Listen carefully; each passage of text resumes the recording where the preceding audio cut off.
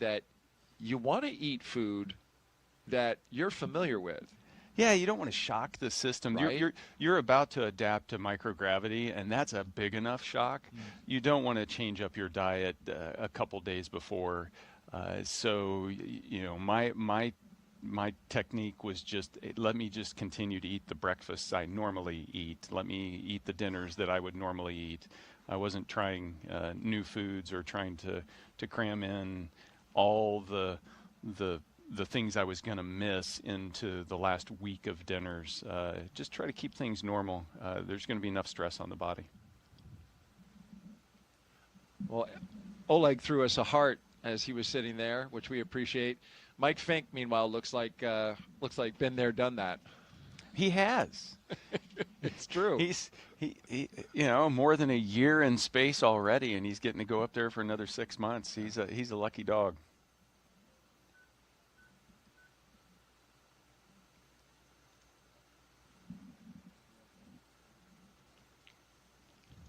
In preparation for the mission, this crew, of course, like all crews that we see their mission patches that we're looking at right now, going all the way back to Demo 2. Look at that. Demo 2, Crew 1, 2, 3. Axiom is in there as well. Yeah, you can see all of the crewed missions where they did a suit leak check in that chair. And so each of the 4 chairs has a slightly different version. You see that you don't see a Crew 9 on there. Alex and I only used 2 of the 4 chairs. So we only zapped the 2 chairs that we were in. But all along the way, little places where you leave your mark of, you know, we were one of the missions, one of the many missions, and definitely not the last mission to come through this facility, whether that's signing the wall in there just outside the crew quarters suit up room, or putting patches there on the suit leak chairs, or even signing the white room wall. You leave your marks along the way. And they left those marks yesterday during the launch attempt in many places, including on the wall inside the white room. Won't have to do it today. But yesterday also essentially served as yet another dress rehearsal, one that, if you count it with the training, would be a substantial amount of preparation for today's launch. Let's look back a little bit at some of their training. Nick, talk us through what we're seeing here with Crew 11's preparation. Yeah, some of the launch training, a lot of our training is stuff that, you know, what do you do when things go wrong? And so this is an example of some of the search and rescue training that crews will go through, learning how to use their survival. Their water wings. Yeah, their water wings, their survival equipment, how to get into their rafts, how to call for help with the search and rescue forces from the Department of Defense, Det 3, that's going to come out there and rescue them should they have to put down in a place where they weren't planned. Additionally, you've got emergency training on the inside of the space station, obviously how to do spacewalks, and then when you have a really bad day, we need to be able to provide medical care, and so how do you provide CPR in space? Not a simple thing to do when you're floating in microgravity. No, I would imagine not. It takes. Don't you have to brace your back against something in order to create the force? You do, and depending on the person, you come up with different techniques. So there are straps where you can strap yourself down to the ground. Some people will just put their feet on the ceiling above the person and then just push straight up. Push straight up, wow. which is down on that person. Sure. Yeah. Yeah. Whatever it takes to get it done. In that moment, whatever it takes. Right.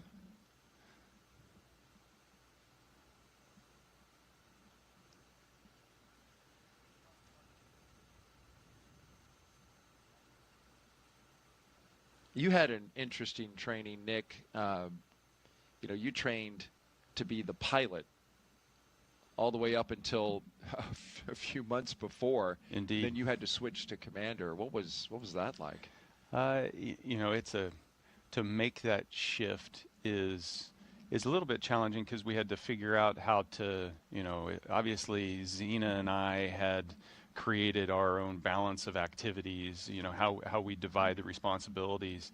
and then having to kind of rewicker that in my mind. But it, a huge team approach to try to figure out. We launched as a crew of 2. What exactly we needed to do differently, and so worked very closely with Zena and Stephanie Wilson and Alex and myself, as well as the entire training team out at SpaceX, and also the training team at Johnson Space Center, to figure out, okay, what do we need to do differently? And so it was a 2-week crash course on how to adjust everything, and it took all of us to figure it out. Mm. Of course, your Crew-9 mission went on to be very successful, lasted a little longer than it was supposed to. It was a 6-month mission, went to 7 months. So you essentially tested out Dragon for a little bit of a longer duration. Today, they will be planning at this moment on a 6-month at the minimum duration mission, but hoping to extend that to 8 months. And I think crews are today in the mindset, there's been enough, there is no standard length mission these days, and crews go up fully understanding. The families understand as well. There's been enough examples that your mission is going to last as long as it needs to last. And on average, that's somewhere around 6 months, but it may be longer. And there's a lot of factors that drive into that, and the crews as well as their families know it's not about them individually. It's about what does the mission need, what does it require.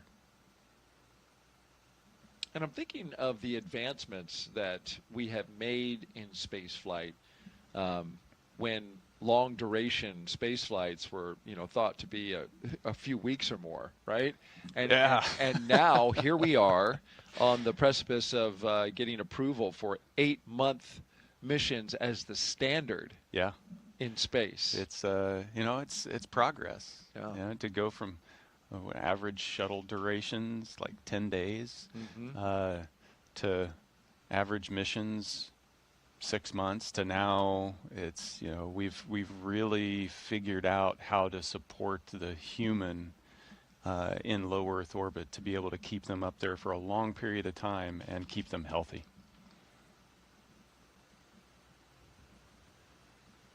Xena there getting hooked up to an umbilical that provides some cool air, which is nice when you're in a suit that is completely sealed all the way around, with the exception of the helmet at this moment.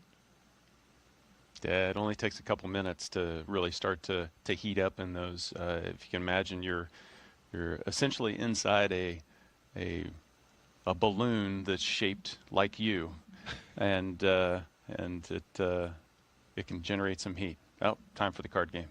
It is. This is a tradition that happens before crew can leave the suit-up room.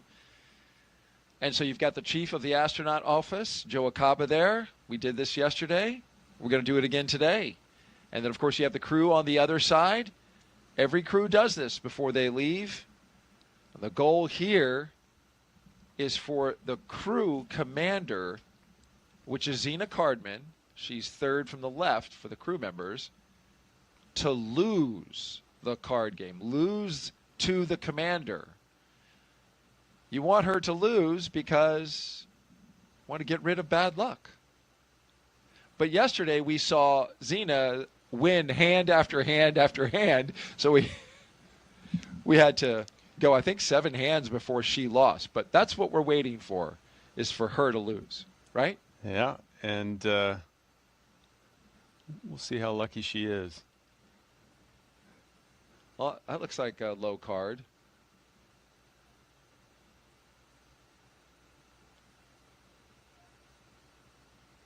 Okay, so Xena and Oleg are hanging in there again.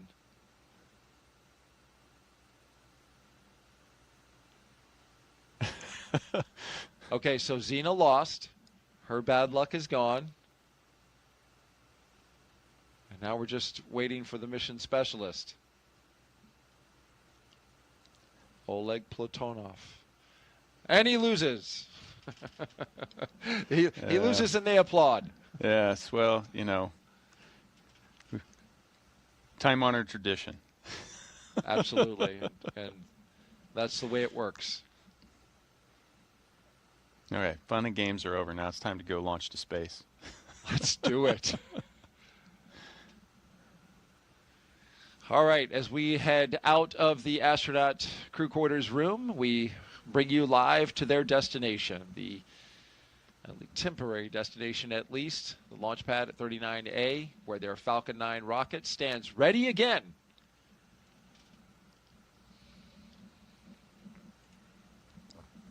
For those of you who are just joining us, we do want to let you know about the expertise that we have with us. You've been listening to astronaut Nick Hague, who has been walking us through operations. He walked us through the entire launch attempt yesterday, and he's here for us again today. And you have a storied background, Nick. You joined the astronaut corps in 2013. A native of Kansas, Nick holds degrees in aeronautical and astronautical engineering from the U.S. Air Force Academy and MIT. On his first mission to space in 2018, he survived a launch aboard, a dramatic in-flight failure of his Soyuz rocket over Kazakhstan. He and his crewmate, Alexei Ovchinin, returned safely, and Nick went on to spend 203 days aboard the International Space Station on a follow-up mission in 2019. In 2024, Hague was assigned to NASA's Crew-9 mission and upgraded from pilot to commander when the crew was reduced from 4 to 2. The change enabled integration of NASA astronauts Butch Wilmore and Sonny Williams, who returned to Earth aboard Crew-9 with Nick following the uncrewed landing of Starliner. After a successful mission, the crew splashed down in March off the coast of Tallahassee, bringing Hague's total time in space to 374 days, including 4 spacewalks. That's an impressive resume with, as we learned yesterday, a lot of stories to tell along the way with such variety and adventure.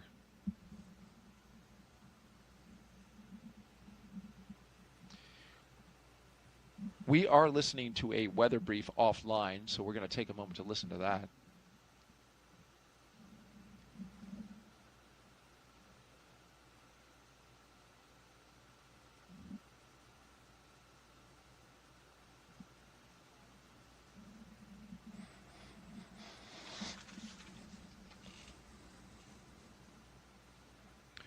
Okay, so we just heard an update from the launch weather officer on his plans to update the launch team on the weather. And what he told the SpaceX launch director is that they will have a weather brief at L-2 hours to assess the weather conditions today.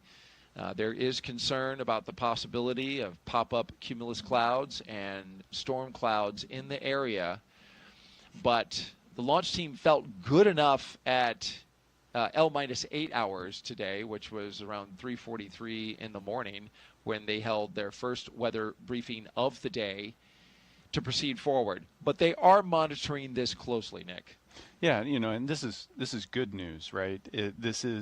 We feel comfortable enough that we will continue to. We've got an opportunity, we've got a chance, so we'll continue to march down the timeline. You know, as soon as they feel like it's not going to pan out, that they're gonna knock it off and scrub for the day. So this is positive news. L-2 hours will be 9:43 a.m. And so we will listen in again for that update, which is important in this launch flow because 2 hours before gives you plenty of time to discuss and look at the conditions, talk about all the data as you prepare for the moment where you cannot adjust, and that's the beginning of tanking at T-minus 35 minutes. Once that kicks off, then you are on your way unless you call a scrub. Yeah. Yeah, no, there's once you start to tank up the rocket, now you've armed the launch escape system, the crew's strapped in, and now you have to undo all that. So there's negative work. So you really don't want to go past that point unless you're hey, reasonably confident that we can get this down to T-0 and lift off. You're looking now at an elevated position from our flight operations team. Our Kennedy Space Center helicopter getting us a good shot outside the operations and checkout building. This is the facility where we saw the astronauts suiting up on the inside. This is where they walk out to their awaiting vehicles. They are 3 Teslas, 1, 2, 3, with the license plates that say live, laugh, launch. Those are good words. Especially in the last one. There it is. We got, two of the 3 yesterday. We did. We did. But it begs the question, Nick, where did the love go? Oh, you know, it's still there. You see him with the heart hand signals. So there's plenty of love. Plenty of love going around? Okay. Yeah, you're right. I saw it yesterday. That's Zena's favorite move. She throws out the hearts, and boy, she's an astronaut with a lot of it.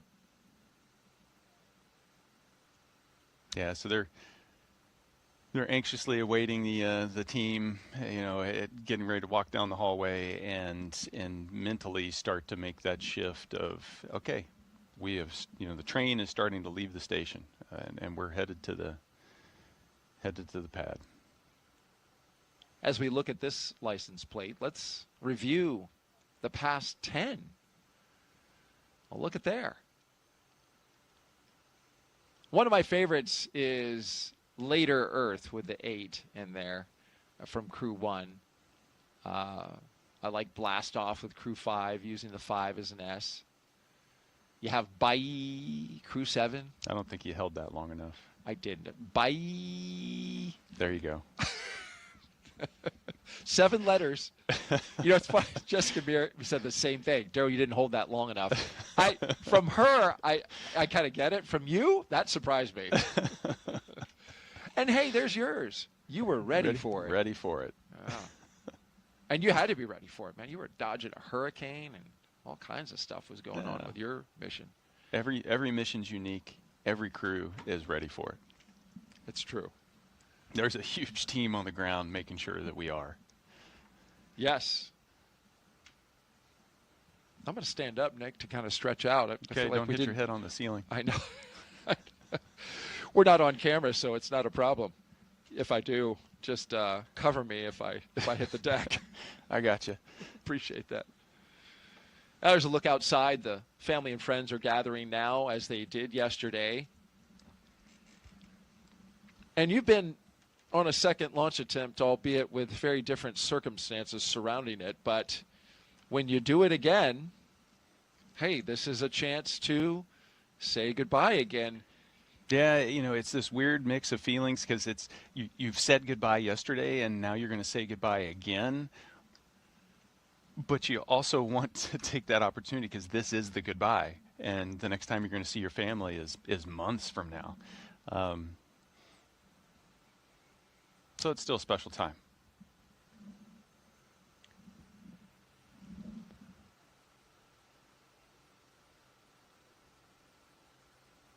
We're listening into loops right now, listening to the launch team as we look at the hallway where the astronauts will walk down.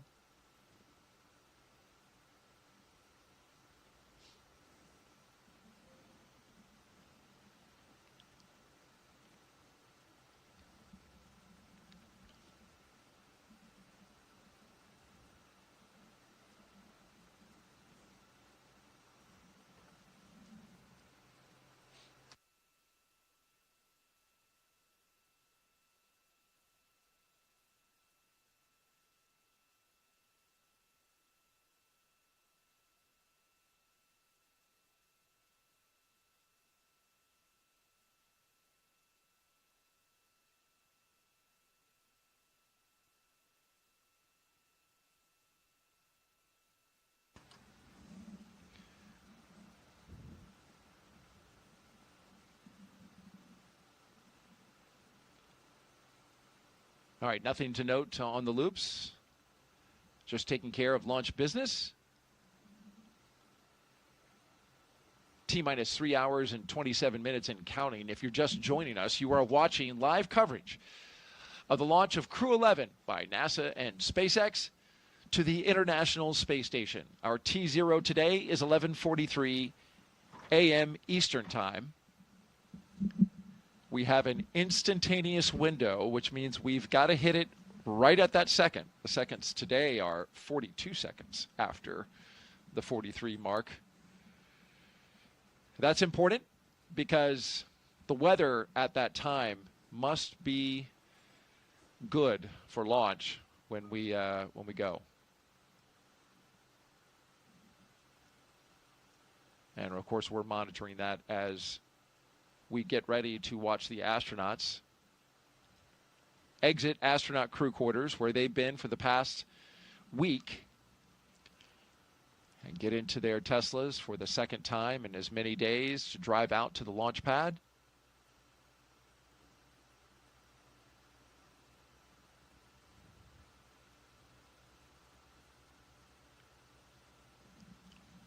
Were you able to find out anything about what the astronauts did while they were hanging out the past 24 hours? I traded a couple messages back and forth. You know, obviously when they got back to the crew quarters, it was straight into debrief, because that's what you do with operations. You perform them, and then you debrief them, because even yesterday you can learn things about the operations. And so they got the update on the weather and what caused the scrub, and then were able to get some quiet time and get recharged, you know, and have an opportunity to connect back with the families again. Good. I needed a little time to recharge yesterday, Nick, after that 6 hour I tell you what, Daryl, you exhausted me.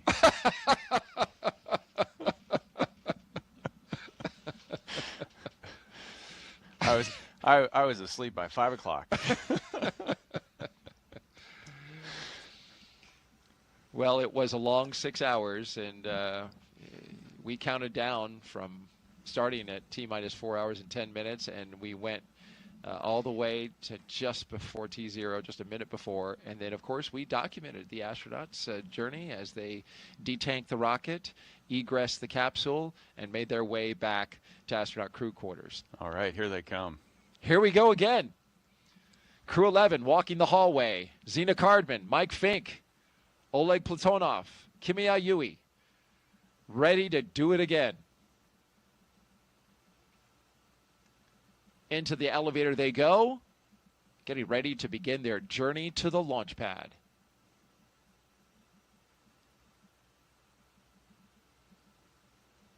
Big waves from the crew.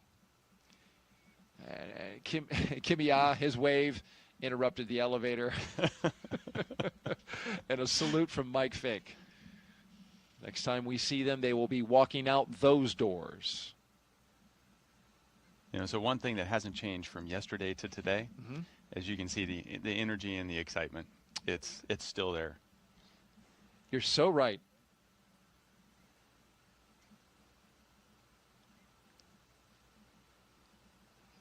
Because after all, at the end of the day, it's another attempt to try to go to space. And that is just... Yeah. And as a crew, you're in the mindset, we're going. There's no question about it. And yes, the ground crew is going to make their calls and make sure that everything's safe. And just like yesterday, they may step in and say, hey, we can't. But from a mindset perspective, the crew is going. And so they're leaning forward and ready to go. Great knowledge and insight from our astronaut co-host, Nick Hague, a brigadier general with the Space Force and a NASA astronaut. We're talking traditions and mindset. Let's talk about one of the many. Here's another one, the signing of the mission patch. There's Zena Cardman. This was a couple days ago. This is a tradition where they slap yet another mission patch on the wall. This one's great, though. Look at Kimia. Look what he does. Zing! Off we go. Or was that Oleg? Yeah, that's Oleg. Oleg was the one that did that. It's got some flair. Yeah, that's some pizzazz. You know, and these little things are, it connects you to the legacy of our human spaceflight program. And so it's very important from a crew perspective to feel connected to that, that you're one small piece of that larger picture.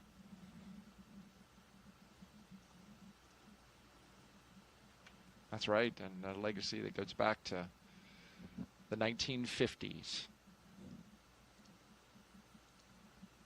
here on the Space Coast. Families are there. You can see them, family, friends, and loved ones, as well as special guests. The doors open up, which means we're going to see the crew shortly. But they're behind stanchions, and that's for a reason, Nick. Yeah, quarantine is so important. Making sure that we can keep the crew healthy. They've been in quarantine for the past 2 weeks. And we preserve that all the way up to the point of them getting in the capsule. And so you see those stanchions providing that separation to keep that safe distance so that nobody ends up getting inadvertently sick.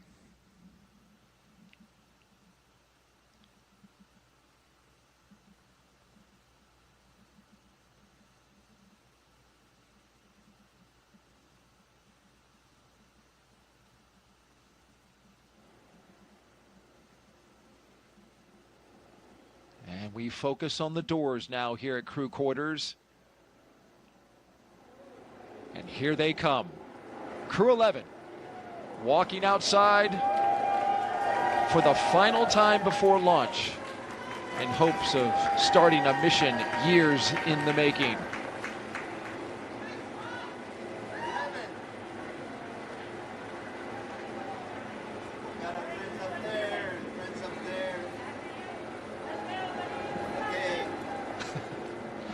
Nick is waving. You can't see him, but he was literally waving at the screen. How can you not?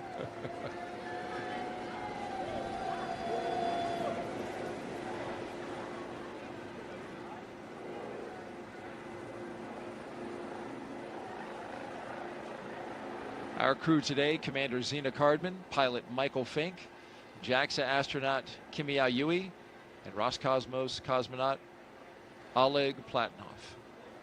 I corrected my pronunciation yesterday, and I slipped back into Americanizing. Crew walkout has commenced on schedule. Everything on schedule.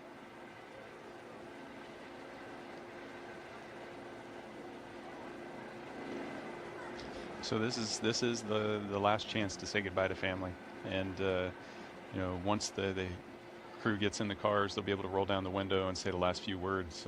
But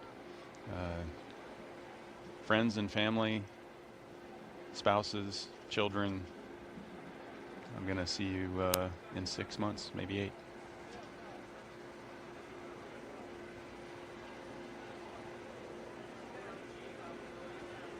Core on countdown. Advanced team is complete with preps and ready for crew arrival on schedule. So we've gotten the word that the crew can pull out from their location. This looks like you can have even a little conversation at this point. Yeah, you know, last little, you know, these are the things I forgot to do at the house that I need to remind you about. No, it's a chance to say those last few words. You know, for me, those words always failed to fully express the emotion that you have in the moment. You're excited to go, but you're also a little sad to know that you're going to be separated from friends and family for that long. And you know what they're feeling as well, which is, you know, family is in a different position. Yeah, you know, they're bystanders and they get to watch this, which is definitely a different perspective than being in the seat and in the middle of the operations.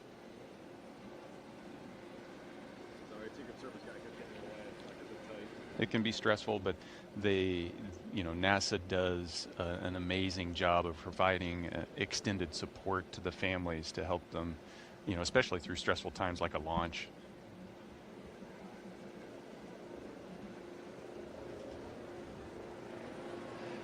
There go the doors. I saw another heart sign. We should have counted.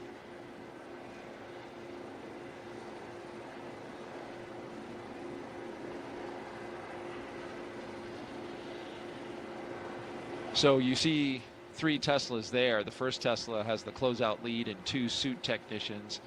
The second Tesla has the commander and pilot, along with a flight surgeon. And the third Tesla in the back that you see there has the second closeout lead and other support staff, along with the 2 mission specialists.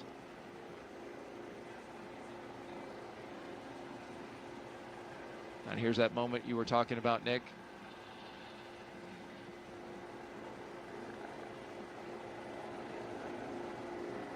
Well, it's just natural to want to lean in a little bit, isn't it? It is. The quarantine, the window's down and you want to just reach through and give them a hug, and you can't. Right.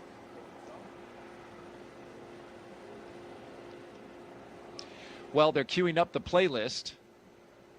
Songs that they will listen to on that 20-minute journey. I see Jessica Watkins from the astronaut office, fellow astronaut. They're taking some pictures. She's in the blue flight suit on the left. Yep, and we've got astronauts assigned to each of the families to provide them that support. And it means a lot for the crew member that's launching to know that you've got one of your colleagues, one of your friends that's there to take care of the people you hold most dear. No.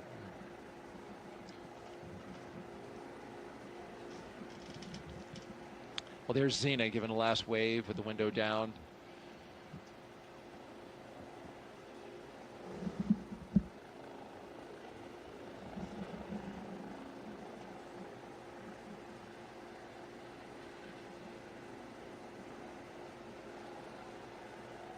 There's lots of mixed emotions when you're launching, and this is one of those moments where it's lots of smiles and energy, but there's also teary eyes. Right. All right, to big cheers, the crew is pulling out. Crew-11 on the road to launch pad 39A. Let's take a moment now to hear in their own words from each of the crew members, and we begin with the commander, Xena Cardman, as she shares her path from field science to spaceflight. I think in a lot of ways, science and exploration is just innate to us as human beings. That's why toddlers ask so many why questions. It's just part of who we are. In many ways, I think trying to explore space generates solutions to problems that we didn't even know we had. My name is Xena Cardman, and I am the commander of NASA's SpaceX Crew-11 mission to the International Space Station. I was born in Champaign-Urbana, Illinois, but grew up in Williamsburg, Virginia. I grew up almost like an only child. I have 2 older brothers, but the younger of the 2 actually went off to college when I was 5 years old. And so I learned to play in my backyard a lot, play with friends, use my imagination, and explore the natural world around me. I studied biology as an undergraduate student. This is largely because I had a really excellent high school biology teacher who inspired me to pursue research on my own, even as a high school student. But while I was at college, I also got to know microbiology. I got to know geosciences and chemistry. I wound up doing a lot of research in an oceanography marine sciences department and studying in remote locations like Antarctica. I also, while I was an undergraduate, became a creative writing minor, and I've always really valued that chance to study the creative side of my brain and explore our natural world through that side as well. I love being an astronaut right now because there are many pathways to get to the International Space Station. We spend long duration periods, so many months long, living and working on board that space station, and it's really focused on research. A lot of that research is on our home planet, and a lot of that research is on us as human subjects. I'm very excited to be actually a test subject for a lot of the medical research that we're doing on board the ISS. I've signed up for a very large, all-encompassing medical study called CIPHER, and this, I think, is going to be critical as we start thinking about going for longer durations and farther places like the Moon and Mars. My role as commander is to bring out the best in my crewmates from the moment we start training till the moment we get back to Earth and then some. And so I'm always thinking about that larger mission overview and how my crewmates are doing and what we can do for each other. Spaceflight, by definition, requires collaboration and requires more than one person, and the chance to be part of something much larger than myself has been humbling and inspiring and deeply fulfilling. Even since I was a child, looking up at the stars, looking up at the cosmos is inspiring. It helps me answer questions like, what are we doing here? Who are we? Where are we? I don't think we grow if we don't challenge ourselves. I think that's true for myself, it's true for teams, and it's true for us as a society and as a species. We have to take some risks, we have to challenge ourselves in order to push ourselves, and I can't wait to see what we discover during my career and for generations to come. Next up, astronaut Michael Fink.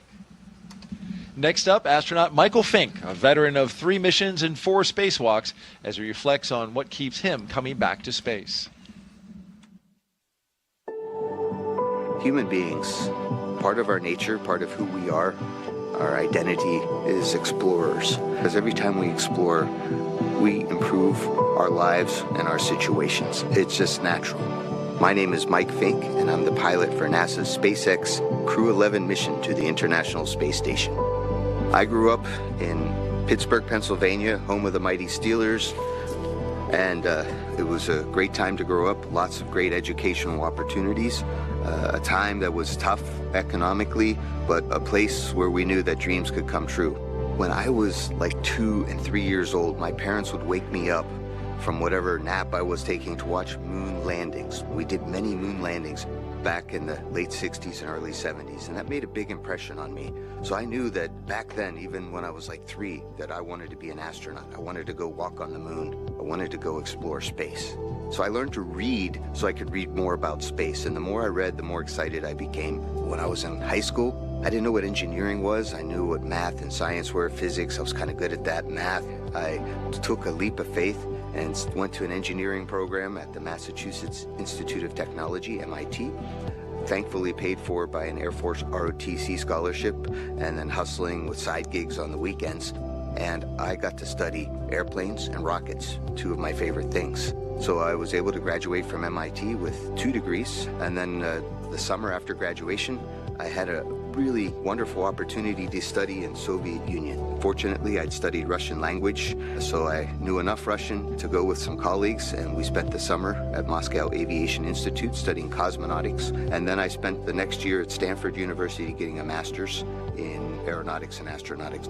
I love the space station. I helped build it. I helped the first modules get ready here on planet Earth, and have had the joy of living aboard the space station for 2 long-duration missions so far. We've learned from the International Space Station that space is a great place to really understand more about the universe. When we are aboard the International Space Station, we're still gravitationally connected to planet Earth, but we're free-falling, so like we're in microgravity. So you take that big G out of the equation, and then you can find out what's really going on physically. We're also outside the atmosphere, so we can look to the universe beyond us without atmospheric interference. When I'm on a spacewalk, I can look out to the whole universe, and I can see how small our planet is and how big and wonderful the rest of the universe is. And it's calling to us. We need to explore and go see the whole universe that's out there. Space exploration is something that really speaks to me as a person, right? We all kind of have our passions. And for me, since I was like 2 and 3 years old, I wanted to go to space, explore space, and I've had a chance to do that. Half my life I've been an astronaut. I've really, really enjoyed exploring space.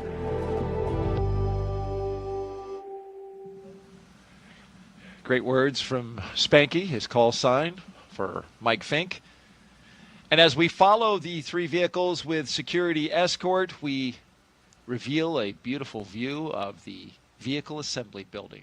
Iconic here at the Kennedy Space Center, where work is underway to stack the rocket inside. We're stacking the rocket and the spacecraft for Artemis II, NASA's first crewed mission to the moon in more than 50 years. 4 astronauts will launch around the moon as part of the Artemis campaign, a major step towards a sustained human presence on the lunar surface and a future journey to Mars. Zipping by, 4 astronauts go into low Earth orbit, looking at a gigantic building that holds inside of it a moon rocket, and as well as the next generation launch tower that you see out there, ML2. All right, let's hear now from JAXA astronaut Kimiya Yui on the returning to station, representing Japan, and what this mission means to him. I think humankind has a desire to explore and also expand our area of activities. Space is a great place to explore because Earth is so small. We still have unknown places, but Earth is, generally speaking, so small compared with space. My name is Kimiya Yui. I'm a mission specialist for NASA's SpaceX Crew-11 mission to the International Space Station. I was born in very, very small village in Nagano Prefecture. So up there, I was able to see very, very beautiful stars in night skies. When I was a little boy, I did stargazing, and I loved stars. I really want to know everything on our universe, and I want to go everywhere as long as I live. When I was already 10 years old, I already wanted to become an astronaut or astronaut. I graduated from the National Defense Academy, and after that I entered Japanese Air Force, Japan Air Self-Defense Force, then become a fighter pilot, then a test pilot, and then became an astronaut. We do science in space because we have constant microgravity in the ISS. We cannot achieve that condition on the Earth. Space station actually contributing our knowledge, and also we can produce new materials or medicines in order to make our future brighter.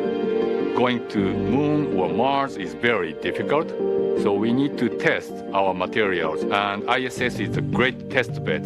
So Crew-11, we are going to have a lot of experiments on ISS, and JAXA especially, we are going to have new cargo vehicle, HTV-X. The vehicle itself is a little bit lighter, but we can carry more stuff to the ISS.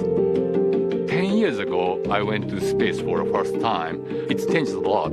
And for astronauts, it became much more convenient to live. For example, we didn't have a good place for cooking. Now we have gallery.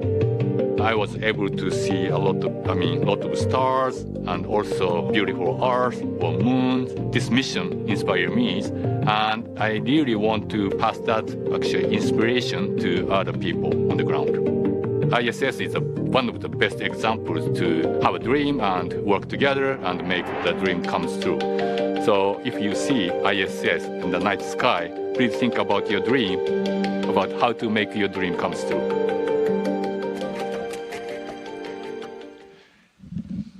And finally, Roscosmos cosmonaut Oleg Platonov, sharing his thoughts as he prepares for his very first flight to space.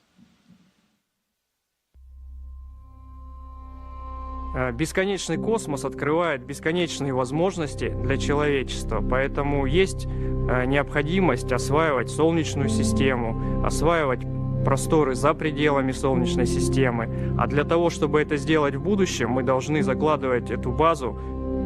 My name is Oleg Platonov, and I am a mission specialist for NASA's SpaceX Crew-11 mission to the International Space Station. Я родился в большом индустриальном городе в России, в городе Челябинске.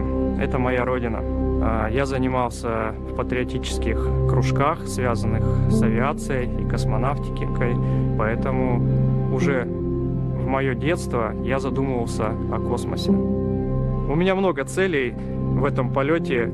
Прежде всего, я хочу полететь на мощной огромной ракете в космос, долететь до Международной космической станции, сесть возле большого иллюминатора на станции, посмотреть на нашу красавицу Землю, и это будет вдохновлять меня работать все лучше и лучше. Мы можем получать новые данные о нашей Земле, о Солнечной системе, о космических лучах, о нашей Вселенной, о жизни микроорганизмов в космосе, о здоровье человека, о получении новых лекарств, о путях улучшения конструктивных материалов и внутренняя потребность человека исследовать все, что находится вокруг него. Хочется узнать все новое, новое и новое, расширяя горизонты своего знания, что границы открыты, что мы можем летать в космос, что мы можем лететь дальше, все дальше и дальше, за пределы нашей Земли, за пределы Солнечной системы.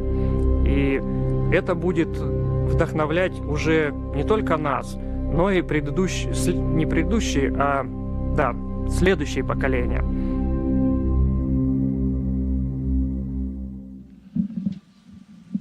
And that wraps up, in their own words, Crew-11, as they arrive at the pad for their launch attempt today. Launch pad 39A, and a beautiful shot there provided by the flight operations team here at the Kennedy Space Center. Those helicopters orbiting the pad, keeping the area secure with a lookout, as well as carrying one of our cameras to give us some spectacular views. From this view, the weather looks fantastic, but it is very much a watch item for later. We are T-minus 3 hours and 1 minute and counting. And while all looks fine now, we want to take a look at the weather forecast for launch time. Currently, we set with a probability of go at 60%. Winds are light, 10 miles per hour out of the west. Temperature is a roasty, toasty 87 degrees expected for today at launch time. The concern is cumulus cloud rule along with surface electric fields rule, which together basically tell you pop-up storms, pop-up thunderstorms at the time of T0, currently scheduled for 11:43 a.m. Eastern time. The sea breeze, as it does this time of year and as it is forecast to do today, will creep over land, and the convective activity with the warm air will percolate some cumulus clouds and potential storm clouds around the pad. We saw this yesterday as we were standing out there for the launch attempt. The hope is that those will percolate not too close to the coast, but it became more of a watch item today than it was for yesterday because of exactly the formula that played out, in addition to the fact that today we have additional moisture in the atmosphere. We're also watching the weather along the ascent corridor. We've got a low pressure system that's moving off the coast of the eastern seaboard. It's well north of the staging area, but we could have some storms in that earlier or afterwards. So that is also a watch item. This, of course, is an area where if Dragon were to need to abort off the rocket and splash down, they want to have good conditions weather-wise in order to land in the ocean. Yeah, you've got to watch. It's not just the weather at launch, it's the weather all along the launch corridor. And it's a really complex process. There's a lot of factors that go into it, and it's almost an impossible task for the weathermen to figure it out in advance. So we just continue to watch and take it down to the real-time call of are we ready to go or not. The launch weather officers, very capable bunch. They do their best. But like you say, weather is so unpredictable here in Florida that it's hard to get it exactly 100% right. But we use the tools we have and the data that we see, and we'll take it from there. Let's get a social question in that have been queuing up. MPOV23 asks, we are watching the live stream, and my 10-year-old daughter, Zoe, asked, what do you do to keep entertained busy while in space for so long? Yeah, that's a great question, Zoe. It's one of those things where everybody's a little bit different. Some people read books. Some people will watch a favorite TV show or a movie, or will sit around, every Friday evening after the long work week, we would get together and have dinner and share music and just talk. But without doubt, something that everybody does is go to the window and look out the window at the Earth down below and just soak it in, because it is such an amazing view. You can see almost coast to coast of the United States as you fly over, so you see so much, and you almost start to lose the ability to see the impacts of humans, and you see the mountains, and you see the oceans and lakes and deserts, and you start to appreciate just how connected everything is on Earth. And then when you get on the other side of the world, you're in the dark, and then the stars all come out, and you can see the universe just kind of unfold in front of you, and there's so many stars that you can't see that many stars from the ground, and it's just so impressive. You could spend hours. I can only imagine. And all in 90 minutes, right, as you zip around the planet. 16 times a day. Well, there is our commander and our pilot, Mike Fink and Zena Cardman, looking up at their rocket. Big hugs, big hugs. And so Zena must have listened to your commentary yesterday, Daryl, because she was leaning back farther than Mike was today. I noticed that. I was going to say so. I was like, wait, Mike Fink has the upgraded suit. He is the only one of the crew to wear the version 2, V2, R2, which is an upgraded suit that SpaceX is providing. In the elevator they go from the ground floor up to the 275-foot level. This is a great shot. They were just there looking up at their rocket. This gives you a sense of scale. Which is so hard to get in the space industry. Yes. You see these pictures of the rocket and launch pad from a long ways away, and without a person standing there, you start to forget that these are small buildings we're launching into space. Yes, that's right. That was a great shot to lay that imagery out, right? We saw them close up in the elevators, and then we widened out to the rocket. It really gives you a sense of scale. Great work by the production team there. All right, they get to the elevator. They have one more set of stairs to climb before they get up to the crew access arm.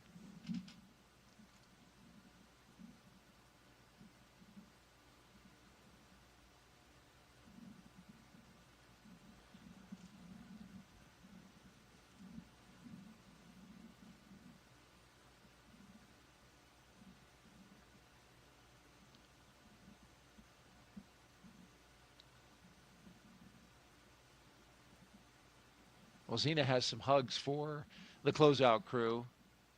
Yeah, last little, thank yous for all the work yesterday and today, and getting ready to walk out the arm and get strapped in. Today's the day.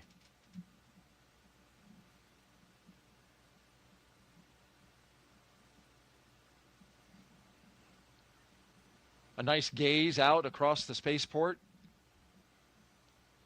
You can see everything. It's an unbelievable view. It's so scenic. And here comes Mike and Zena. Hearts and thumbs up with big waves, getting ready to get inside Dragon Endeavour.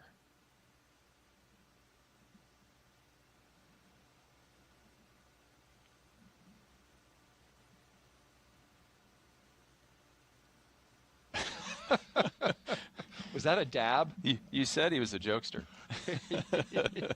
He's having a good time. And so, put a hand where they signed the meatball. More on the countdown. NASA Crews logo. have reached the White Room on schedule. Because this is the second launch attempt, they will not have to sign their names along the NASA logo that you see there on the wall. They did that yesterday. So Zena just put her hand on it, gave it a touch, and they'll go straight into making sure their suit is clean and there's no FOD before they get into the Dragon Endeavour, their spacecraft that will take them on a journey to the International Space Station, 260 miles above the surface of the Earth.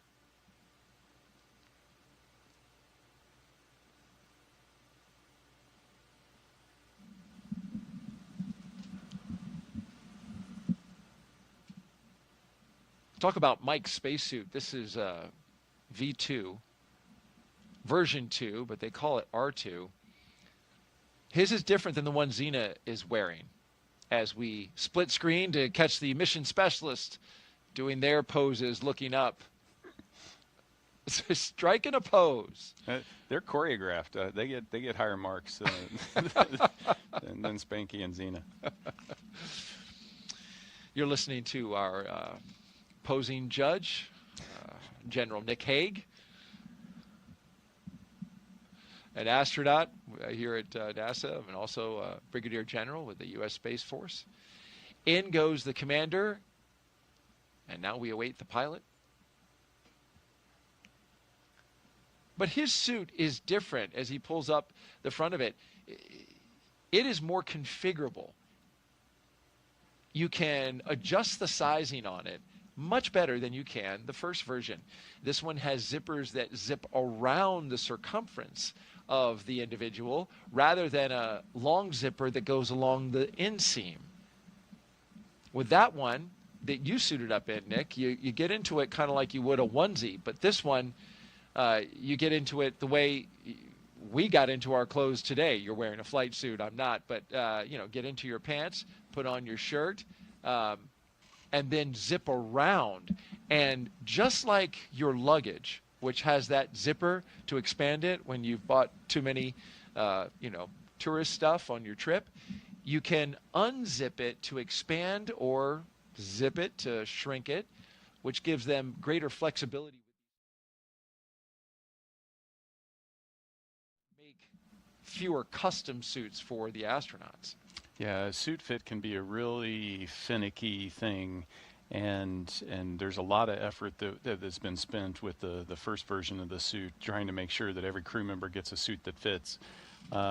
With this new one, there's a lot more adaptability and a little bit more forgiveness in the suit. It's one of those things that's really important. Normally, these suits are never pressurized except during leak checks, but in the event of an emergency, they may need to pressurize, and if they don't pressurize in the right shape, it can lead to injury of the crew member.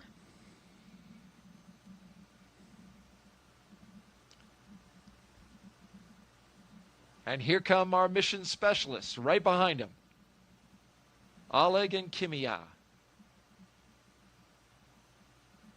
Flashing signs of Crew-11 with their 2 fingers extended upwards. They are ready to go.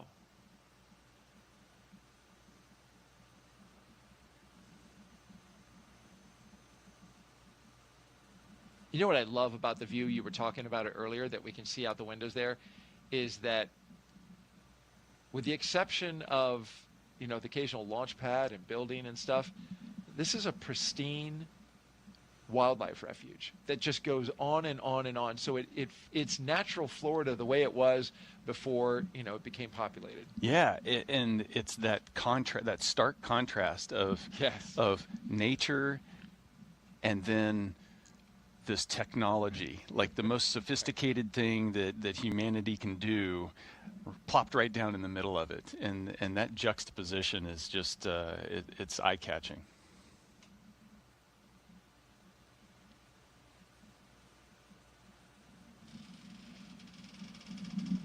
Get comfortable, Mike. You're going to be here a shimmies while. Around in his seat. Well, you want to make sure those straps are tight. Yeah, so you can see the pad crew strapping them inside, but then also outside. Some of the things that you wear on the way to the launch pad are there to protect you from getting FOD in the suits or debris in the suit. So there's a cover that goes on the umbilical port on the leg. There's some covers that go on the bottoms of the boots. Once you get to the white room, you take all that stuff off because it's clean at that point, and you're ready to get inside. And then you'll see them strap inside, as well as here in a little bit start to hand them their personal gear, which is that satchel that they're going to put on their left thigh.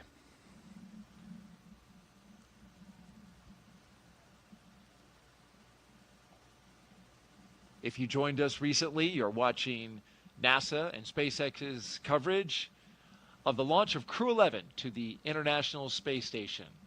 Our T0 set for 11:43 a.m. Eastern Time. We are counting down, currently T-minus 2 hours and 47 minutes. We have the commander and the pilot seated in their positions. And we just saw the 2 mission specialists go into the capsule, and they are getting into their seats.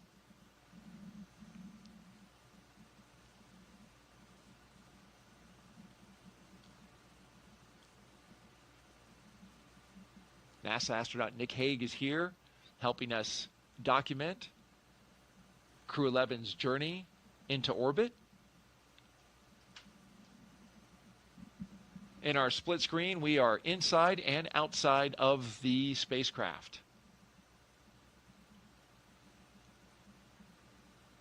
We're also taking your questions, so please send them in. #AskNASA. Nick has given us the goal of getting as many questions answered as we can, so let's fire up another one. Only 2 so far. Let's Let's get out. move. There we go. All right. Felivi asks, what's your favorite movie that revolves around space themes? I love sci-fi movies. And so it's really hard for, I grew up on Star Trek and Star Wars and Doctor Who and all of that stuff. So I devour that stuff. So favorite space movie is probably the first one I watched, which was the original Star Wars. Yep. But you name it, I love it. They all get some aspect of space just so right, and they get other aspects wrong. and I can tend to look past the things that they get wrong. Lightsabers aren't something you think that... Not yet. Not yet. But sound in space won't ever be. Yeah, that's right. Yeah, it's the same for me, Star Wars. Not that I'm being asked, but I'm with you. That movie, when it came out, just... It seems like there's so many movies these days that have space. There's so much space content in popular culture. You can sense the excitement around, the space program and our ambitions to go back to the moon and beyond. No, you're absolutely right. Far more space movies come out today than they did when we were kids. Yeah.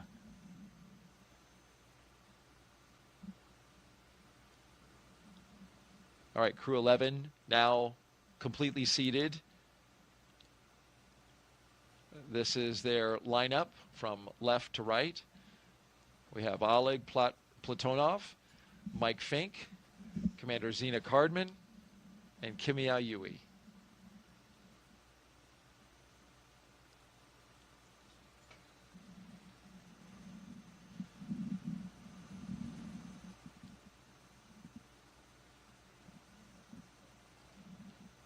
Let's do another question, because we've got them coming in, and thank you folks for sending them. Bennett asks, how do crew from different space agencies come together to train for a mission like this?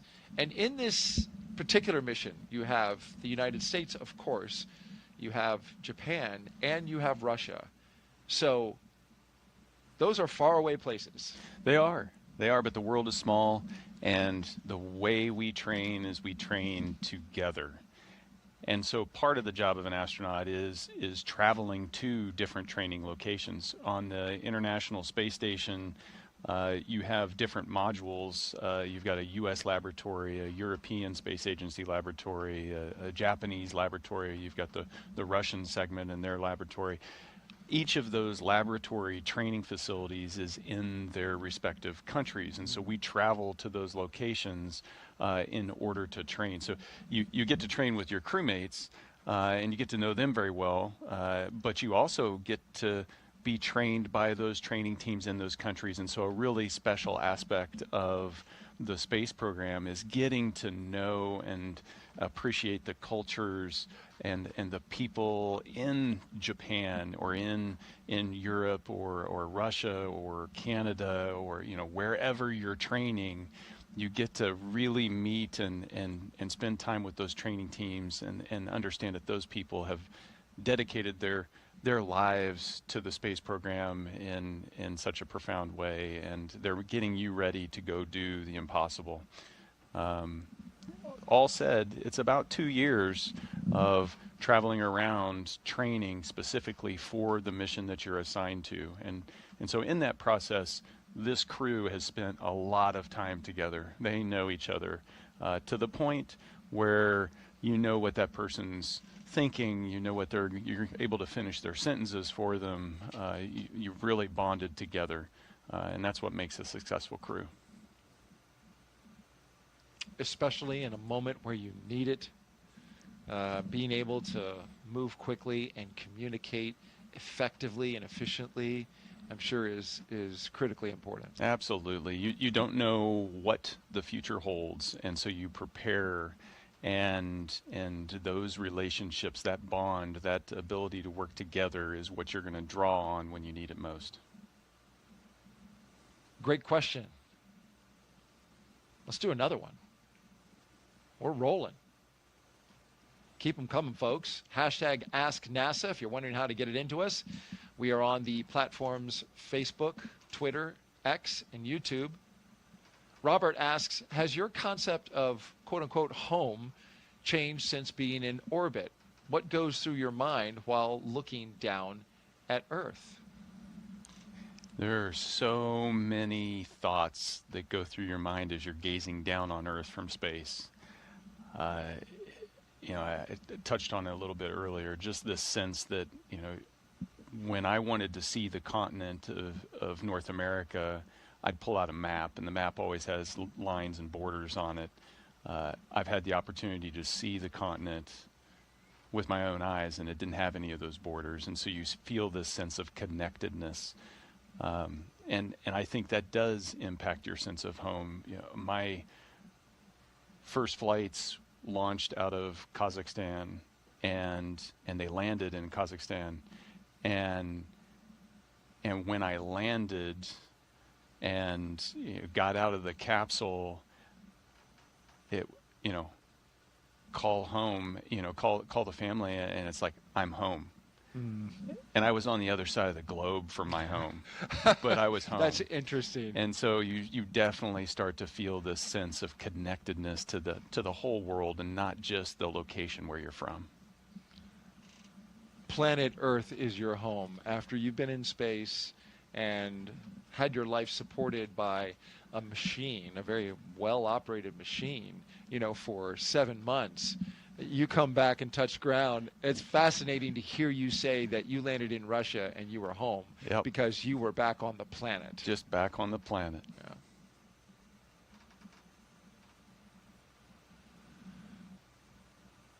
Well, these 4 crew members are preparing, as we've been watching them get ready for launch.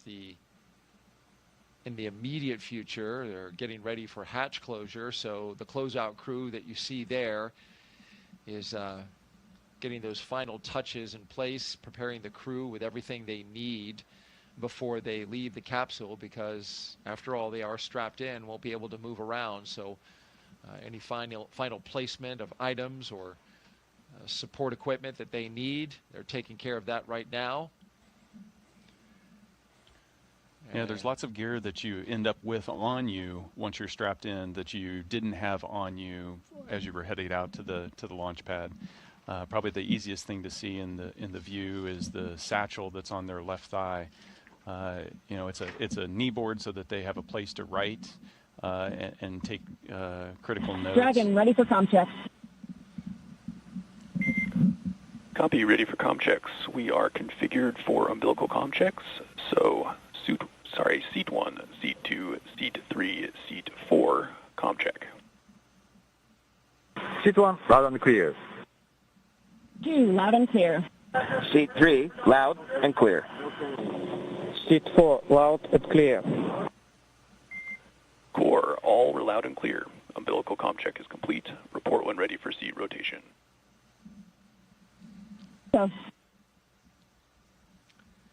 So we're running ahead of schedule with that communication check with the core, which is the resource engineer, that the crew operations resource engineer that communicates with all 4 crew members. And so they went through, and we heard from each astronaut, verify that they can communicate with the core. That's the first set of communication checks. We'll get another set, a much longer set, later as communication checks are established with the launch team at T-minus 2 hours and 19 minutes. We are running ahead of time because those comm checks normally happen at T-minus 2 hours and 30 minutes, but we're 7 minutes ahead. That's kind of understandable given this is the second time in 2 days that they've run through this procedure, so you can really tell they've got it down. Yeah, no, practice makes perfect. There's also margin built in as well, and you know, yesterday as we were leaving, we were a little bit delayed with the pad, and so they slowed their approach to the launch pad with the crew to accommodate that, and then SpaceX made up that time, and we got back on track, and so that's important to note that as you know, you still have 2.5 hours to launch. There are built-in margins that we create the opportunities to address any issues that pop up. So far, everything's been going great. Yeah, so today they could just zip right out to the pad, and it felt like that's what they did. They got out there pretty quick. If everything works great, you end up with long pauses and boredom. A sign that everything is going well. You're bored. No, but those comm checks, those were focused on making sure that those suits connect to the vehicle, and so that was focused on the crew. The next set's going to be really focused on the connections between the vehicle and the ground teams. They're saying their final goodbyes to the closeout team. The closeout team's doing its last checks. You can see they've got all their gear, their knee boards, the satchels, their the personal gear that's inside there that they'll use once they're in free flight, like a headlamp, a flashlight when it gets dark. Everything's ready. Throwing their hearts at the closeout crew as the closeout crew exits the spacecraft. And as they do that and begin to prepare that side hatch to seal into place, one last look. Our camera person getting a good view over the shoulders of the crew and into the capsule. That's a really special shot right there. Copy, Dragon. We will report when initiating.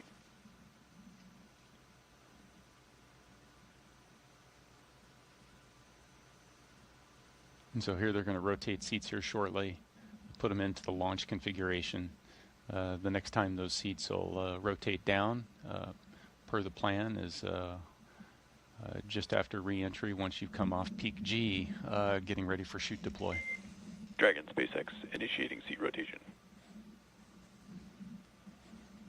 Copy.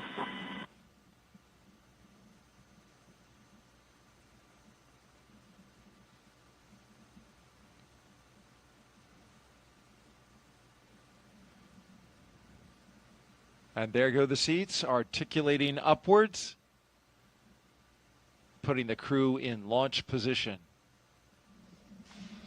Get a view below their feet as well. Yeah, you can see all the supplies. Cargo, yeah. You've got cargo on the right-hand side, some coolers, experiment lockers in the middle, and then you can see the left container on the left-hand side. That's your survival raft if you would need it. It'll deploy. We saw a video of that earlier.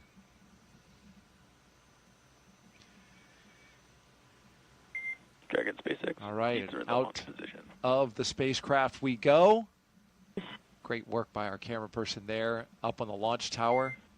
Dragon, you have a go for Section 2, suit leak check preparation. And a look at their signatures from yesterday. Copy, go for Section 2. Signed it. I see Oleg's. Yeah. It is unique.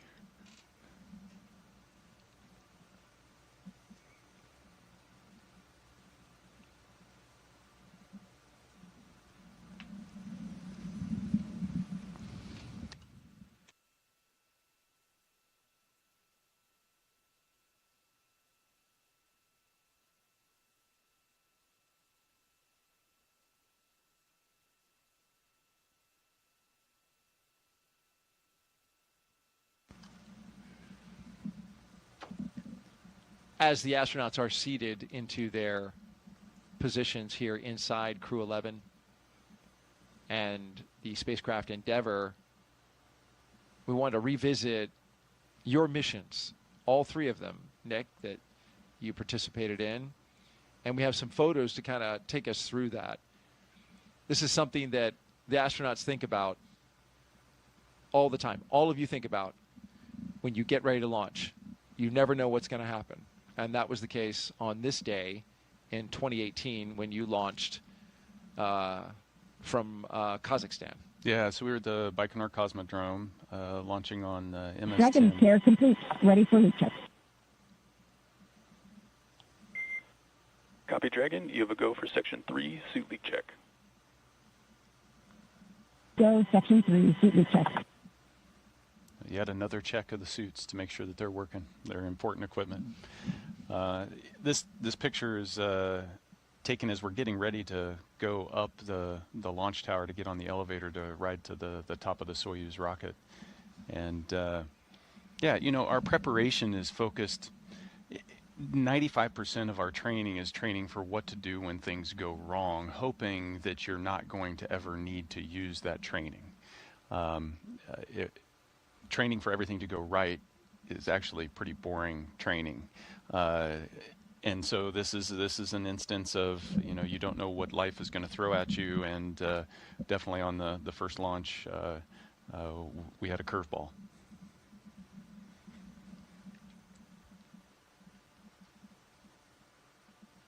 It was a beautiful day, not unlike today. You know, a fall day launching off the same launch pad that Yuri Gagarin launched off of, and 2 minutes into the flight, that's when staging occurs for the Soyuz, and for the Soyuz rocket, the little external boosters on the lower half of the rocket are empty at that point, and then they gently separate and then propel themselves away. But on that day, one of them failed to propel itself away, and when you're 30 miles up going 4,000 miles an hour, the slipstream of the wind is strong enough that it forced that empty tank to impale the center of the rocket, and it disintegrated. In that instant, because everything happens fast when you're going that fast, the launch escape system pulled us to safety. And so this is a still shot of that moment. You know, it was kind of a violent side-to-side shaking. The alarm is sounding. You can hear it. You can see the alarm flashing in front of you. There's a light that comes on the console that, you know, says rocket emergency, and then you spend a second or so trying to figure out exactly what happens as you're slowly tumbling, continuing to coast toward space because we were going so fast. And so we coast all the way up out of that debris field up to about 90 kilometers. You made it to space. Yeah, depending on who you ask. Okay. Though was it 62 miles is the Kármán line? I don't know what the conversion is for the kilometers. Yeah, so they use 100 kilometers is the international standard. The military uses 50 miles. That leaves this gray area, and as far as I'm concerned, I walked away alive, so that it didn't matter. Amen. And so that launch escape system automatically sensed that there was something wrong, and pulled us to safety. And you know, so we landed. The flight was 20 minutes. Pararescue forces were there to pull us out, and within 6 hours, we were coming down at the airport, walking off the jet, able to embrace family. And you can see I'm giving Katie a hug, and that's your wife. That's my wife, and Alexei's there with his wife Svetlana. And you know, our extended family is all there as well, and you know, it's that sense of disappointment that it didn't work out, but also that sense Dragon, 4 good leak checks. Copy, Dragon. We see the same. Closeout team will perform final closeout steps and exit the capsule. You can proceed to Section 4, side hatch close, and report when ready to close the hatch. In Section 4, and will go.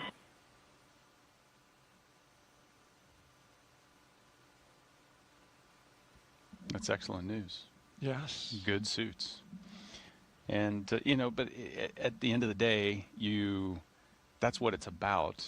Regardless of whether it's a successful abort or a successful mission, at the end of the day, it's about getting back to family. And you did that day. The launch escape system worked as it was supposed to, and it brought you back to your family along with your cosmonauts, who was your fellow crew member, to his family as well. And that's why you train the way you do, is for moments like that. And it underscores the importance of safety, because this is a risky endeavor. It is. It is. And, you know, the crew members take that risk. The families take that risk right there with them. That's why we train. That's, you know, we talked about the... SpaceX Dragon, crew are ready for side hatch closure. Copy, crew ready for side hatch closure. We talked about that before, you know, that international aspect training as a crew, you know, during the abort, Alexei and I didn't have to communicate directly to each other. Dragon, SpaceX, comm check. SpaceX Dragon, loud and clear. Core, loud and clear. Deidre's comm check is complete. Stand by for comm checks with DC, MD, and LD in the launch configuration. All right, we have a long series of comm checks that we'll listen into here. Dragon, DC on countdown 1, comm check. DC Dragon, loud and clear. DC loud and clear. Stand by for comm checks with MD. Dragon, MD on countdown 1, comm check. MD Dragon, loud and clear. MD has you loud and clear. Stand by for comm check over Dragon to ground. Dragon, MD on Dragon to ground, comm check. MD Dragon, loud and clear. And I've got you the same. Stand by for comm checks with LD. Dragon, LD on countdown 1 with a comm check. LD Dragon, loud and clear. LD loud and clear. Stand by for comm check over Dragon to ground. Dragon, LD on Dragon to ground with a comm check. LD Dragon, loud and clear. LD loud and clear. Dragon, SpaceX, launch configuration comm checks are complete.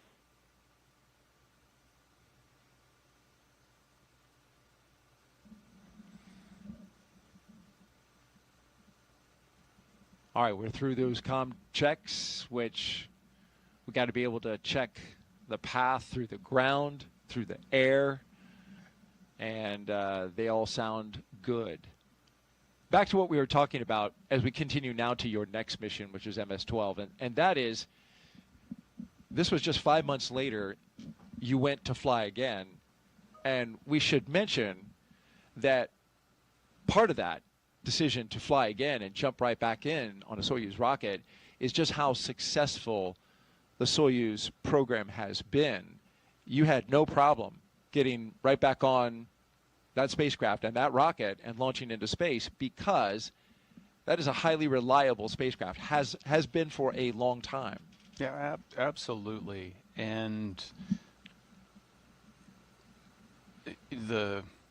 what we do, this whole idea of being launched into space is predicated on the trust and faith in the teams that are creating that reliability, into the engineering that goes into the system, into every little detail, and all the redundancies in the design, so that when there is something that occurs, you know, the backup's there. And so the launch escape system that rescued us on that day hadn't been used before, but it worked when it was needed. And that's so symbolic of the space program. There are so many things that are in place, and when they're called into action, they work because of the dedication from every person on this gigantic global team. And so you're ready to get back into it. And you know, so 5 months later, it's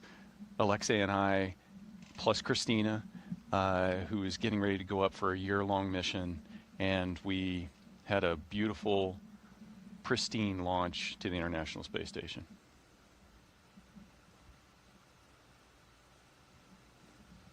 Nighttime launch this time, though. So, you know, when you get a twofer, it's nice to get a day launch and a nighttime launch. But you know, and there was so much buildup in terms of getting to the space station. But the real mission is on the space station. It's doing the science. It's the 200+ days that follow the 6 hours getting there that you're up there doing scientific research and keeping the laboratory running and upgrading its capabilities. That's why we launch. The launch is thrilling and it's an exciting part of the mission, but it isn't the mission.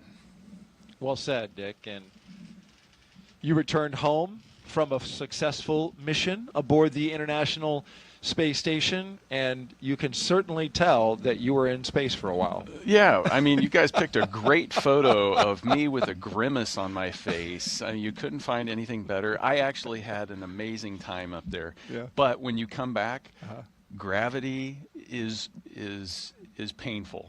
Yeah, and the adjustment back, you haven't had to lift anything for 7 months, and then you come back, and so the first few days of readaptation are challenging. What are you saying there? Ooh, ooh, ooh, ooh! Don't, no! Don't drop me, please. No, it's great, and like I said, you're home, and there's this huge sense of accomplishment and relief. They're removing the protective cover around the seal that leads into Dragon Endeavour. That's to prevent any FOD from getting on it, but they will now take pictures and document exactly how it looks before they seal it shut, put a nice bright light on it, and go around and do that inspection. It's always amazing to me that how little FOD, this debris that can cause a leak in the seal, and the seal is just a piece of rubber that's going to press up against a piece of metal, and something like dust or a hair is enough to create a leak path that it's going to fail the leak check, and that's really important because this hatch is going to stay closed for the next 6+ months. And protect the capsule and the crew from the vacuum of space, from all the air inside the capsule leaking out into space. You mentioned the 6-month baseline for Crew-11. That is currently the minimum amount of time they will spend on station. However, the commercial crew program is reviewing data along with SpaceX to certify Dragon for an 8-month stay. They're going to go ahead and let them launch, and then that certification is expected to happen sometime in October, and that will stretch their stay out to 8 months. And I've never heard of any astronaut saying, "Oh no, I get to stay longer." Every day in space is a treat. It's a gift. It's just such a spectacular experience, and it doesn't get old. So at the end of 180 days, this last mission I did was 171 days. The one before it was 203. You're still sad to leave at the end. It's mixed emotions, but it's every day up there is a gift. I got a little sad when you left yesterday. Stuck in tight quarters with me for 6 hours. Got so used to you after 6 hours of being here, saying all these wonderful things about space, and then I got in my truck and Nick's gone. Good thing we scrubbed, because I'll see him again tomorrow. Well, thank you. I'll take that as a compliment. Absolutely. It's been an absolute pleasure and an honor listening to you tell these stories. And we have one last one. We want to talk about the most recent mission, of course, Crew-9. And this was, just last year. So you had a bit of a it hasn't break even been a year since I launched. No, yeah, right. I mean, you're still pretty fresh from space, Nick. Yeah, it's you can see Alex and I. It looks a little more spacious in there when there's only 2 people. Sure does. Yeah, but at the end of September, in July, the decision was was made to switch to a two-person crew so that we could create open seats there for Butch Wilmore and Sonny Williams to come back with Alex and I. Their Starliner had some issues, and so NASA decided to bring it back uncrewed, and so Butch and Sonny, they made the decision to have them join our crew and rotational mission to go up there and do a 6-month full-length, long-duration mission. And so Alex and I launched, and priority 1, beautiful launch.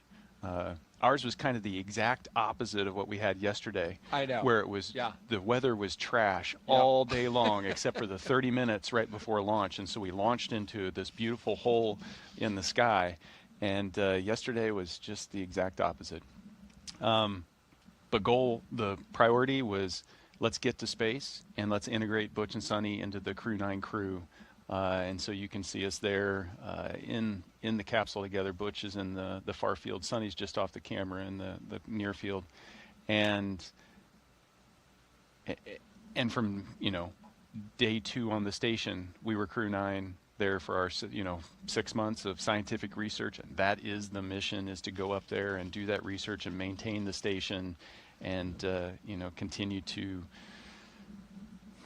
discover, and then we were able to get everybody back home safe, which in the end that's again what it's about, is it's about getting back to the family and giving them a hug. And that was such a high-profile mission, Nick. It was very much in the spotlight. Even, when I talk to people who know I work at NASA, they say, "Oh, what about those 2 astronauts that got stuck up at station?" It's like, that was stuck was the word. It just did not. Stuck got stuck. Right, it did. Stuck. But they transitioned. NASA made a decision, and immediately they became test flight, crew members into regular increment mission specialists. And they just made the pivot. They worked on station. They worked alongside you. They were a part of Crew-9. Yeah. And you brought them home on Dragon. And, it was really making the best of a situation, a decision that was made, to get full use of their time being, having expended the energy, the effort, the money to get them up on station. Yeah. Hey, let's put them to work. Yeah, and yesterday and today, the Dragon theme. SpaceX, the closeout team is taking final steps in preparation for side hatch closure. Stand by for hatch closure, and then transition to pad hatch closed. Ensure all items are secure from now through launch. Dragon copies and Wilco.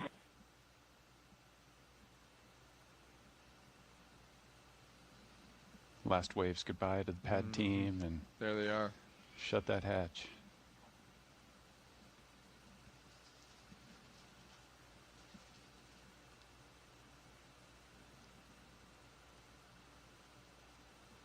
And the closeout crew closes the hatch to Dragon Endeavour, sealing the astronauts inside for their journey to the International Space Station.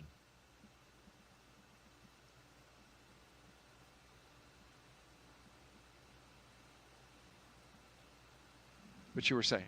Well, the theme is, if there's a theme, I think you hear it echoed in Zena's words that we've played today, and as in our discussion yesterday, you've heard the same thing in Mike and Kimia and Oleg's words. It's not, space exploration is not about individuals. It's about the mission. And this risky endeavor that we take part in, we don't do it because of the thrill, we do it because of the mission.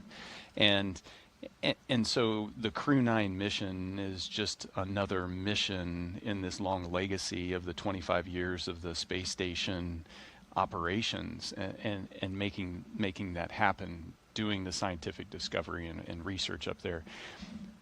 So yeah, we brought Butch and Sonny into Crew-9, and it's a testament, to their competency and professionalism. From day one, they were all in and able to operate as full-up crew members. You worked alongside them every single day of that mission, of that 7-month mission. Absolutely. And they are amazing crewmates, and everything the ground threw at us, we were able to do. And that's also a huge testament to the teams that prep us to get ready to fly. I talked about the 95% of the time we're training for things that we don't expect to happen, but just in case. And they had done training just in case they got stretched. They had done spacewalk training, they had done robotics training, they had done the things that they needed to do just in case this thing we don't think is ever going to happen might happen. And that's what we do every day, is we prepare for that. And so that's the, we talk about a professional astronaut corps. That's what a professional astronaut corps prepares to do. But that demands that we have this team that helps us get there. And so those are the rock stars behind this whole story, is this team of trainers that had the foresight and the imagination to come up with the things that they think we might need, and they got them ready, and we were able to adapt and overcome the challenges that were thrown at us. And you and your team adapted extremely well. It was a successful mission. We saw the last photo of you guys coming back down. And here you are today, co-hosting our launch broadcast to see Crew-11 into space. If you're just now joining us, you're watching live coverage from NASA and SpaceX of Crew-11's launch to the International Space Station. T0 is 11:43 a.m. Eastern Time. We have a little more than 2 hours before we lift off. Weather is 60% go. We're keeping a close eye on the winds and the convective activity we expect around that time, but the hope is that we'll have a nice spot to launch through into the sky and on into space.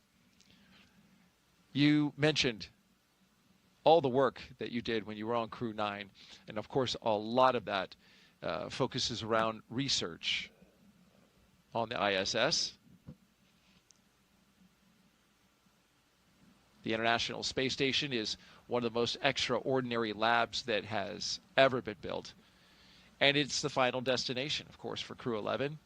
Let's take a closer look now at the science happening up there in low Earth orbit and how it's improving life for all of us down here on Earth. The International Space Station isn't just a symbol. It's a powerhouse of cutting-edge science, constantly revealing secrets that defy Earth's limitations and drive us farther into the cosmos. Our mission is research and science. We have experiments mounted on the outside of the station that are looking at Earth. We study our own bodies and how they react to space, to weightlessness, to radiation. And that helps not only us go on further in future missions, but also helps for medical research back home. And then we study lots of different things as well, like materials, combustion, all sorts of things that help us understand life back on Earth. Yeah! Microgravity doesn't play by the rules. It flips them upside down, transforming how liquids flow, how flames burn, and unraveling biological mysteries before our eyes. I saw some heart tissues beating in space, and it was incredible. Photon, we see that top one beating. Looks like happy heart cells. But we're not just along for the ride. We're explorers, diving headfirst into the challenge and harnessing the power of this unparalleled platform, just as we have been for decades. We're on a relentless quest for answers, seeking to understand the intricate workings of the human body in space and ensuring future crews stay safe on their daring journeys beyond Earth's orbit. The human aspect of human space exploration is always going to be very important for decades to come. And when it comes to technology, we're not waiting around. We're discovering new ways to grow crops in harsh environments and engineering innovations to tackle Earth's greatest challenges.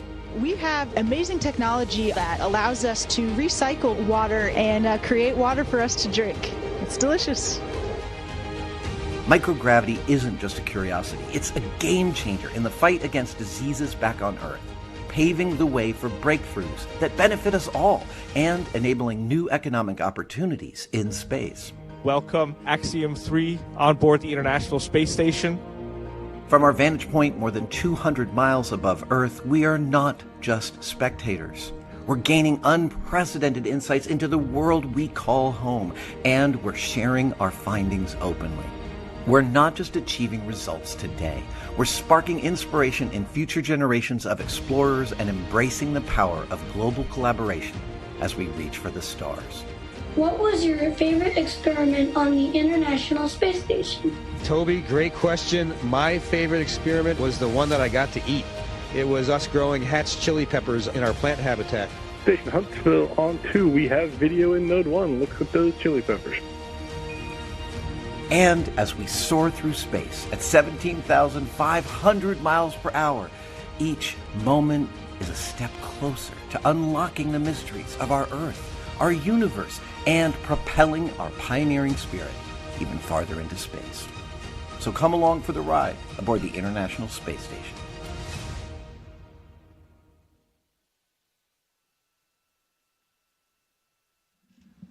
The beauty of the International Space Station and all the science that's happening aboard. Yeah, I mean, that's it. Why are we there? It's science. It's science in the space environment and in the radiation environment. It's science in microgravity, where you can float without end, and you can't do that anywhere else.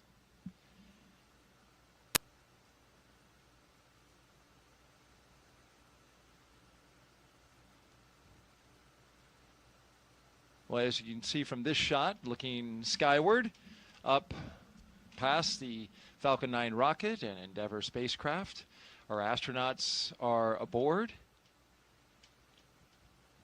They are strapped in. They've had suit leak checks. They've had comm checks. And we're starting to get a few little clouds in the sky. That's expected.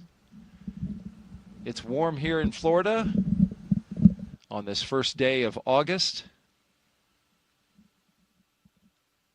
And it's also very humid, even more humid than it was yesterday.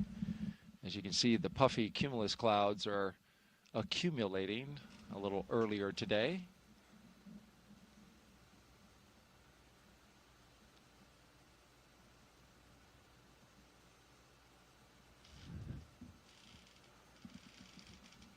While we have this moment where we have a natural pause in the action, let's take a look at our crew today and introduce you to the entire team. They are led by Crew-11 Commander, NASA astronaut Zena Cardman. She holds a Master of Science in Marine Sciences from UNC Chapel Hill. Cardman has experience with NASA research in the Canadian High Arctic and has supported real-time station operations and lunar surface exploration planning. She also likes rock climbing and powerlifting in her free time. And you trained with her for over a year. Yeah, almost 18 months. She's a person of many talents. But most importantly, she's got an infectious personality. Her positivity and she's just a fun person to hang out with. It does. It radiates from her. It does. Yep. You know? Yep. And that's, if you're going to be in a capsule for 15 hours or 20 hours or 40 hours, or you're going to be in a station in close proximity to somebody for 6 months or more, you want somebody that you enjoy hanging out with. And I certainly enjoyed our time together when she co-hosted our launch broadcast for Crew-9, when we watched you, Nick, go up into space. Michael Fink is our pilot and funny man. Only, according to him, the only second funniest crew member aboard. He is a veteran of 3 space flights. Fink has completed 9 spacewalks, totaling 48 hours and 37 minutes of EVA time. He spent 382 days in space.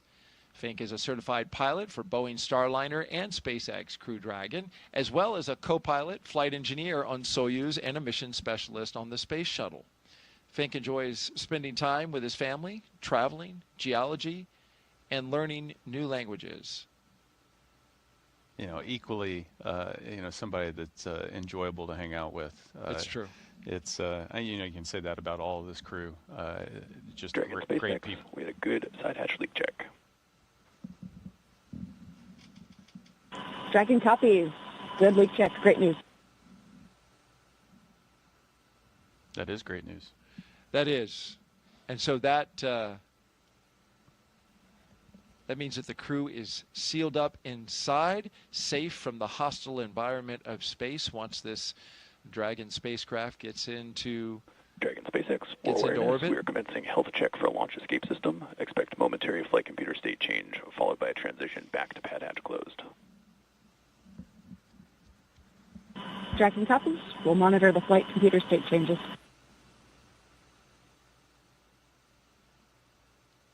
Now, this is an important milestone to check the health of the launch escape system. Yeah, absolutely. And we're doing it well in advance of when we would turn on the launch escape system and activate it at about the T-minus 45 point before you start to add your propellant and your oxidizer to the rocket. You want to do that early, so if there is any issues you need to troubleshoot, you've got time to do it. So this is the early checkout of that system.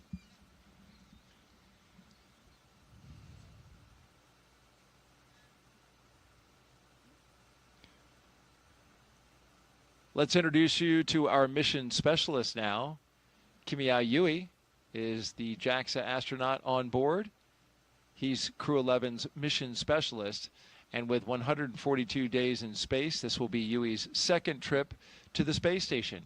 Yui flew as a flight engineer for Expedition 4445 and became the first Japanese astronaut to capture JAXA's H-2 transfer vehicle. In November of 2016, Yui was assigned as chief of the JAXA astronaut group.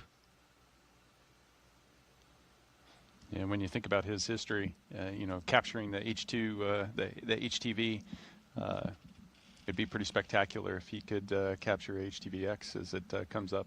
Absolutely, and that's the plan. So if HTVX, which is Japan's newest vehicle, which is going to start docking with the space station, if it all works out, JAXA is really hoping that he'll be at the helm of the the Canadian arm, which will grapple the spacecraft and bring it in to space station. That'd be fabulous. The international aspects of the space station can't be, you can't overstate the importance of it. It's just the way we're able to collaborate and cooperate together, using the Canada arm to grab a JAXA vehicle. Dragon and SpaceX for spectacular how we work together. Both Dragon and Falcon 9 are healthy, and we are looking good for the count. The main watch item is going to be what we briefed you in the weather briefing earlier today, which is the probability of violation at 40% due to weather at the launch site. That is the same as the weather briefing, but we are going to keep an eye on that as the count progresses. Copy. Healthy Dragon, healthy Falcon. Our watch item is weather, which, as briefed, is 40% chance of violation. We'll be monitoring. Crew will be ready to go.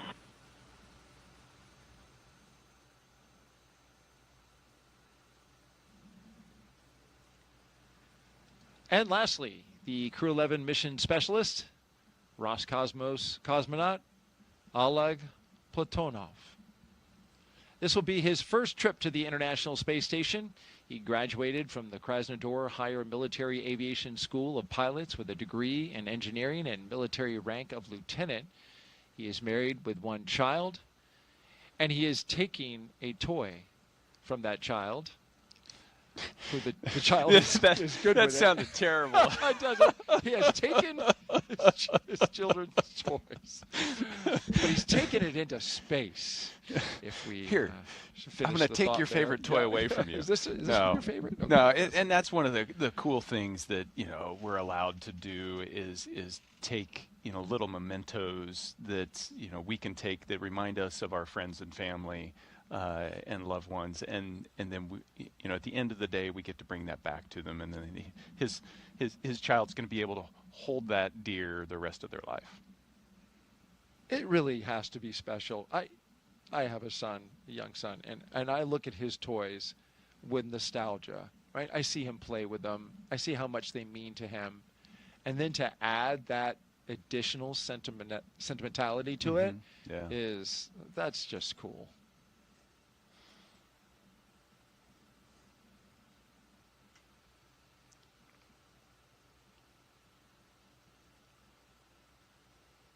And, his kid will, I'm sure, see some video clip in some way of that toy floating around, right? Yeah, so it makes it more tangible. Right. That, I held it in my hands and now I see it in space, and somehow that draws your I did the same thing with my kids. It draws them closer to that experience. Yeah.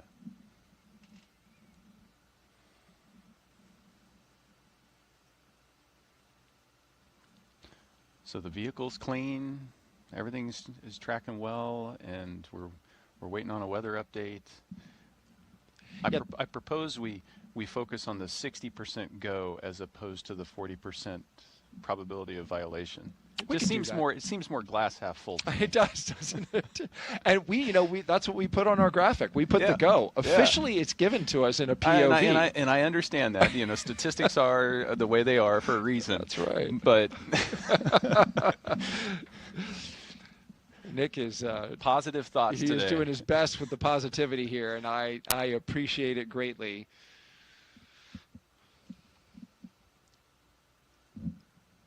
Okay, so we have a confirmed hatch closure. And so we'll start to see the closeout crew wrap up operations there in the White Room. And all of this is well ahead of schedule. So that's a good thing. They got plenty of margin if they need it. Absolutely. Margin's a good thing to have.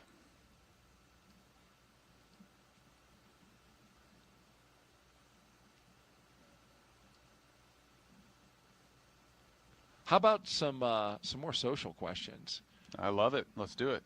Yeah, keep them coming, folks. You can do it with hashtag AskNASA through the various platforms, Facebook, X, YouTube, and Twitch. Our next question.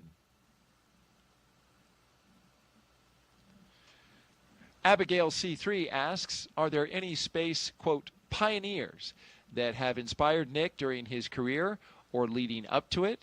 Did you have mentors at NASA? Well, let's take the first half of that question and talk about the pioneers. Yeah, pioneers. I read lots of biographies, autobiographies, as I was growing up of, the Apollo generation, the early space program. I was fortunate enough on my first space flight, actually before that, after I'd been selected at NASA, every couple years we have a reunion where all the current astronauts, former astronauts gather together, and I got to meet Michael Collins, and he is somebody that I had always looked up to, and it just, if you read his book or you just read his history, for me he was the epitome of we said it earlier today, it's not about the individual. You do the job that the mission requires you to do, and to be part of the crew that landed on the moon, that first landed on the moon, but be the only member that, hey, your job is so important, we need you to stay off of the moon to make sure that we can get them back home safely, and you do what it takes, and that's what we ask of everybody that joins the astronaut corps is we're going to need you to do what the mission requires. And that's an example that sticks in my mind. And during my first flight, he came to Mission Control, and I was able to actually do a downlink and chat with him. Oh, wow. So it was a full circle moment, and something I'll never forget. Michael Collins, of course, was part of Apollo 11, which launched in 1969 and helped land the first man on the moon for the United States. But as you mentioned, you know, he was called at times the loneliest man in the world, because it was his job to stay back in the capsule while Neil Armstrong and Buzz Aldrin descended down to the surface of the moon and got the white hot attention of the entire world when they walked on the moon. And there was Michael Collins, steady, waiting for them to get back. Taking care by of himself. the ship. Taking care of the ship, making sure that he was ready to receive them when they came back. And then what about now, if you can share? Do you have any mentors? Well, you know, the astronaut office is such a close group. You get to interact with so many people. So, you know, I can point to today's crew. You know, so Spanky's been part of the office since I showed up. And this is Mike Fink. Yeah, and he has, you know, been there as kind of this force helping shape the commercial crew program. And, you know, just being able to watch that. And we have a similar background. You know, I was a Air Force flight test engineer before I transferred over to the Space Force a few years ago. And he was an Air Force flight test engineer. And so we had a similar military background. And so there's lots of those touch points inside the astronaut corps. And so we work together to make each other better. Such tremendous experience just within the astronaut corps. It's a great point, Nick. You've got highly experienced veterans who have flown on space shuttle, and you have the new generation of astronauts who are flying on the commercial vehicles. Yeah. So it spans the gamut. It does. It does. Well, you know, Expedition 72. My U.S. crew members up there were Butch Wilmore, Sonny Williams, and Don Pettit. So by comparison, I was the rookie. But I had, you know, previously done 3 spacewalks and been up there 200+ days. Right. I was still the rookie. So there's lots of experience inside the astronaut corps, and part of that is making sure that that experience gets shared down. So it's exciting to watch Xena and Oleg launch on their first missions to start to accumulate some of that experience. It's, you know, it's a passing of the baton. Really enjoying your insight and your experience as you talk about it, Nick. Astronaut Nick Hague here with us, commander of Crew 9, also flew on Soyuz. We are T-minus 1 hour and 49 minutes and counting until the liftoff of NASA's SpaceX Crew-11 mission. We have 2 astronauts and 1 cosmonaut inside of the Dragon Endeavour atop the Falcon 9 rocket from Launch Pad 39A at the Kennedy Space Center in Florida. Of course, they are headed to the International Space Station to help maintain the orbiting lab. Once on board the International Space Station, Crew-11, as you see there, will become members of Expedition 73-74. They will conduct research to develop the production of nutrients in space, such as vitamins. They will also evaluate mass-producing human-induced pluripotent stem cells, or iPSCs, to develop cell-based therapies for diseases such as cancer, also as a possible alternative to antibiotics. Crew-11 will test phage therapy to treat bacterial infections.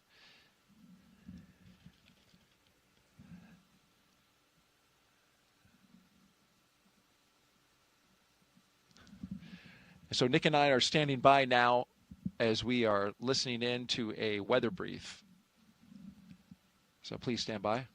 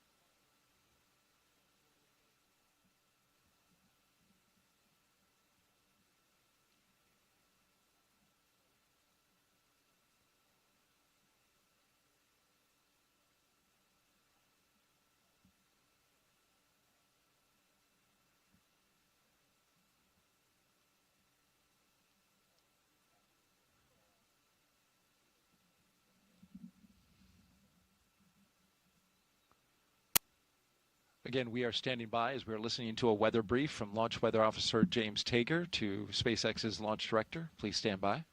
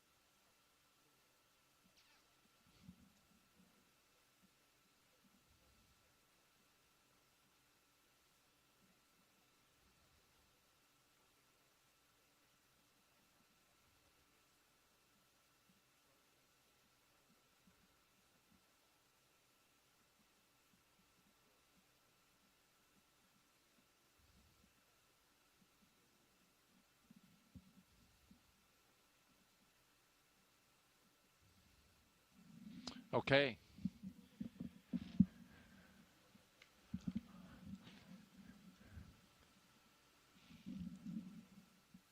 All right, so we have been listening to a weather brief. This was off air, by the way, but Nick and I listening to Launch Weather Officer James Tager give an update to Launch Director for SpaceX on the weather. This is something that they had set up a few hours ago to do one at the T-minus 2 hour mark. And so here we are, and we have the update. And basically what they said was it is a sit, watch, and wait situation. We do have increased moisture in the atmosphere. You can certainly see that in the picture in the lower right hand of your screen. Cumulus clouds, light ones building in the area. The question is when these sea breeze storms and clouds develop, they are going to develop inland, which that launch pad that you see right there is literally 500 feet from the beach. So it's all the way as close as you can get to the water, right there at the Atlantic Ocean. But you see two things here in the weather. You see some low, thin, puffy cumulus starting to, be created in the area, starting to develop. And then you see those high cirrus clouds.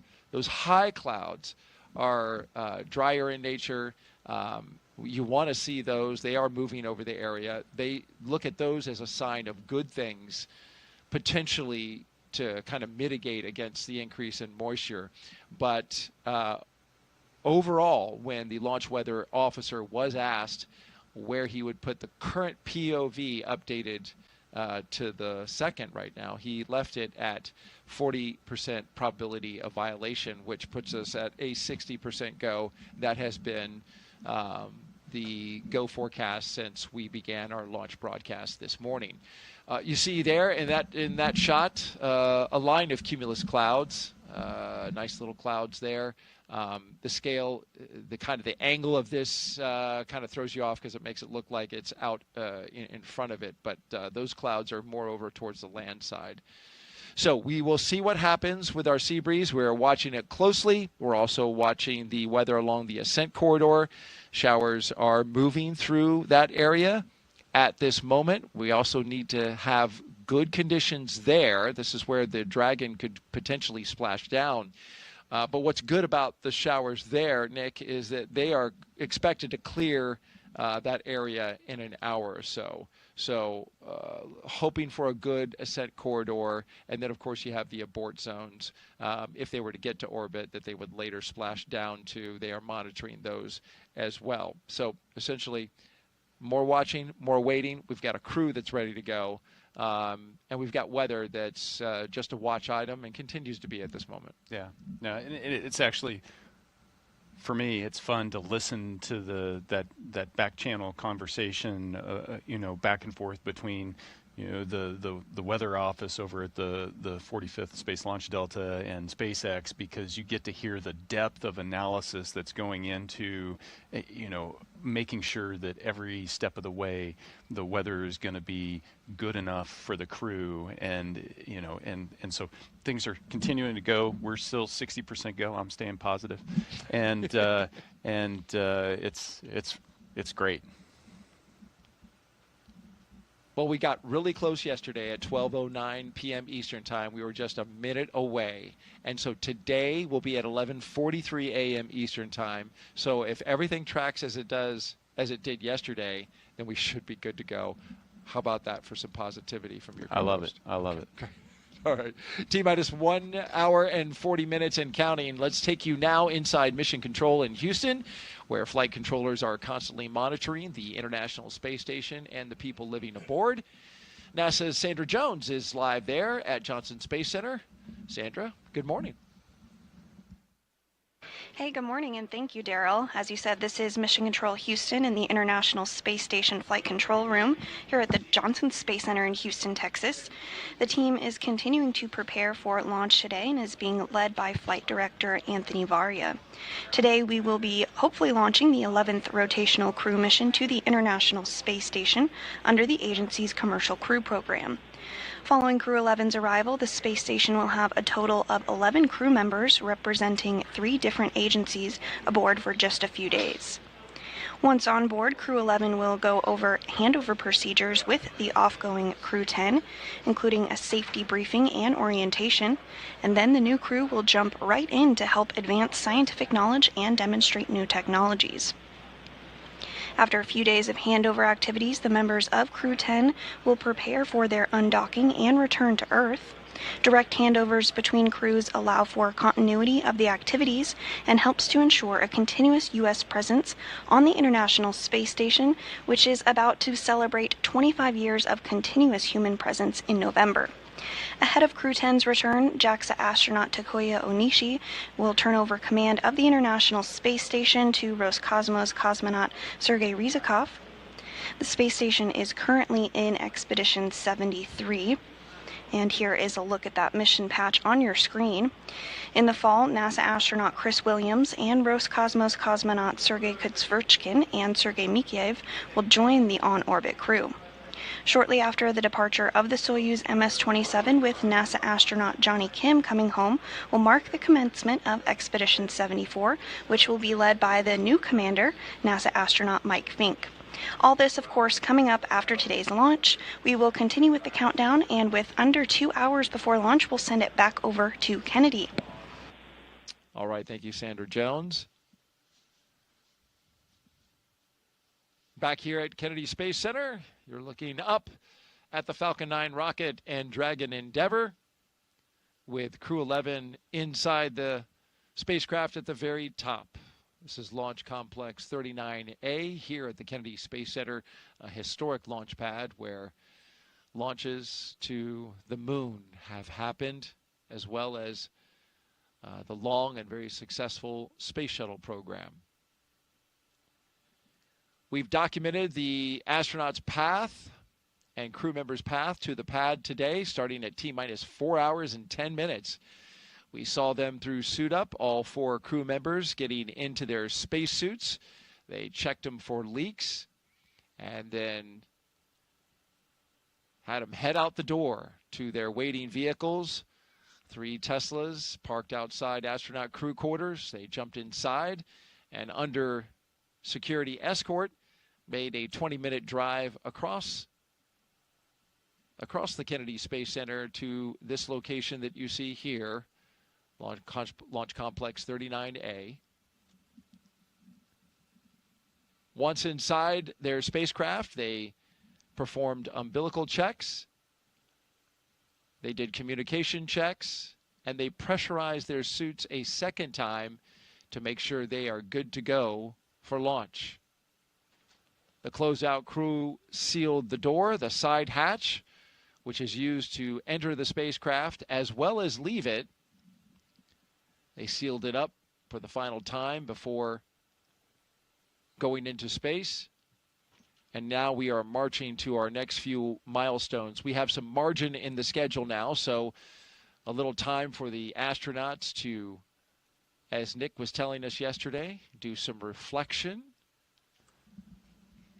chat amongst themselves. And there was a phrase that you used as well yesterday, chair fly. Yeah, aviation term. Yeah. To, sit there and visualize what you have to do and go through the motions mentally of everything that's going to come down the road. And so chair flying the launch sequence and everything that you're going to have to do. Thinking about all the different radio calls, all the different cues that you need to be able to see. That's chair flying.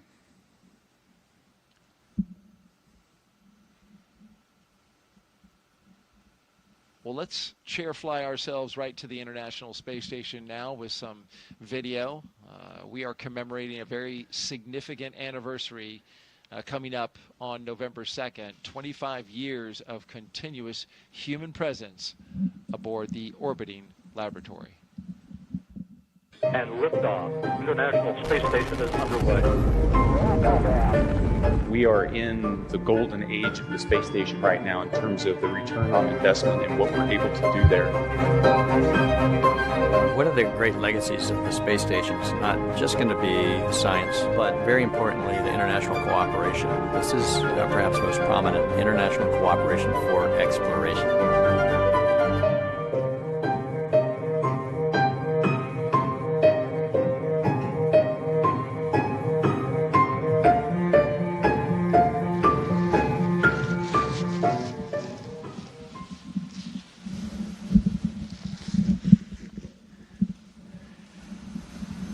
Yeah, what a view.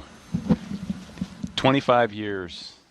When I first joined the astronaut corps, I'd go to elementary schools and say, everybody in this room doesn't know life without someone living off of the planet Earth. Now I can do that at colleges. It's just impressive, the legacy of scientific research and international cooperation that the station program has built over the last 2.5 decades. It's a treat to be part of that, and everybody that's part of human spaceflight, that big team I keep referring to, that 100,000 people across the globe, everybody should be so proud of being part of that.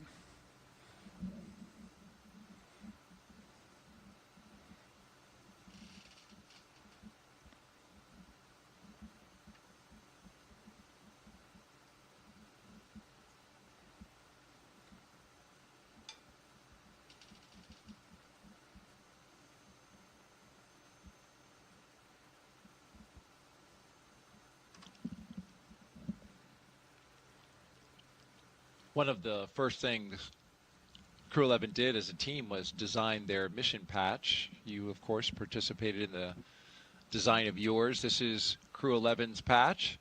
Its colors celebrate the 3 nations they represent, and the 3 stars you see in there. They honor their space agencies working together, NASA, JAXA, and Roscosmos. 2 sunbeams form the number 11 that you see shaded in the background, shining on a tiny blue dot, our home on Earth. A dragon looks on, a nod to both the spacecraft and the spirit of exploration, while a red flame wraps around it, all symbolizing the full journey: launch, life in space, and a safe return home. And if you look closely, you can see a tribute to their children in the stars, a reminder that missions like this inspire the next generation. Yeah, it's designing your patch is one of those first crew bonding experiences. You put your ideas out there, but it's fun to see the final product because it really expresses the personality of the crew. And Xena hand drew the dragon, so did she? She's an artist.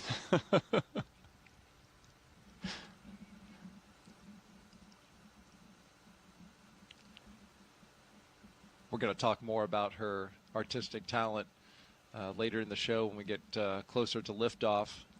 Look forward to doing that. around T-minus 13 minutes. Right now, we want to talk about the flight kits. Nick, each crew member gets to bring personal stuff aboard the ISS. You don't get to bring a lot, and you, in fact, have a designated volume, right? Yeah, so, a small bag, getting things to and from space is expensive, but it is important because you are going to be living on the space station. And so being able to bring some personal effects that help connect you and ground you to your friends and family and loved ones that are on the ground. So here's a small bag. You get to put a few things in it. Can't be too heavy, can't be too big. And everybody brings up unique things. And certainly that's what Commander Zena Cardman did. And you had a hand in helping get her her flight kit stowed away and put into place. She told us that she's bringing, of course, photographs of family and friends, photographs carrying that have her team members in it. She's carrying some for them that she's going to then return to them. Training team, instructors, flight controllers, the people who keep the crew safe while they fly. And so she has those, but in addition, she also has cards that her late father wrote her that have been up there since Crew 9 went up, since you went up. Yeah, so the things that we get to take up often don't ride up with us in the Crew Dragon. They come up on a cargo vehicle, and so our Crew 9 effects went up before the crew change happened. And so some of her personal items have been up there since over a year ago. And so part of it was when we got up there, making sure that we were able to set her things aside, to set Stephanie Wilson's things aside, and so that when they get to the station, they're going to be able to find them. Michael Fink is bringing something that is very familiar to him on missions that he's gone on in the past. He's taking his wife's gamusa from her side of the family. It's a type of silk scarf from her home state of Assam. It carries with it the blessings for his trip to the ISS from her side of the family. He took one on all 3 of his previous missions. The one that he did aboard the space shuttle, as well as his 2 Soyuz missions. He's been married for 25 and a half years, and so something that's very personal and very important to him. Kimia is bringing a lot of pictures of family and friends, and he's going to give some of them back to those friends. And we mentioned Oleg earlier, taking pictures, and also a couple of toys. He's borrowing. He's borrowing. He's borrowing That's a the good toy. way to put it. With very much an intent on returning them with some additional status. A space-flown toy. Yeah, the space-flown.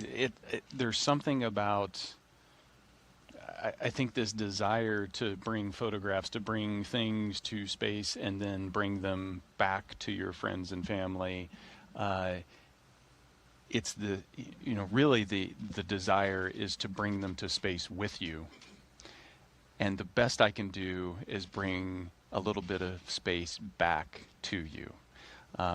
But yeah, if I could bring everybody, I mean, that's the ultimate goal, is to go from 700 people that have been in space to 700,000 people that have been in space to, the sky's the limit. Yeah. The more people we can get in space, appreciating and experiencing just that life-changing perspective, the better off the planet's going to be. And these are small gestures we do for our families to share that with them, but then also to let them know how important they are to actually putting us in those seats on that rocket, because you don't get there on your own. It takes a team to get you there. It takes the family, the love, and the support to get you there.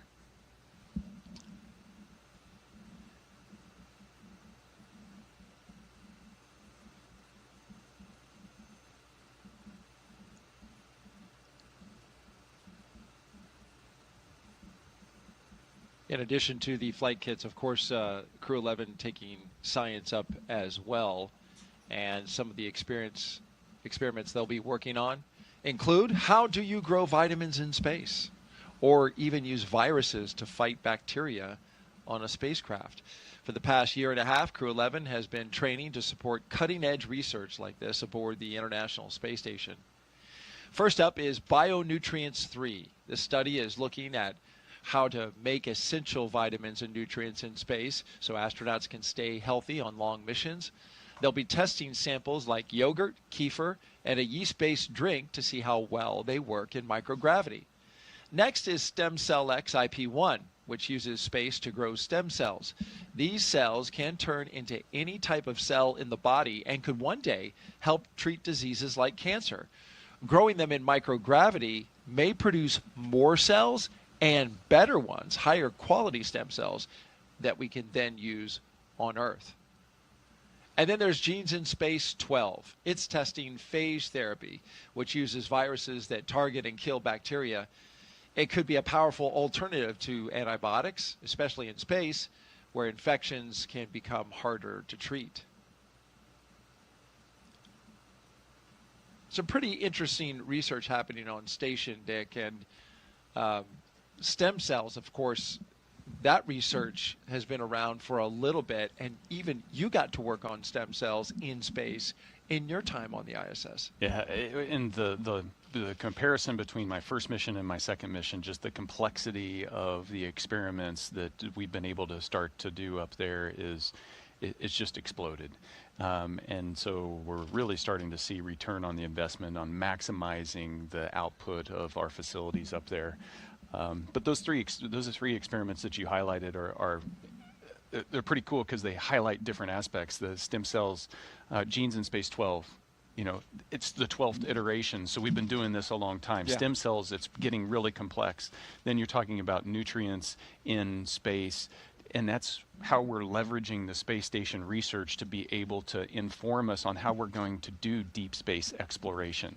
Because we need to learn some of those answers here close to home, where you're a few hours away from the surface and we can iterate quickly versus taking it months or years away from the Earth, and you can't iterate as fast and learn as fast.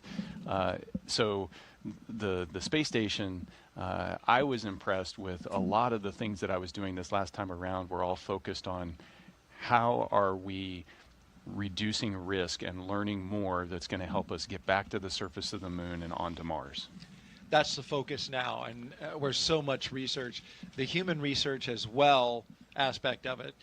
How can we help astronauts survive the hostility of space in deep space, going out to Mars, going to the moon?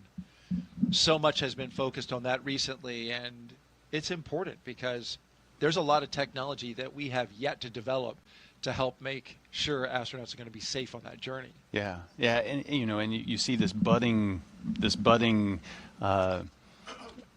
start of that understanding and helping really propel us deeper into space. But then you also see that level of complexity build up on the research that we're getting to be able to leverage like the stem cells here on the ground to make life better for everyone on Earth. And that's the goal of exploration at its biggest, is going and discovering and learning so that we can make things better back here on planet Earth.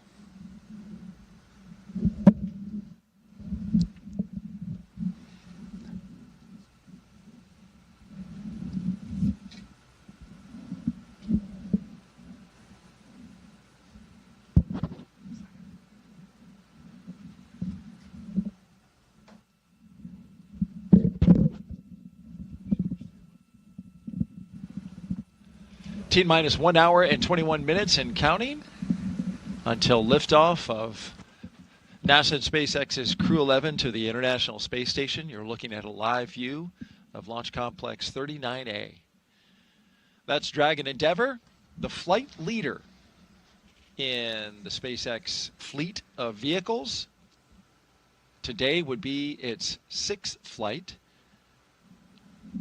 Dragon Endeavour has flown 5 previous flights. Since its first flight in 2020 for Demo 2, SpaceX's Endeavour Dragon has been a workhorse for NASA's Commercial Crew program, flying mission after mission. It has safely carried astronauts to the International Space Station 5 times: Demo 2, Crew 2, Axiom Mission 1, Crew 6, and Crew 8. In all, Endeavour has flown 9 astronauts, 3 space tourists, 2 Roscosmos cosmonauts, 1 retired NASA astronaut, and 1 ESA astronaut, and an Arab astronaut to and from the International Space Station. And Crew-11 marks Endeavour's 6th mission to the ISS. And there's been some fun that's been had along the way as well. That Endeavour has seen some fun crews. The bar is high. Choreographed dancing is that's a special skill. Those were your friends from Crew 1 that we saw with the sweet moves.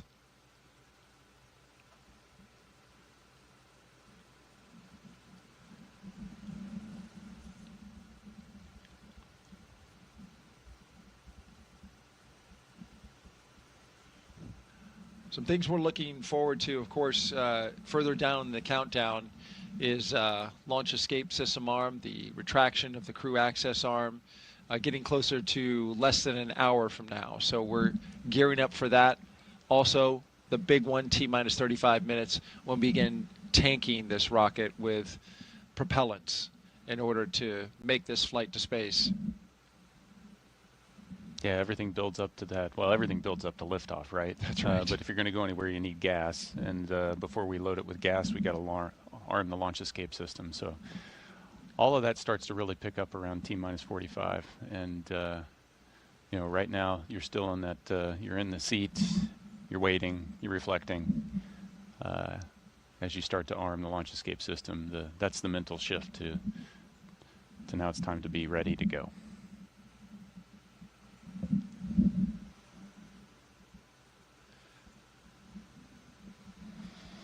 We have time for another social question? We do indeed. Let's take one.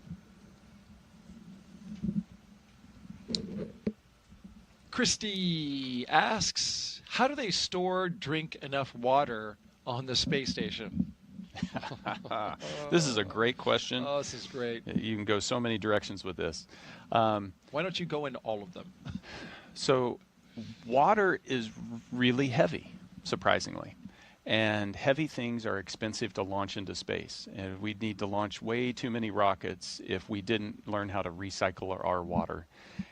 And so at its simplest form, what we're trying to do on the space station is mimic the things that happen on the ground. The Earth naturally recycles its water. On the space station, we have to create these really complex machines in order to take dirty water and distill it and purify it into drinking water. And we're able to do that with about 96 to 98% of our water up there. So we only have to launch a little bit of water each time in order to replace what we've consumed. So how do we recycle? What do we recycle? Well, we have to work out every day up there for 2.5 hours. And while you're riding the bike or running on the treadmill or lifting weights, you're sweating. And that sweat has to go somewhere. It evaporates off your skin, and the air conditioners inside of the space station collect that sweat, that humidity, and then they move that into the water purification system, and it turns it into clean drinking water. That's one source. Another big source is urine. And so as we go to the restroom up there, we collect that urine and put it into a urine purification system. And that turns it into dirty water. It's actually clean, but it turns it into dirty water that we put into the water purification system.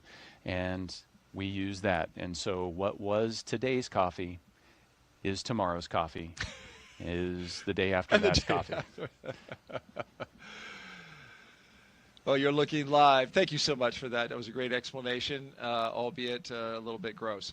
You're looking at a live view of Crew-11 at Launch Complex 39A at the Kennedy Space Center in Florida. Stay right here because in just a few moments, we will be expanding our live launch coverage.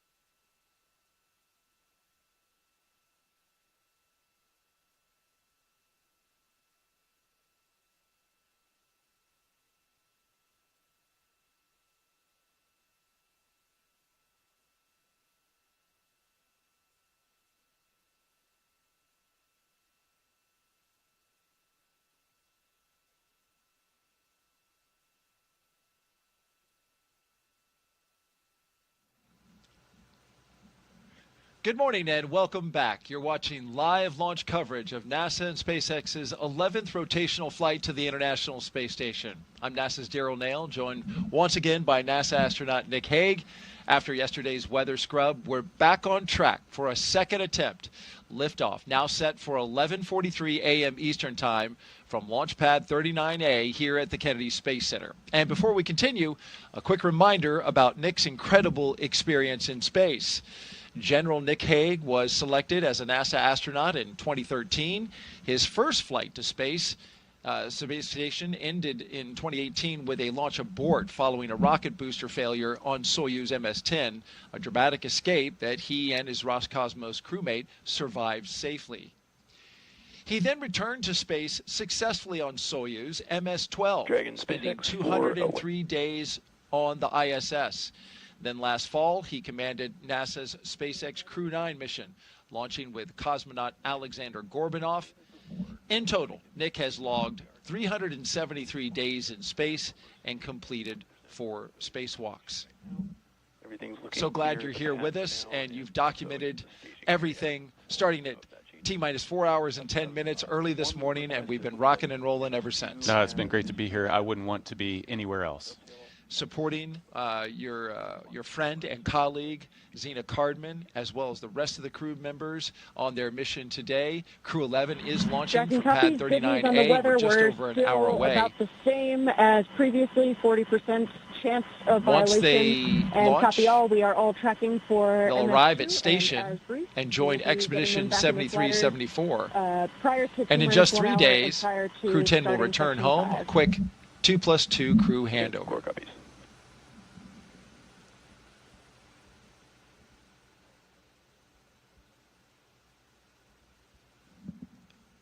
So we had an update there about the weather. We had been monitoring that situation. The POV, which is probability of violation, still stands at 40%. That was the update they were giving. We are go, as Nick likes to say, 60% go for launch. Let's take you through Crew-11's launch day preparations so far this morning. After waking up and grabbing a bite to eat, the crew suited up inside the historic crew quarters, a tradition that dates back decades. SpaceX teams helped them into their custom pressure suits, and just like other crews before them and yesterday, they gathered around a table for a card game to burn off any lingering bad luck before launch. After that, they followed in the footsteps of every NASA astronaut since Apollo 7 in 1968 by walking out to greet a crowd of family, friends, and supporters. Then it was into their Teslas for a security escorted ride out to Launch Pad 39A. It took about 20 minutes to get out there. Of course, a journey filled with excitement and anticipation for a second attempt. They got a look at their rocket, stared up at it, and then walked across the crew access arm and into their spacecraft. And we've been monitoring them ever since. We're watching them live now, strapped into Dragon Endeavour as they await the next big milestones, fueling of the rocket and the arming of the launch escape system. These are big moments, and we'll talk the audience through them. Yeah, absolutely. It's right now they're waiting a little bit, but the excitement's going to start to pick up here when we arm the launch escape system and then put on the 1 million pounds of propellant that's going to go onto this rocket that we're going to turn into flame and push these guys into space. And if all goes well, that'll happen according to plan at 11:43 a.m. Eastern Time. Now, throughout the broadcast, we've been taking your questions from social media. We want to keep them coming. Just send them in on the hashtag AskNASA on Facebook, X, YouTube, and Twitch. And if you're watching NASA's YouTube channel right now, you can refresh your player or browser to join our chat. Okay, at this time, we're going to expand our coverage as we did yesterday to include our partners at SpaceX. So let's welcome back our commentators joining us live again from Hawthorne, California. Welcome back, guys. We're going to give it another go.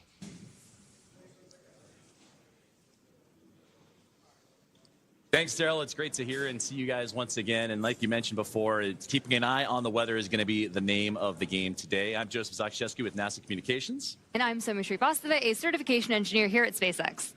We're once again excited to be... Dragon, foot restraint checks complete. And you just heard the call down from the crew. Copies. Thank you. As they continue to march forward towards those milestones, their restraint checks, they're strapped in and ready to go. And we're once again excited to be joining you from Mission Control here in Hawthorne, California, as we count down the liftoff of Crew-11, just a little more than an hour from now. And as you heard Daryl and Nick talk about during yesterday's launch attempt, the weather played the key factor and caused the scrub. They walked right up to the T-minus 1 minute and 7 second mark. So today we continue to keep our eye on the skies and monitor the weather as the clock continues to roll backwards towards liftoff. Crew-11 is our 11th mission with SpaceX, operationally flying astronauts for long-duration missions to the International Space Station, and the 12th as a part of NASA's Commercial Crew program with SpaceX. Crew-11 has 2 first-time flyers on board, as well as a veteran NASA astronaut and a veteran Japan Aerospace Exploration Agency, or JAXA, astronaut making their return to microgravity.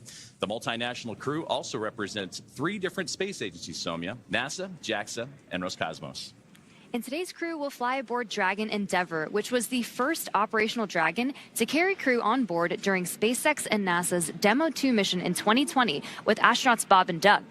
Endeavour has been pretty busy since then, having flown NASA's Crew 2 mission, Axiom 1, and NASA's Crew 6 and Crew 8 missions. This will be the first Dragon that gets to fly 6 times. Overall, for the Dragon fleet, this will be Dragon's 49th visit to the space station and its 19th human spaceflight mission overall, and the 5th Dragon flight just this year. And notably, today's return of the Falcon 9 first stage will be the last landing at Landing Zone 1 at Cape Canaveral Space Force Station. Now, over these last 3+ hours, Crew-11 has been going through the detailed process of getting ready for their mission, similar to what they went through yesterday on the first launch attempt and their ultimate destination, the International Space Station. So let's introduce you to the crew. In the commander's seat, as you get a live look inside the capsule, is astronaut Zena Cardman, conducting her first space flight. She holds a Master of Science in Marine Sciences from the University of North Carolina, Chapel Hill, and has experience with NASA research in the Canadian High Arctic, and she has also supported real-time station operations and lunar surface exploration planning. And sitting right next to Cardman is pilot Mike Fink of NASA, a veteran of 3 space flights. He has spent 382 days in space, including 9 spacewalks for an impressive 48 hours and 37 minutes in total spent outside of the orbiting laboratory. Fink is a certified pilot for Boeing Starliner, a part of the Commercial Crew program, and SpaceX's Dragon, and the co-pilot flight engineer on Soyuz, plus a mission specialist on the Space Shuttle, STS-134, the last mission for Shuttle Endeavour, so only fitting that he flies on an Endeavour here today. And serving as mission specialist is Japan Aerospace Exploration Agency, or JAXA astronaut Kimiya Yui. This will be Yui's 2nd trip to the space station. He was selected as an astronaut by JAXA back in 2009 and has logged 142 days in space. And to round it all out, Roscosmos cosmonaut Oleg Platonov is also serving as a mission specialist and was selected as a cosmonaut in 2018 and will be making his first spaceflight today. Now, once Crew-11 is on board the International Space Station, they will briefly become members of Expedition 73. And then they will join Expedition 74 in the fall, and that'll be following the departure of Soyuz MS-27, that spacecraft that'll carry NASA astronaut Johnny Kim in his return back to Earth. While on board, Crew-11 will conduct space station maintenance and scientific research to understand plant cell division, finding alternatives to antibiotics and microgravity, investigate producing essential nutrients on demand for long-duration missions, and study how spaceflight affects human physiology and psychology. And looking forward to hear more about that incredible research being done on this mission and how it will help prepare NASA and astronauts for their return to the moon and then on to Mars. The crew will also engage with students worldwide via the ham radio and use its existing hardware with newly integrated software to test backup lunar navigation solutions. Now, as we continue to monitor today's countdown, we're approaching that 1 hour mark, 1 hour and 3 minutes to go. So let's get an update on all things that involve the Falcon 9, the spacecraft, the crew, and more as we welcome in another member of our broadcast team, in Ronnie. Thanks so much, Joseph, and good morning, everyone. I'm Ronnie Foreman, a senior sales manager here at SpaceX, and I'm very excited to be joining you again today from right outside of Mission Control in Hawthorne. It continues to be a smooth countdown this morning, and we're looking good for an on-time liftoff at 11:43 a.m. Eastern Time from Launch Complex 39A in Florida, as long as our weather continues to cooperate. Now, coming up here at about T-minus 45 minutes, we're going to be listening in for our team to report their readiness for propellant load with a final go, no-go poll. Here on the ground, teams will be staffed around the clock in mission control to monitor Dragon and the mission, not just today, but throughout the entire flight, from liftoff to Crew-11's arrival at the space station, all the way through splashdown when those astronauts return home. On console or on headset in mission control, which you've got that great live shot of on your screen right now, we've got 6 key positions. The mission director is in charge of the room and tasked with making real-time decisions to ensure mission success. The person that you're going to hear today talking to the astronauts is the Crew Operations and Resources Engineer, who we'll refer to as the core throughout the broadcast. There's a good shot of him there in the lower right-hand corner of your screen as well. And of course, those 4 additional team members are focused on vehicle systems, including avionics, navigation and control, software, propulsion, life support, and communication with the ground support teams. Then apart from our mission control here, the Falcon 9 team is currently located in the Launch and Landing Control Center at Hangar X in Florida, not too far away from LC-39A, which we're looking at now. So with less than, or just more than an hour until launch, we are all settling in here across the country for final checkouts, propellant loading, and ultimately launch. Joseph? Thank you, Ronnie. And just like yourself and everybody here in SpaceX and across the country, looking forward to this launch as we continue to have that countdown roll back. And just like the teams here in Hawthorne, California, NASA has its own team members at NASA's Mission Control Center in the International Space Station Flight Control Room in Houston, Texas, where our other teammate for today's broadcast, Sandra Jones, we'll hear from her in just a few moments. That's where she's located, and that team has been busy preparing the International Space Station for Dragon's arrival. Now, the teams on the ground in Mission Control are giving their goes for launch to make sure that the station is ready to receive Dragon Endeavour and the new crew on board. Following liftoff to the flight to the space station will be a little bit shorter than what yesterday's launch attempt would have been. It was 39 hours then. Now, cycling orbit tank isolation valves to equalize low flow pressure. Dragon copies. And more great communication there between the teams on the ground to the crew as we continue to march towards that liftoff time, as we are now zeroing in on 60 minutes away. Well, speaking of time, I was saying that yesterday's launch attempt would have had Crew-11 go for about 39 hours of phasing between launch and docking to the International Space Station. Now with today's launch attempt, that'll take about 16 hours, with Dragon flying autonomously the entire way. Now, docking is targeted for early Saturday morning, August 2nd, and that'll be 3 a.m. Eastern time, or midnight here on the West Coast. And just like autopilot on a commercial aircraft, the crew always has the ability to take manual control of the spacecraft if so needed.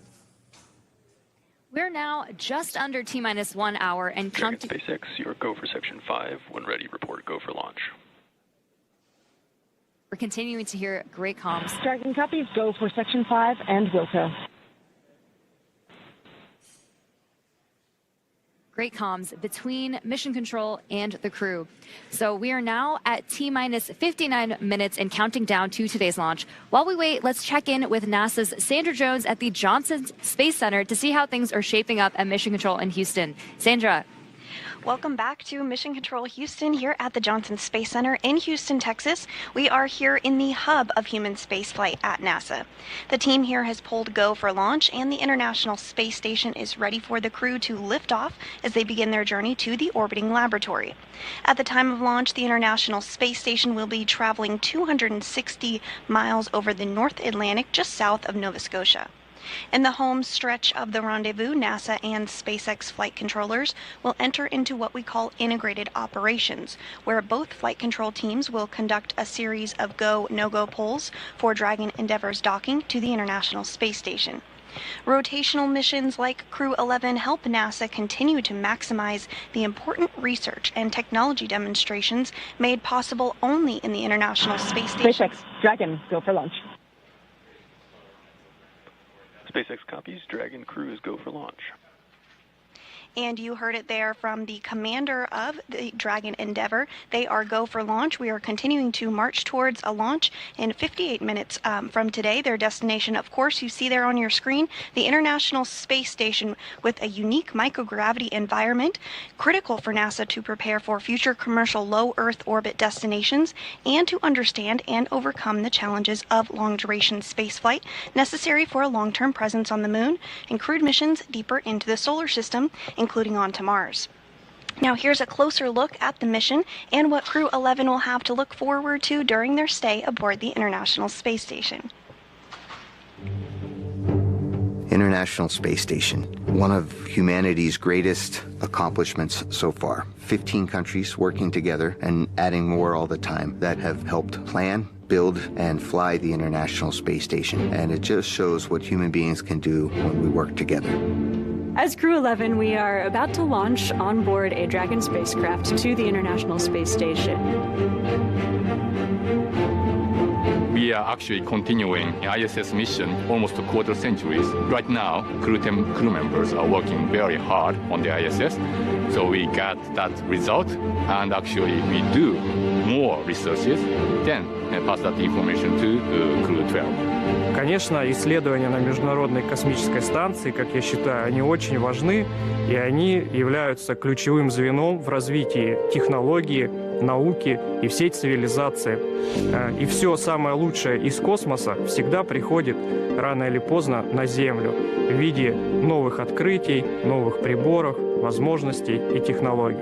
I'm very excited to see what kind of payloads we get to work with. It's a really interesting day-to-day life where 1 hour you might be fixing the toilet and then the next hour you're working on a physics experiment studying fundamental processes of our universe. We're going to be up there for a lot of time. And we are going to, every day, be in space, look at the Earth go by, and accomplish some really amazing science. We will do material science and human research in space, lots of experiments, and then maybe do some spacewalks. It's a really fun crew to be on. We're going to enjoy every moment, and we're going to help each other to be successful and accomplish our mission. So we have various kinds of difficult training together. For example, emergency training in Building 9 or emergency training in SpaceX. This kind of training actually made our bond stronger. Наш экипаж Crew-11 — это экипаж, который состоит из высокопрофессионально подготовленных людей. И мне нравится этот экипаж. In some ways, my only expectation for the mission is to fly and return home safely and still friends when we get back. There's so many things to play around with, to study, to explore, and I'm really open to every possibility, ways to engage with the International Space Station. We all came from other crews. Kimiya Yui-san and I both came from Starliner 1. Oleg was on a Soyuz mission before this, and Zena, of course, was on Crew 9. But we all came together with our previous experience, melded into a really fun team, ready to go fly to our International Space Station. We are back here at the Kennedy Space Center in Florida, joined by astronaut Nick Hague. I'm Daryl Nail with NASA Communications, and we are watching this countdown proceed, the second day. We were scrubbed by weather yesterday. We heard about that earlier, got down to 1 minute and 7 seconds. What's interesting about this to me, Nick, is although the launch is delayed, oddly enough, their arrival to the International Space Station has not been delayed, not even a second. They are still going to be arriving on Saturday at 3 a.m., but they're just going to go quicker. Yeah, you know, orbital dynamics can do strange things like that. Sometimes you need to speed up to slow down and vice versa.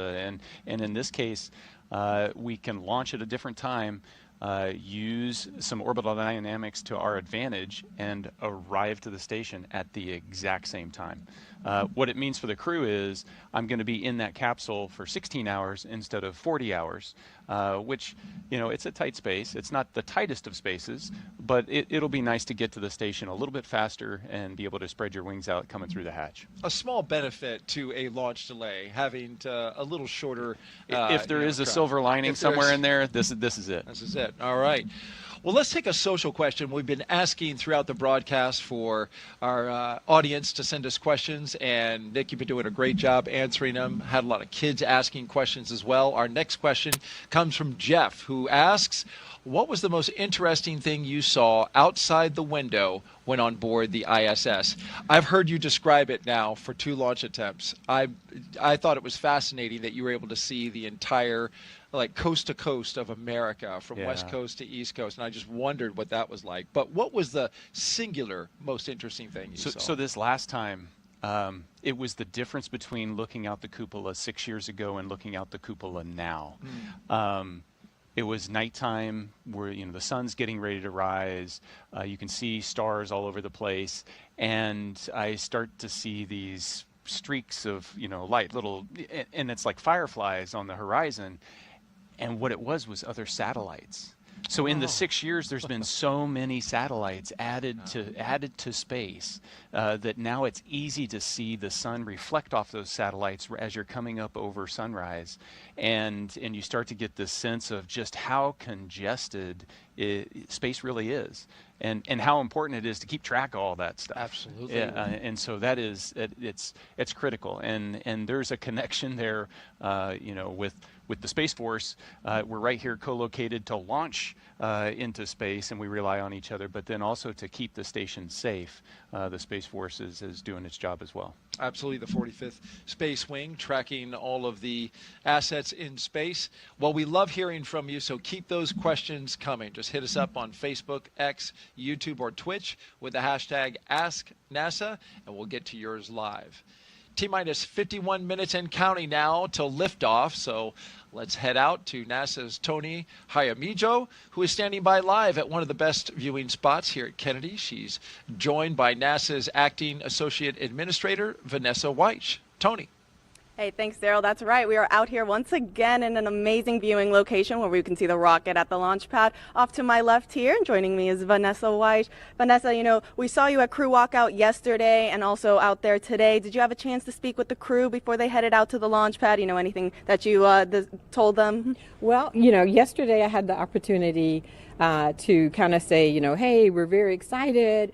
We wanted to tell them they were all here. We're cheering for them and excited about their launch. And so that was very exciting on yesterday. And then today we got up and we did it again. And we told them, yes, that we're very excited for them, each and every one of them, and just wish them well. I did have the opportunity to speak with them, 2 days ago.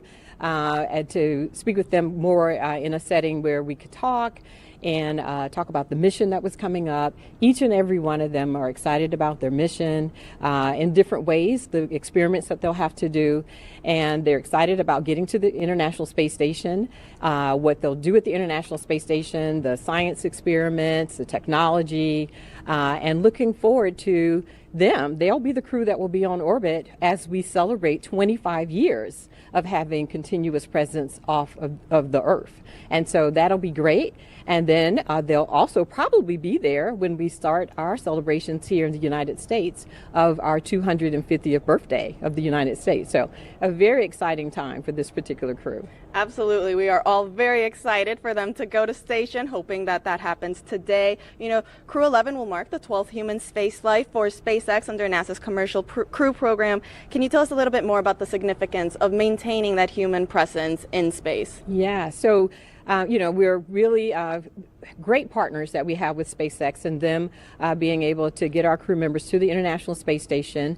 And right now, today, we're working together off the planet, building towards what we're going to be doing, furthering our LEO economy.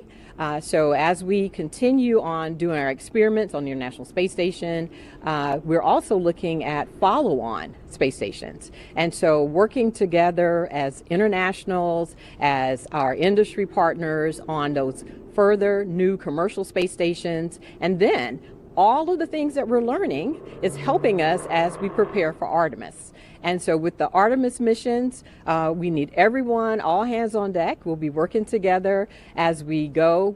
Right now, we're planning for Artemis 2, and I think right here at the Kennedy Space Center right now, we have our astronauts today. They're still here. They're doing their training for Artemis 2.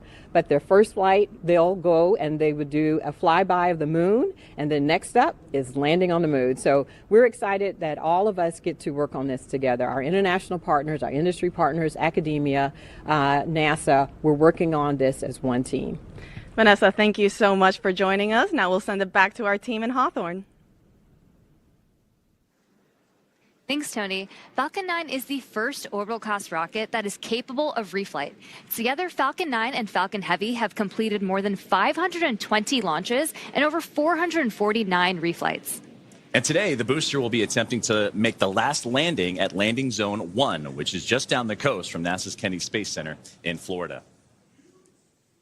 Rapid reusability drastically is the key innovation that is making space more accessible. While today's booster is on its third trip to space after most recently supporting AX-4, the fourth private astronaut mission to the International Space Station, we're working towards qualifying our fleet of Falcon boosters and fairings to support 40 missions each. And if you want to keep track, we're currently at 29 flights of a single Falcon booster. This same spirit of continuous iteration and innovation does not stop with Falcon 9. NASA awarded SpaceX a contract to develop the USD Orbit vehicle, a modified Dragon designed to guide the space station through a controlled re-entry into Earth's atmosphere. And when the time comes and the International Space Station reaches the end of its orbital life and mission, Dragon will help achieve a safe deorbit. And another innovation SpaceX has been working on is the intravehicular spacesuits, or IVA suits, that astronauts wear during Dragon missions. Our team recently made some design upgrades to make the suit easier to get in and out of, and to make it easier to incorporate future updates. The new suits have height adjustability built in, so they won't need as much customization as with previous designs. Now you can see the crew right there. The one that's wearing this new suit is astronaut Mike Fink, which is the second one from the left. Today's mission, Fink will be the only one wearing this new suit as the Crew-11 pilot. And that said, we expect to see SpaceX's new IVA suit on all astronauts for Crew-12. But astronauts who have previously flown on SpaceX missions still have the option to continue wearing their original suits. And for the Crew-11 astronauts, they are staying comfortable in their suits right now as they prepare for liftoff while the clock continues to roll back. And we'll check in with Ronnie on the status of today's countdown. Thanks so much, Joseph. So we are coming up on just under 46 minutes to launch, and our teams are carefully moving through our pre-flight process. Next up in the countdown, we're going to hear SpaceX's launch director check in with the team for readiness. And that's readiness both for propellant load and for launch. As mentioned earlier, the Dragon launch team, as well as key NASA launch members, are in the Launch and Landing Control Center at SpaceX's Hangar X in Florida. Our launch director will also check in with the Dragon mission director, referred to as MD, and the NASA launch manager to make sure they're ready to move forward as well. Of course, our Crew-11 astronauts right now are on board Dragon, waiting to get the green light to stow the crew arm for launch and arm the launch escape system. We've got some great shots of our astronauts on the left-hand side of your screen right now, and of course, they are safely tucked inside Dragon on the right-hand side. Once we hear that launch director give the go-ahead, we'll get a great view of that access arm moving away from the spacecraft.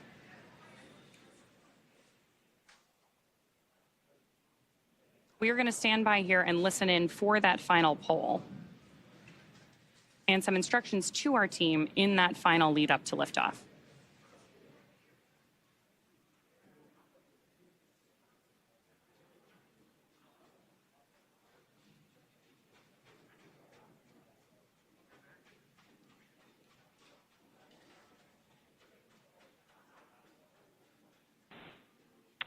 Poll for propellant load and launch is complete. Stand by for briefing on control room procedures. For all operators at MCCX and Hangar X, both control rooms will go into lockdown at T-minus 45 minutes and will remain in that state until LES is disarmed. All operators are to remain at their console and maintain a sterile cockpit until MD confirms successful disarming of the launch escape system following orbital insertion or propellant offload in the event of a scrub. For non-urgent no-go conditions, brief the CE or LD and they will approve aborting the count. For urgent issues affecting the safety of the operation, operators shall call hold on the countdown net. Launch control will abort the launch auto sequence immediately and proceed into launch abort. At T-minus 10 seconds, launch control will be hands-off and relying on automated abort criteria for the remainder of the count. Operators advise launch director whether structural breakup or fire is imminent or occurring per Dragon manual flight escape rules. Launch control, you may proceed with arming the crew arm for movement. Arming crew arm now.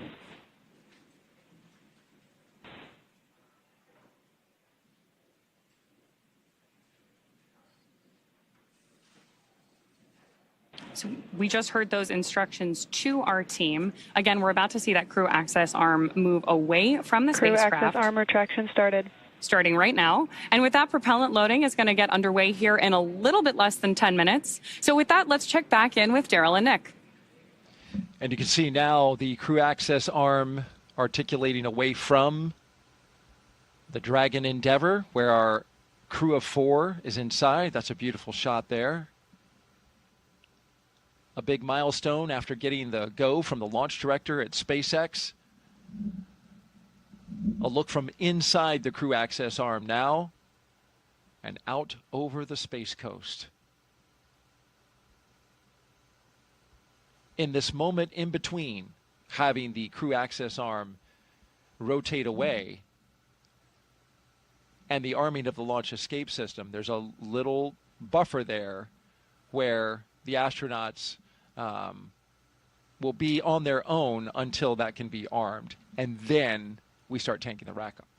Right, so everything is leading up to crew access arm retraction adding completed. the propellant, adding the oxidizer, you know, filling those tanks on the rocket. And so what do you need to do to be safe for that? Well, I need to arm the launch escape system, but I don't want to do that when the arm is right next to the capsule. So I need to move the arm away. Now I can arm the launch escape system, and then we can start filling the rocket. T-minus 41 minutes and counting here at the Kennedy Space Center in Dragon Florida. SpaceX, you are go for Section 6, close visors and arm launch escape system. Copy. Go for Section 6, closing visors and arming launch escape system.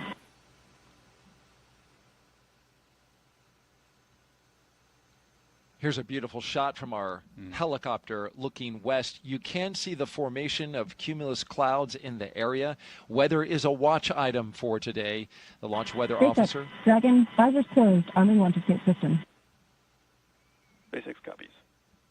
The launch weather officer putting it at 60% go for today. The concern is the buildup of cumulus clouds, the ones that you see there building up.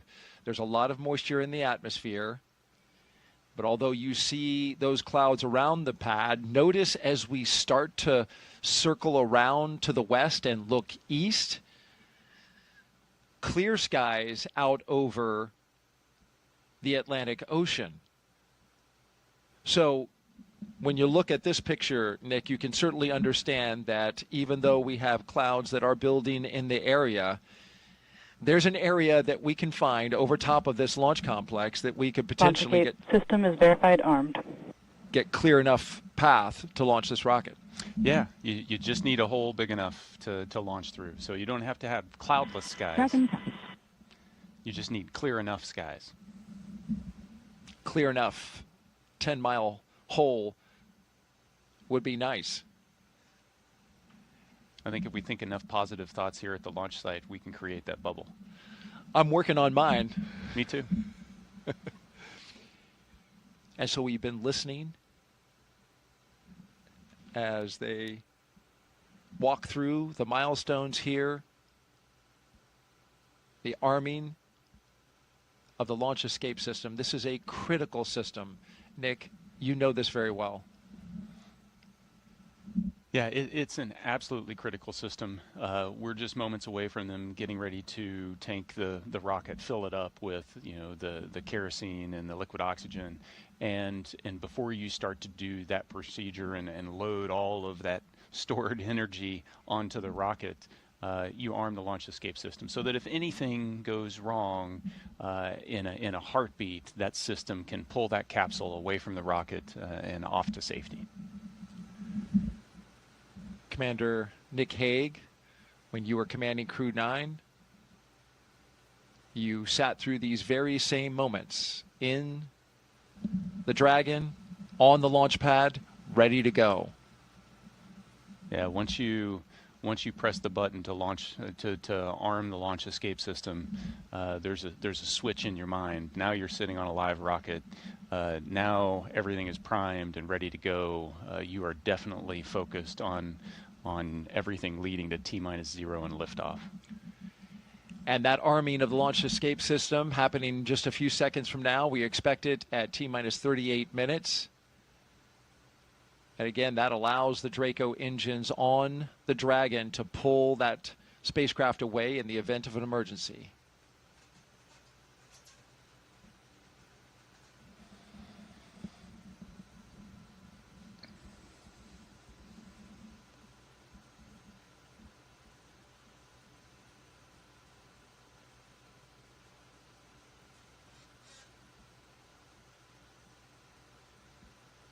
This is a beautiful view. One of the things I love about the way Dragon fills its tanks is being able to watch the frost build up when these cryogenic fuels, when you load them onto the rockets, you're going to see it change color. It's a unique experience for a Falcon. You were talking about the crew inside and the launch escape system. There's a manual option as well if the crew senses something. Yeah, absolutely. There's a handle that sits on the display panel in between the pilot Falcon and 9 the commander tanks are seat. venting for the starter propellant load. And so if something happens, it's within reach for Xena to be able to grab that handle and pull her crew to safety. So there's that redundancy. You've got the automatic system, and you also have the human factor, which is critically important in a mission like this. Yeah, even though they're highly automated systems, there's always a manual backup, and even though it's on autopilot essentially all the way to docking, if need be, the commander, the pilot, the crew can intervene those automatics and revert to a manual control. We are awaiting the beginning of tanking, which is slated for T-minus 35 minutes and counting.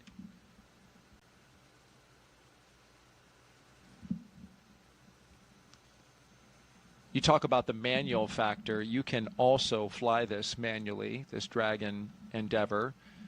And is it through touchscreens?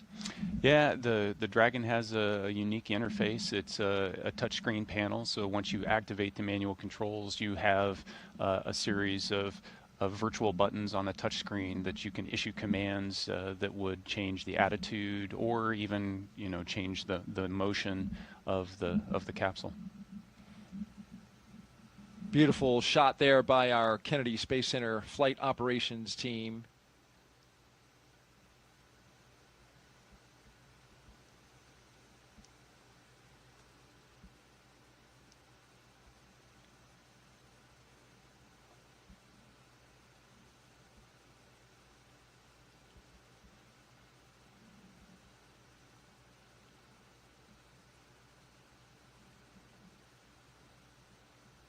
And prop load is The launch auto sequence has started.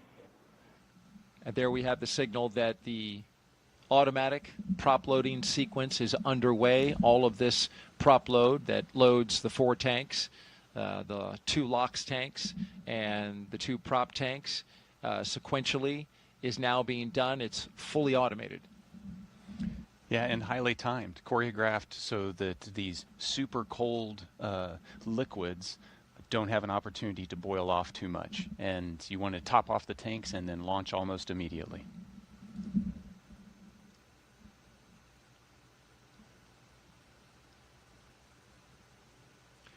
It's a highly dynamic time for the crew inside. They can hear, right?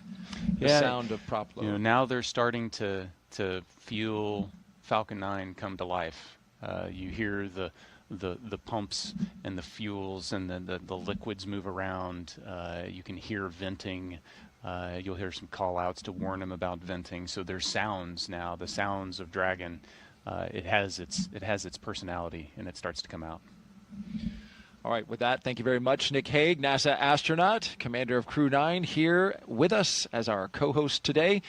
We'll send it back out to California and SpaceX. Thanks so much. So as you mentioned, Daryl, propellant loading of both RP-1 and liquid oxygen began at T-minus 35 minutes, and we heard that announcement from Mission Control right on schedule.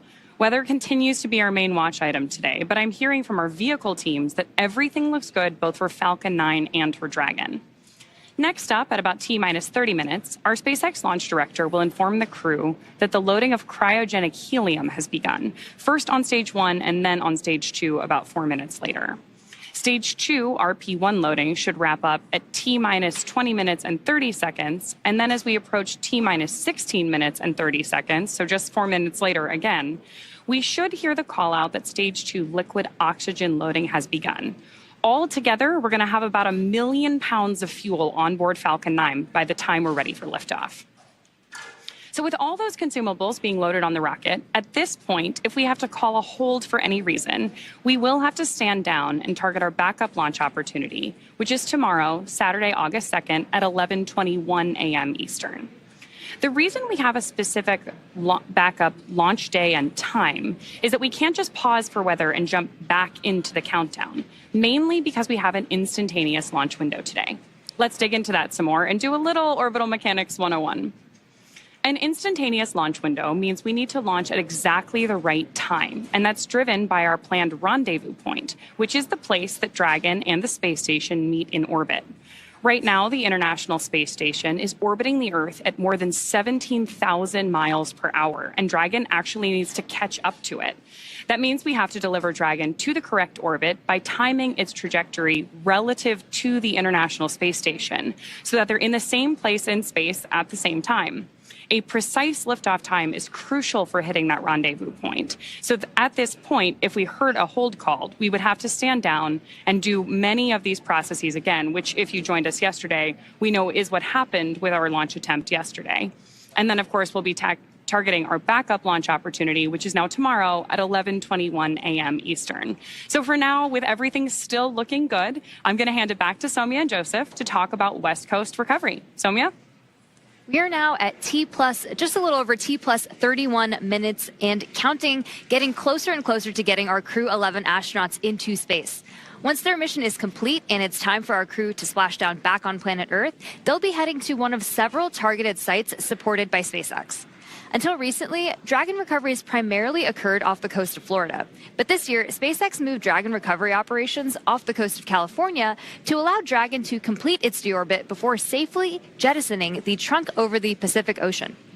When they return, Crew-10 will be SpaceX's third crew mission to splash down in one of the new locations. From-2 was the first in April this year, followed by Axiom 4 in July. The new splashdown locations are near Los Angeles, Oceanside, and San Diego.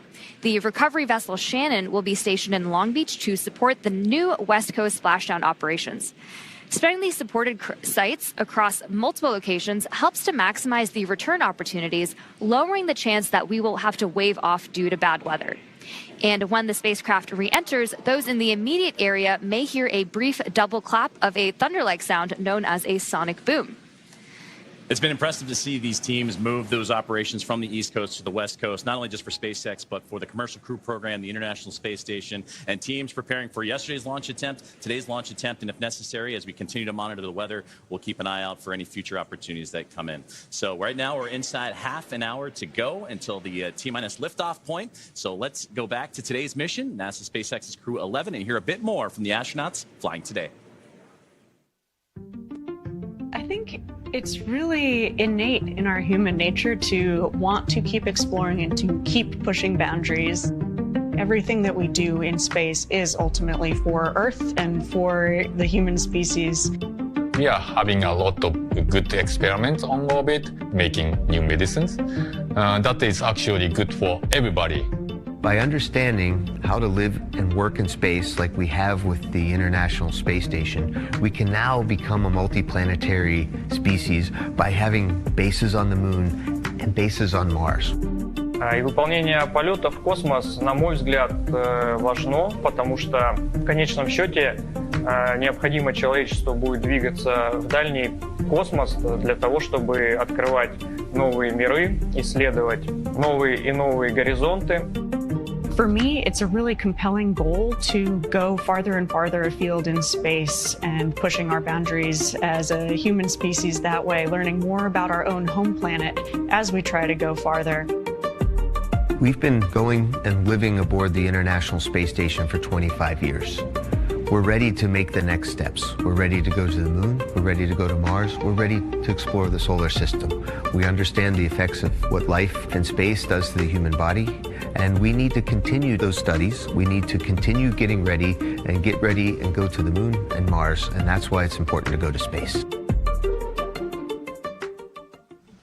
From growing vitamins in space to testing new ways to fight disease, Crew-11 is about to take on some incredible research aboard the International Space Station. First up, Bionutrients 3. The study is looking at how to make essential vitamins and nutrients in space so astronauts can stay healthy on long missions. They'll be testing samples like yogurt, kefir, and a yeast-based drink to see how well they work in microgravity. Next up is Stem Cell XIP-1, which uses space to grow stem cells. These cells can turn into any type of cell in the body and could one day help treat diseases like cancer. Growing them in microgravity may produce more cells and better ones than we can make on Earth. And then there's Genes in Space 12. It's testing phage therapy, which uses viruses that target and kill bacteria. It could be a powerful alternative to antibiotics, especially in space, where infections can become harder to treat.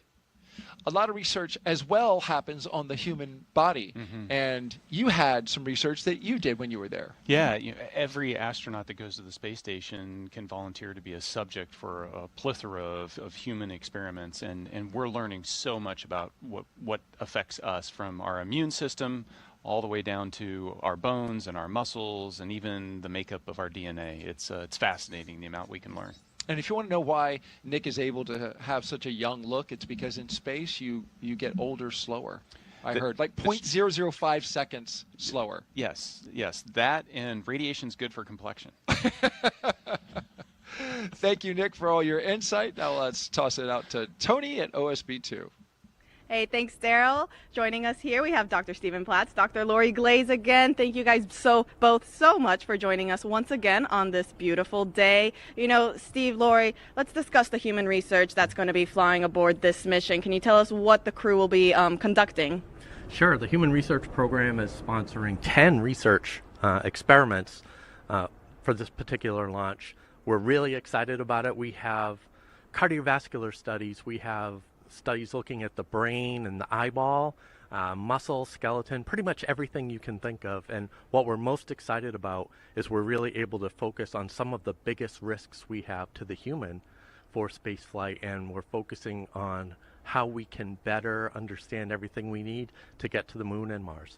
You know, speaking about the moon and Mars, Lori, can you tell us a little bit more about how this human research help us on those future missions? You bet. You know, when we start thinking about our future at the moon and Mars, sometimes it seems like science fiction. You know, the idea of having a permanent base on the moon that we can visit, or sending humans to Mars, but we are getting so close. In fact, we're less than a year from the next flight in the Artemis program, which is Artemis 2. We're going to be sending 4 crew for 10 days around the moon.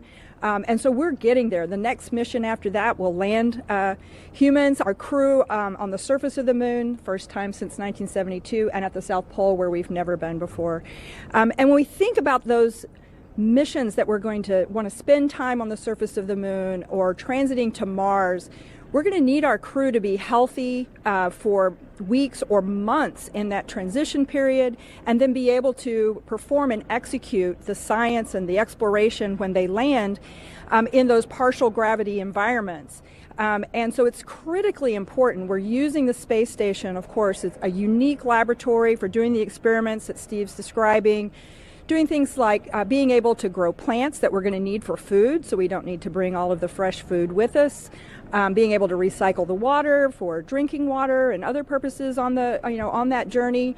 Having sensors that can help us detect hazards from solar storms, so that the crew can get protection in time. So all this work is critical for us in our planning, and it's getting close. So we need this work now. Absolutely. You know, speaking about those experiments on station, Steve, I heard there's a new one coming on this mission. Can you tell us a little bit more about that? Sure. It's called manual piloting, and it's the first time we're flying it, so we're really excited about it.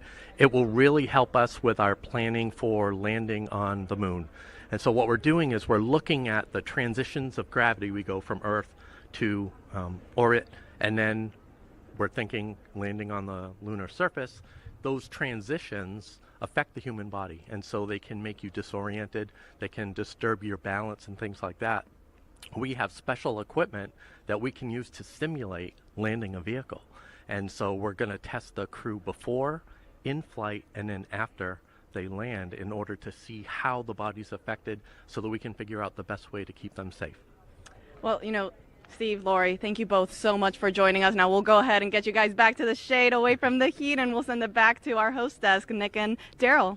Well, we appreciate you all out there. It is cooking outside, so thank you very much for hanging in there. Crew-11's time in orbit will teach us how to keep humans healthy in the space for long haul. Meanwhile, on the moon-facing side of NASA's work, Artemis II astronauts, including Commander Reed Wiseman, are training for a very different challenge, a 10-day mission around the moon. And before they launch, NASA and the Department of Defense are making sure they know how to get home, even in an emergency. Here's Reed with a behind-the-scenes look.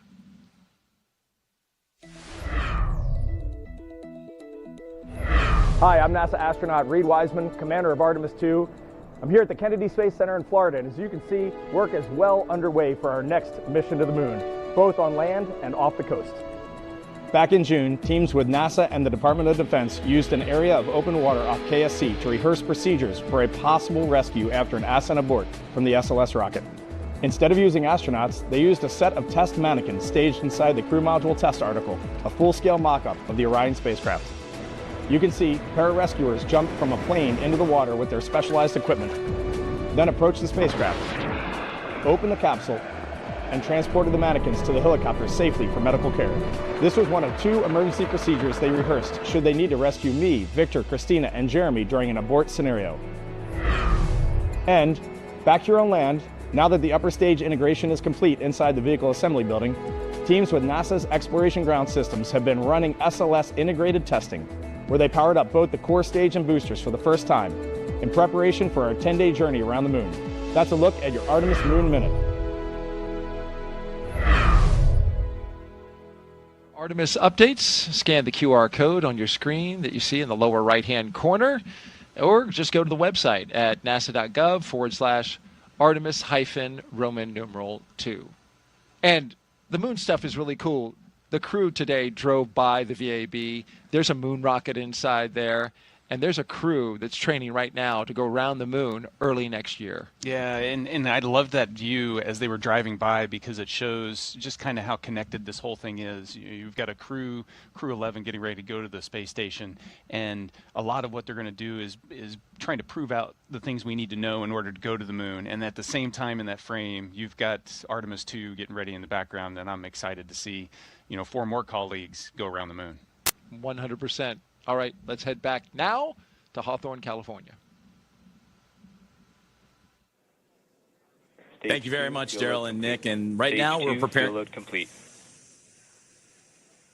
And that was going to be the update, is that fueling continues to be occurring for the Falcon 9 rocket. As you take a look at it on your screen now, it is a 2-stage rocket that is 229 feet tall and getting ready for liftoff in just a little less than 20 minutes. And at launch, it produces more than 1.7 million pounds of thrust. And rockets like Falcon 9 don't use all that thrust just to go straight up. Early in flight, Falcon 9 performs a gravity turn, a smooth pitch maneuver that tilts the rocket sideways to build up horizontal velocity. You may hear this call at about 10 seconds into launch as the vehicle is pitching downrange. Once the first stage completes its portion of the mission, it shuts down and separates. A stage rocket like Falcon 9 sheds the booster to eliminate weight and uncover the Merlin vacuum engine on stage 2. To reach orbit, the vehicle needs to go fast, hitting an orbital velocity of about 28,000 kilometers an hour just to keep from falling back to Earth due to gravity. That's fast enough to lap the Earth in about 90 minutes. And as we mentioned earlier, after stage separation, today's booster will be landing at Landing Zone 1 at Cape Canaveral Space Force Station, returning to Earth for its 3rd time. The second stage takes over from there, powered by a single Merlin vacuum engine, also known as the MVAC. With its extended nozzle and optimized design, the MVAC drives maximum performance, producing 220,000 pounds of thrust in the vacuum of space. And getting to space is the first step to building our multiplanetary future. At the top of Falcon 9 today, the crew is sitting inside Dragon Endeavour. There are currently 5 Dragon spacecraft supporting human spaceflight missions: Endeavour, Resilience, Endurance, Freedom, and our 5th and final Dragon, Grace, which just launched the Axiom 4 mission last month. Designed with safety as the highest priority, Dragon is capable of carrying up to 7 passengers to and from Earth orbit. And Dragon has 16 Draco thrusters that can be used in space to help navigate the spacecraft to its destination, which of course is the International Space Station. And those thrusters providing 90 pounds of force. And that doesn't include the 8 Super Draco thrusters used for and aboard, which are no longer active once the crew is in orbit. To date, Dragon has been to orbit 53 times, including 48 trips to the International Space Station and 18 human spaceflight missions. And as we mentioned earlier, today's Dragon, Endeavour, has been pretty busy, having also flown NASA's Crew-2 mission, Axiom 1, and NASA's Crew-6 and Crew-8 missions. Overall for the Dragon fleet, this will be Dragon's 49th visit to the space station and its 19th human spaceflight mission overall, and the 5th Dragon flight just this year. Dragon is the first private spacecraft to take humans to the orbiting lab, having flown 300,000 pounds of cargo and more than 1,000 experiments to space, as well as 70 crew members representing 20 countries. Our versatile Dragon spacecraft can autonomously dock with the International Space Station when outfitted with a docking adapter, which is just how it's configured for today's flight. And when it's not going to the space station and it's in free flyer mode, the docking adapter can be swapped out for a cupola, as it was back during the Inspiration 4 mission. And another option we have is the Skywalker hardware, which supports extravehicular activities or spacewalks, as we did during the Polaris Dawn mission. And here's some interesting trivia. There has been a Dragon in space for 1,358 consecutive days since Crew 3. And that's an impressive stat, too. And with T-minus 0... Stage 2 LOX load has started. And with T-minus 0 coming up in just about a little more than 18 or 16 minutes or so from now, our team's continuing to do a series of system checks to ensure Dragon SpaceX 4 status update. Dragon and Falcon 9 are healthy, and we continue to load propellant. Weather is still our watch item. We are seeing some development in the area, so this is going to come down to a matter of time. We're going to keep an eye on it and continue marching towards T0, and we'll see if we manage to thread the clouds today. Okay, Dragon copies. We've got a healthy rocket, healthy Dragon. Weather is continuing to develop. We'll keep going until we can't. And great communications there between the team on the ground and with Crew-11 on board. And that's exactly what we're keeping an eye on, is not only the tanking of the rocket and that procedures, but also today's weather. And you heard that update right there. So to continue with the updates and kind of bring us up to speed on what's been going on, let's toss it to our teammate and Ronnie. Thanks so much, Joseph. I can give you a little bit more color than we just heard, but obviously the important things we've heard are that we are still on track for an on-time liftoff today, but we're monitoring lots of different factors as we get closer to liftoff. If everything goes as expected, this is also going to be our last landing at LZ-1 today. So lots of different launch pads, landing sites, staging areas, lots of things in play. But the best news is that both Dragon and Falcon 9 continue to be healthy. You heard us wrap up Stage 2 RP1 loading just after T-minus 20 minutes, and Stage 2 liquid oxygen will begin here at about, or has begun already, excuse me. We've also heard that call out that the launch escape system is armed. Of course, the launch escape system, which we discussed in more detail yesterday, is designed to propel Dragon away from Falcon 9 in the unlikely event of an emergency during launch. We've also heard from the Eastern Range, which is monitoring keep-out zones among other key flight requirements today. They're continuing to report no issues, and they are go to support today's launch, weather depending. So again, as you just heard, weather is a watch item. We're now tracking a 60% chance of violation at our target liftoff time, with isolated showers in the staging area and some clouds building right over the launch pad. You are actually seeing them continue to grow on your screen right now. For now, though, we are go for the 6th mission of Dragon Endeavour, and I want to hand it back over to Sandra for a status update from Houston. Sandra? Thanks, Ronnie. Back here in the International Space Station Flight Control Room at NASA's Johnson Space Center in Houston, teams are continuing to work around the clock to monitor activities aboard the orbital outpost. Leading the team inside the room today is NASA Flight Director Anthony Varia. The team in Mission Control Houston, the team in Hawthorne, and the astronauts aboard the space station will track the autonomous docking of Dragon Endeavour when they enter joint operations. This will happen when the spacecraft enters the approach ellipsoid, which is the invisible boundary, stretching 4 by 2 by 2 kilometers that helps us monitor all arriving and departing spacecraft. It's essentially the neighborhood of the International Space Station. Once docked, crew members in both Dragon and aboard the International Space Station will perform a series of leak checks, then work to open the spacecraft's hatch for Crew-11 to float into the space station and begin their stay. We anticipate that the hatch will be opened about an hour and a half after docking occurs, and when they enter the orbital outpost, Crew-11 will be greeted by the rest of their Expedition 73 crew and will come together for some opening remarks. For now, that's going to be all for us today here in Mission Control as the anticipation builds for launch in less than 13 minutes now. So how's it looking on the Space Coast, Daryl? Well, Sandra, we wish it was looking better. We've just had a downgrade in the weather forecast from 60% go to only 40% go. The launch weather officer informing us that conditions are ripe, and we have even seen the development of cumulus clouds in the area, some that could trigger lightning if a rocket went through them. So this is a very high watch item at this moment, Nick. Yeah, they're watching it to everybody is focused on crew safety at this point, making sure that we make the right call. But there's a chance, and I'll stay positive. And you've been positive. I appreciate that about you. You've done that throughout the broadcast. Here's a look from our helicopter flying over the spaceport right now. And this is the formation of the clouds that is a concern because it is so humid out right now. And we've got a sea breeze that is flowing over the warm land. It is just creating this convection around the spaceport. In fact, we are also expecting to go into a phase 1 lightning alert, which I hate to say it, but just before we scrubbed yesterday, Dick, that phase 1 lightning alert went into effect. So things are starting to stack up against us weather-wise. But nonetheless, it's at this point, because this is a fully automated fueling sequence, it behooves us to just continue to march to see if anything might just clear at the end. Yeah, so there's been nothing that happened up to this point to stop the countdown. So proceed to T-0, and if the timing works out and the weather hasn't built to a significant enough level and it's safe to go, then let's go. Absolutely, and it is an instantaneous window. So we are launching at 11:43 and 42 seconds. So it is literally the weather at that second that matters. And that's where we hope to see some type of positivity in that moment. But it's certainly something that all eyes are on around the Space Coast to see if this rocket is going to go today.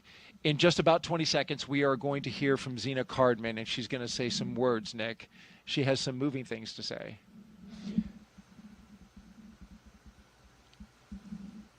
Yeah, Zena is an amazing person, and watching her, along with Stephanie. Dragon SpaceX confirmed crew displays are configured for launch. You can. SpaceX Dragon displays are configured for launch. To our family, friends, all who support us at SpaceX, NASA, JAXA, Roscosmos, thank you. Spasibo, arigato gozaimasu. For this freedom to explore, resilience to endure, may grace fly alongside this endeavor. Crew-11, from all of us on the ground, we've enjoyed working with you in preparation for your mission. We look forward to continuing to do so in flight. Good luck. Enjoy the ride.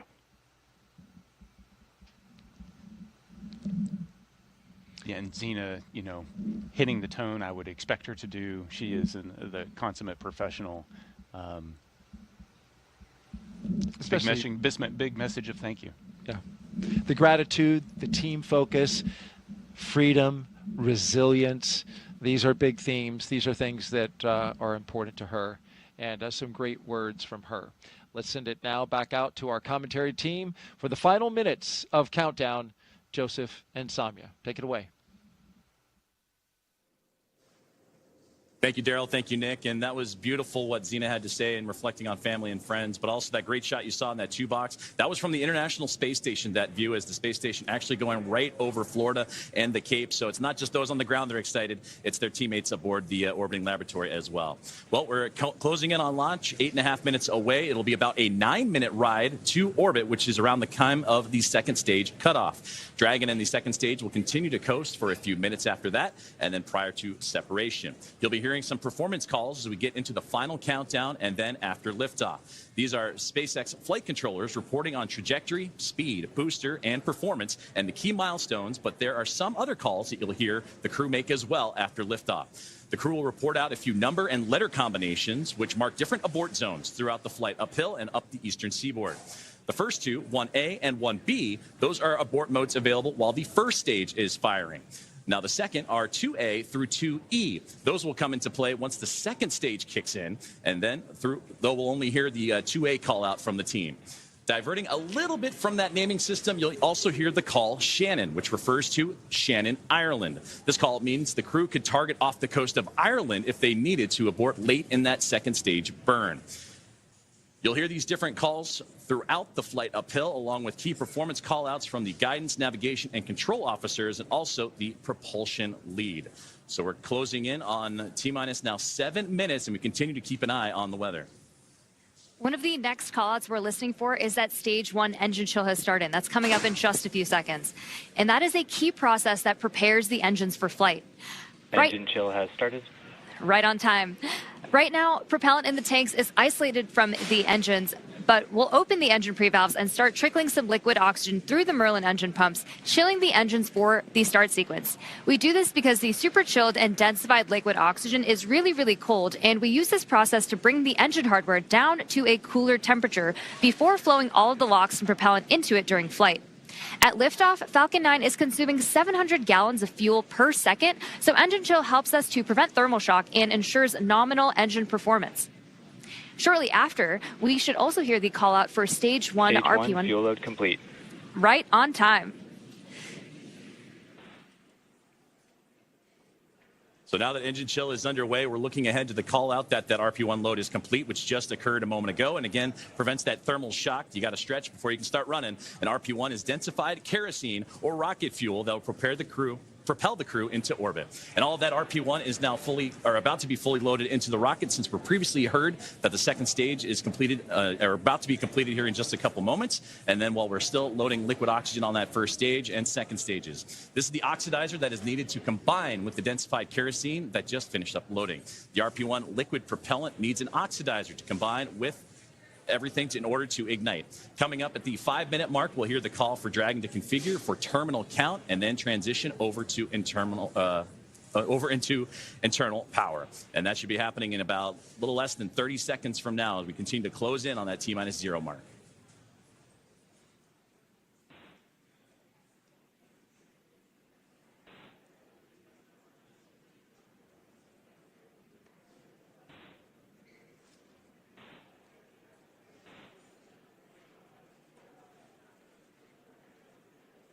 So next up in the countdown, the transporter erector, or TE, will begin to retract from Falcon 9.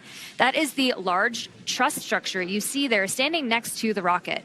It's hinged at the base and connected to the launch mount beneath the first stage. First, the clamps around the second stage will begin to Falcon open. 9 tanks are pressing for strong back retract. And we're hearing good callouts. Dragon is in, configure for terminal count. And we're continuing to hear great callouts over the nets. Then the TE will begin to pivot back, slowly swinging away from the rocket, and it will reach full recline in just about a minute. Strong back retract has started. And we are just beginning that strong back retraction process. It's called the strong back. It's also called the TE, or transporter erector. Same structure, different name. The TE does a lot more than just lean. It rolls Falcon 9 out to the pad, raises it vertical, and stays connected through the final seconds. It provides fuel, power, telemetry, and command connections between ground systems and the rocket. Those clamps at the top help stabilize the second stage during fueling, and they also help prevent movement in high winds. And once they open, which you can see on your screen, they are slowly pulling away. And once they open fully, the rocket is fully free at the top.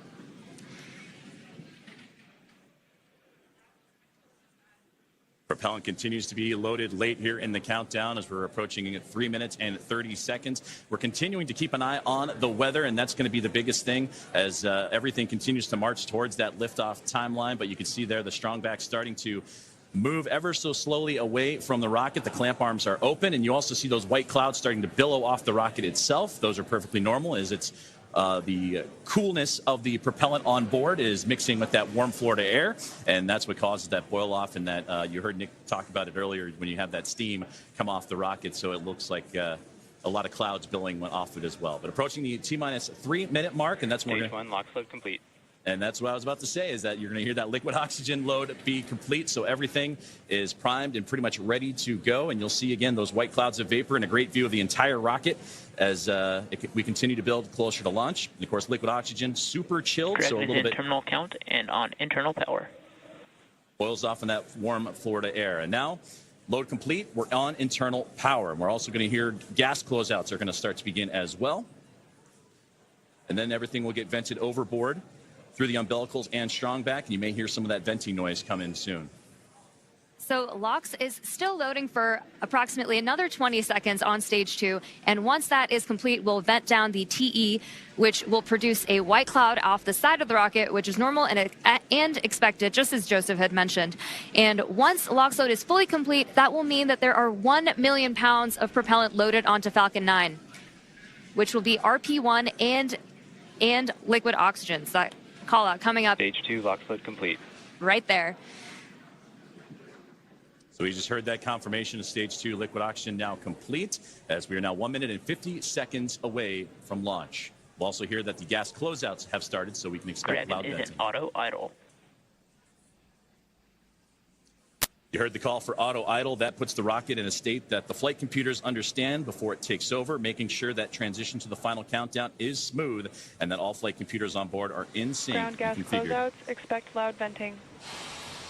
Configured for launch, and there's the closeouts we've been talking about and the venting that will be shortly followed.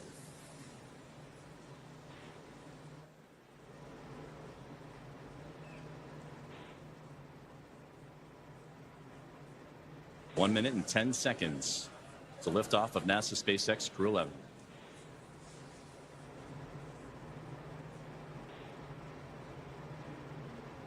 FTS is armed. Falcon 9 is in startup and is now controlling.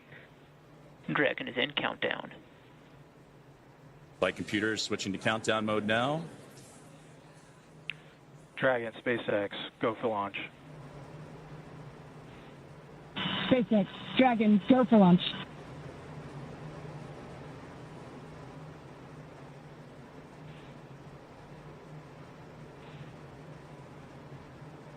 .30 seconds.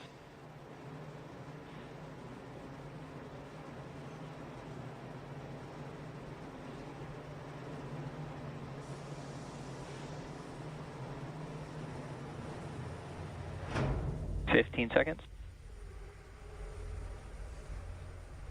T-minus 10, 9, 8, 7, 6, 5, 4, 3, 2, 1. Ignition. Engines full power and liftoff. Go Falcon, go NASA, go Crew-11. Together we rise as NASA's SpaceX Crew-11 heads up to the International Space Station. Vehicles pitching down range. 1.7 million pounds Stage of 1 thrust. propulsion is nominal. Propelling Falcon 9 as the vehicle pitching down range and making its way up the East Coast, and will soon join Expedition 73 aboard the orbiting laboratory. So far, getting good callouts on that first stage performance.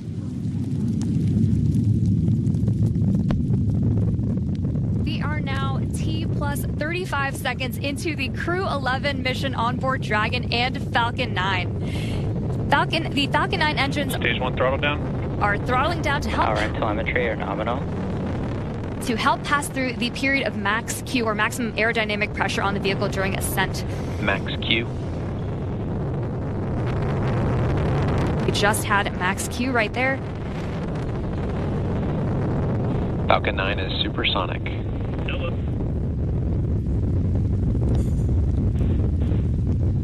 1 minute, 9 seconds into what is a little bit more Stage less 1 than throttle up. a 9-minute flight uphill as Dragon continuing. Stage 1 Bravo. Copy. 1 Bravo. And that 1 Bravo, again, that's the abort zone, that last abort zone for stage 1 if necessary. The crew already pulling over 2 Gs. And next, we're going to have a couple of events happen in rapid succession. We'll be getting ready for the second stage to warm up and have this second stage MVAC chill. And then we'll also have MECA, or main engine cutoff, where the 9 engines on the first stage will cut off ahead of the first and second stages. Will then be separating from one another. And then the single Merlin vacuum engine on the second stage will ignite and continue to carry Crew-11 to orbit, while the first stage begins its journey back to Earth, as we're now 1 minute and 56 seconds into today's flight. The 9 Merlin engines are starting to throttle down and are standing by for MECA, or main engine cutoff. MVAC chill has started. And we just heard that call out for MVAC chill. And coming up in under 20 seconds, we have 5 events happening back to back. MECA, Stage 1 throttle down. Stage separation, stage 1 flip, SES1, and the start of boost back burn.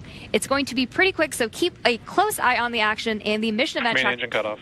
tracker at the bottom of your screen. Main engine cutoff. Stage 2 Alpha. Stage separation confirmed. 2 Alpha. MVAC ignition. And there you see stage 1 pulling away, ignition of the lone Merlin vacuum engine for stage 2. And again, those happening in quick succession as we continue to get great views of that Florida coastline and the eastern seaboard there, as Crew-11 continuing its path to orbit, now approaching 3 minutes into today's flight. Still a little ways to go, about 6 minutes left, as they continue to climb their way up and eventually track down the International Space Station. And there, great you see the Merlin vacuum engine, the second stage on the right-hand side, and great views of the first stage that's making its return to Earth on the left. About 5.5 minutes of powered flight remaining as we continue to monitor the progress of both vehicles, stage 2 and Crew-11, making the climb uphill, and stage 1 looking to land again at landing zone 1, the last landing at that location for this Falcon 9 booster.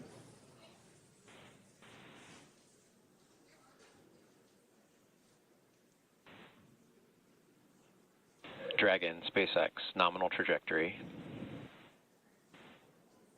Dragon copy. We're continuing to hear great call-outs over the nets that both Dragon and Falcon are right on track to orbit. So the first stage booster is now on its way to landing zone 1, and we just saw those grid fins open up on the left-hand side of your screen. The first stage has a couple events ahead of its landing. Stage 1 will start its entry burn, which will be the second of 3 burns to return the booster a few miles from its launch site at landing zone 1. During this entry burn, Falcon 9 will use its engines to pump the brakes to slow the vehicle down before it reaches the denser parts of the Earth's atmosphere. And if you didn't know, Falcon 9 has a complex heat shield that is designed to protect the engines and the vehicle from all that combined thermal and aerodynamic loading during max entry Q, which is the moment of max stress on the vehicle during entry. And that will be followed by a landing burn. And this burn will last for about... Dragon, SpaceX, nominal trajectory. Continuing to hear good call-outs.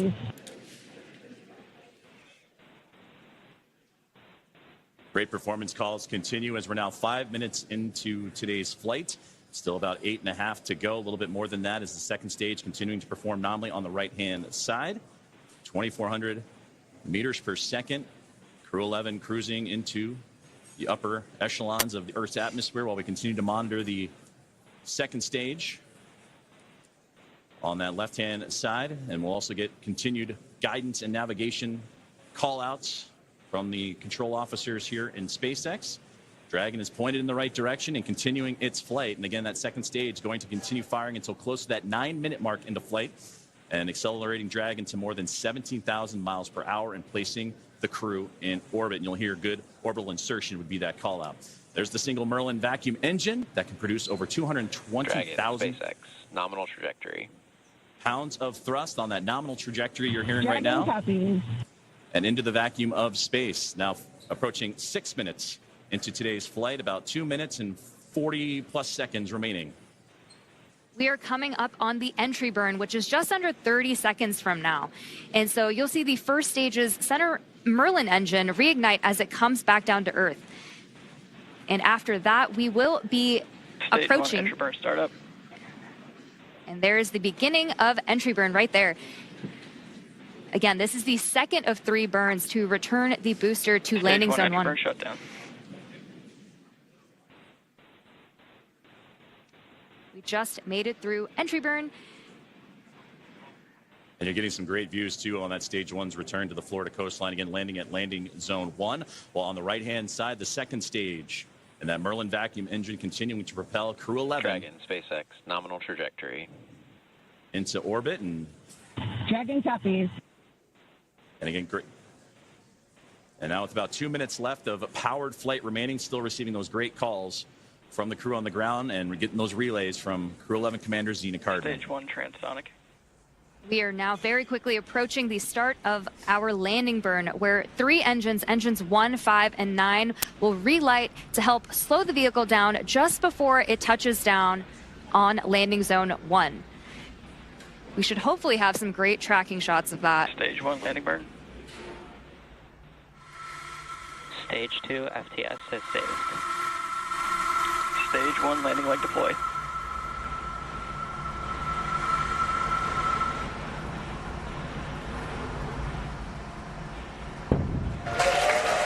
Fantastic return there of the stage 1 booster. Rest plane completing our final planned landing at LV1. So a successful landing of the first stage booster as we continue to follow along with a little less now than 1 minute of powered flight of the second stage. And you'll hear the call out SECO, or second engine cutoff. Is great view there, glowing orange with the Earth eclipsing right around that Merlin vacuum engine, and everything continuing to perform nominally for NASA Stage 2 SpaceX is in Crew-11. terminal guidance.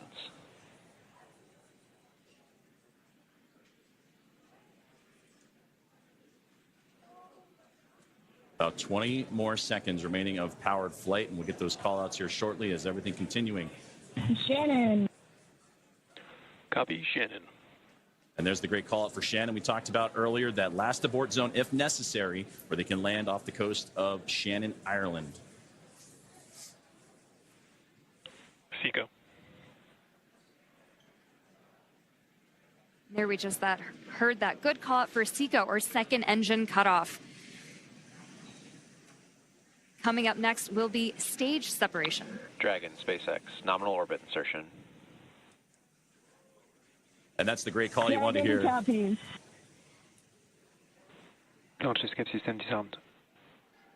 A good look inside the trunk there as you're looking for that separation, but you wanted to hear that nominal orbital insertion as Crew-11 now has reached microgravity.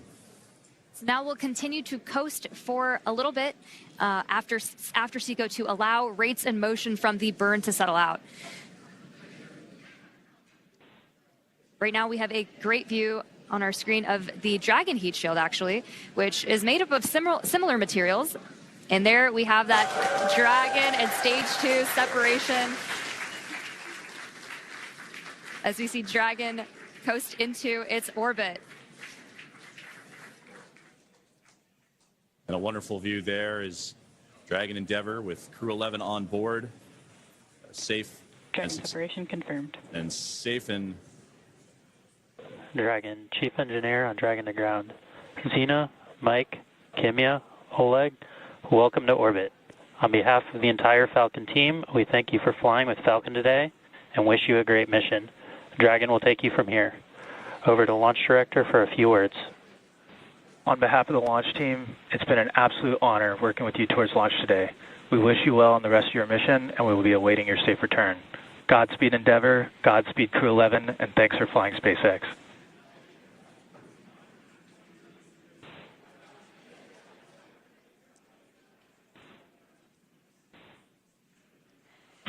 SpaceX Dragon, I have no emotion but joy right now. That was absolutely transcendent. Ride of a lifetime. Thank you. This has been an incredible honor. And it's my privilege now to pass us along to Mike for some additional words. Boy, it's great to be back in orbit again. Thank you to SpaceX and NASA to get us here. What a ride. And Zena and Oleg, let me be the second to welcome you to your first orbit around beautiful planet Earth. Kimia-san, okayeri nasai, welcome back. And to the ISS Expedition 73 team, the crew on board and our friends in MCC, we're on our way. Over to you, Kimia-san. Okay, thank you very much for everything. スパシバワンボイショーへありがとうございます。日本の皆さん、私も10年ぶりに宇宙に帰ってきました。ISS でしっかりと任務を果たして一等星のように輝いて、日本の素晴らしいところを世界中の人に知っていただきたいと思います。ありがとうございます。Я передаю Олег-сан, пожалуйста. Спасибо, Kimia-san. Thank you very much. Arigato gozaimasu. And спасибо всем. I'd like for the beginning to say thank you very much, Roscosmos, SpaceX, and NASA for this unique opportunity to be here with my great crew. Дорогие друзья, находясь на космическом корабле и облетая нашу родную планету, я испытываю неописуемое счастье и восторг. Хочу выразить слова благодарности всей нашей стране, Соединенным Штатам Америки и России за эту уникальную возможность, а также Роскосмосу. Хочу выразить слова благодарности своей школе, в которой я учился, номер 103 в городе Челябинске. Выразить благодарность Краснодарскому высшему военному авиационному училищу летчиков и 22-му гвардейскому истребительному авиационному полку, а также сотрудникам Центра подготовки космонавтов, кто искренне верил и болел за эту идею отправить меня в космос. Обещаю выполнить все поставленные передо мной задачи на отлично. Ура!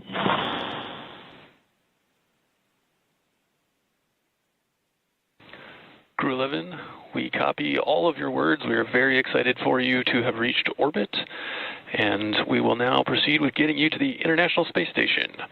You have approximately 3 minutes left in this ground station pass if you'd like to introduce your zero-G indicator.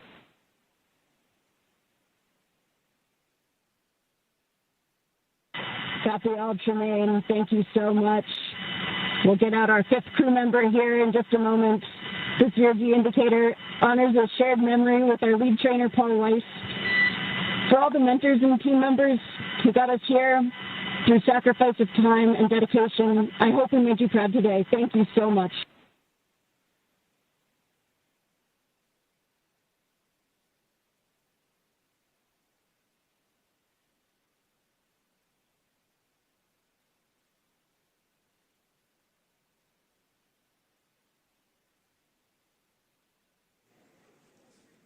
Some great words there from all 4 members of Crew-11 and the astronauts and cosmonauts, all that cadre. They're well on their way to the final destination, which they have about a 16-hour ride to do so, and the phasing to ultimately the International Space Station, where they will turn that group into a full group of 11. So only fitting for Crew-11. To summarize where we are with vehicle activation, we've had nominal dehumidifier activation and service section Draco checkouts.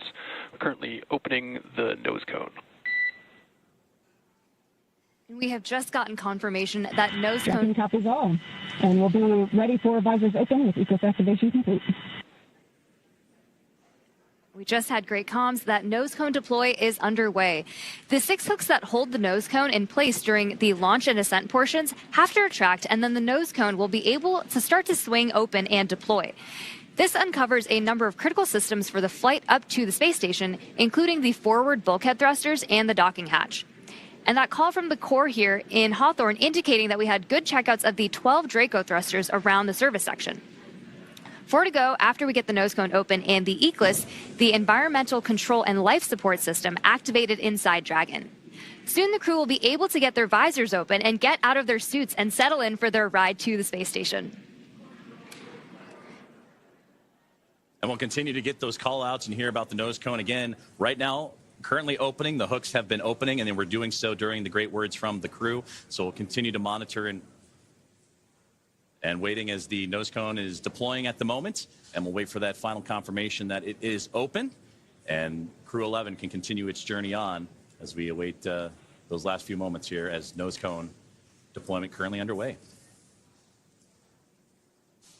And a great view of Dragon as it went up the eastern seaboard, and we had a view for a moment there as, again, passing over ground stations And that's what provides us the great views that you've been seeing throughout today's broadcast inside the Dragon spacecraft. And there's a great look at that single Merlin vacuum engine that helped propel Crew-11 into orbit.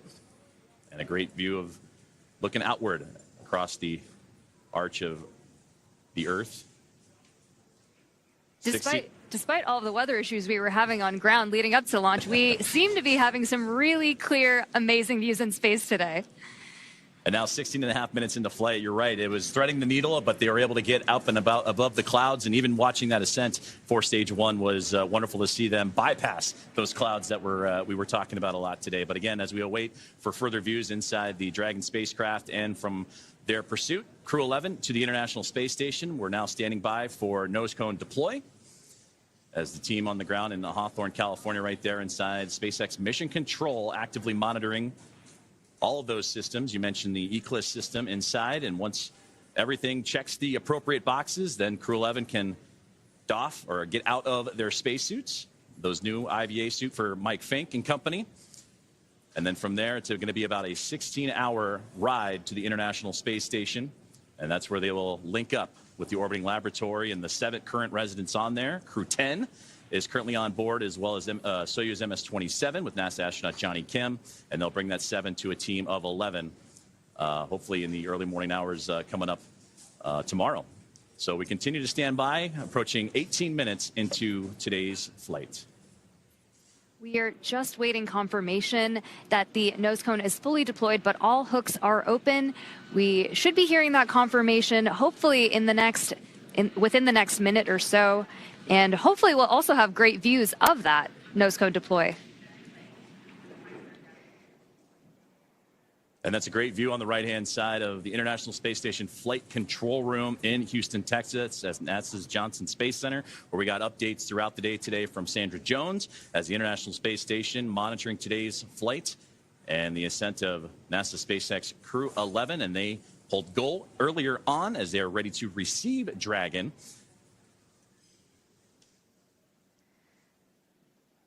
And we just received confirmation that the nose cone has completely opened and deployed. So great news, as again, all those checkouts continuing to happen for Crew-11 after a successful on-time liftoff today. And they were able to get past the clouds, the weather that we've been monitoring, and a successful first stage and second stage performance to propel them into orbit. Crew-11 is comprised of NASA astronauts Zena Cardman and Mike Fink, along with JAXA astronaut Kimia Ewing and Roscosmos cosmonaut Oleg Platonov. And they are now safely in orbit following that approximately 9-minute ride after liftoff today from NASA's Kennedy Space Center in Florida. The crew now, as mentioned, has a little bit about a 16-hour journey before they reach their destination. Dragon SpaceX, we see a nominal nose cone opening at TCS and 4 bulkhead to Draco checkouts. Great call out right there. Dragon copies all. Good news. And that's what we were waiting for there, was that call up to crew. Looking forward in the timeline, you have your first burn up on your forward view. That's the phase burn in approximately 25 minutes. We will also be monitoring the stage 2 deorbit to give you the go for suit doffing, and we're expecting that at T plus 45 minutes. Dragon copies. We'll be monitoring, and T plus 45 approximately for suit doffing. We're with you in the timeline. Great conversations there with the team on the ground, and there they are, Crew-11. Happy as can be in orbit now, and they have a 16-hour journey before they reach their destination, the International Space Station, as docking currently targeted for tomorrow morning, Saturday, August 2nd at 3 a.m. Eastern Time, 12 a.m. Pacific, to the space-facing port of the station's Harmony module. Now, between now and then, Dragon will perform a series of burns as it catches up to the space station. And that first burn you heard him talking about is the phase burn, and that happens about 30 minutes or so from now. So we'll continue to monitor the Dragon spacecraft, or the teams on the ground will continue to monitor that first of a sequence of burns to help them stair-step their way up to the International Space Station. Human spaceflight has come so far in the last 5 years with Dragon. In addition to flying people, SpaceX's Dragon spacecraft also enables researchers the opportunity to fly critical science to orbit. So far, SpaceX and Dragon have carried more than 1,000 research experiments to and from low Earth orbit, both to the International Space Station and on our free flyer missions. From DNA sequencing to 3D printing, studies enabled by Dragon and the space station test a variety of technologies, systems, and materials that will be needed for future long-duration exploration missions. Every mission yields critical science, critical research, and learnings that help make life both on Earth and in space better. And flights just like today's help us continue to lay this foundation for our future among the stars and continue our mission to make life multiplanetary. We'll be signing off from SpaceX for now, so we're going to send you back over to Kennedy Space Center. But before we go, we want to thank NASA, Joseph, for entrusting us with today's mission, and thank you all for being with us today.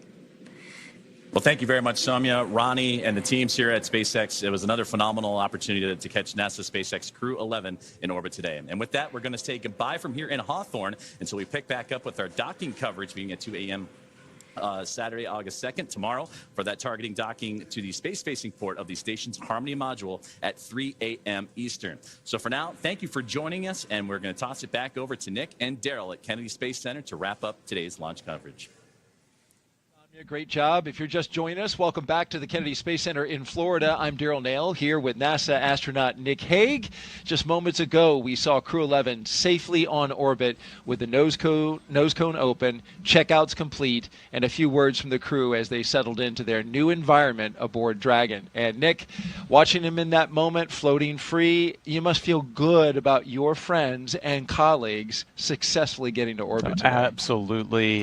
You know, at the moment of liftoff, the tingle on the back of your neck, the chills, and watching them go into orbit, and then to hear them call down after they're there safely, the joy in their voice, and then the gratitude for the teams that got them there. Just you can't help but feel awesome right now. Everybody that's associated with this launch. And now it comes, a completion for Zena Cardman, the commander, who was part of Crew 9. Was pulled off that mission. You continued on. This is now her chance. Now she's in space. She had to wait a little bit longer, but now finally gets to fly. Yeah, it's a full circle moment, and it's a thrill to be here and just be part of it. We appreciate you from the very start saying that you wanted to document this moment with her here at the Kennedy Space Center, watching them go up at that moment. Mike Fink has been around for a while.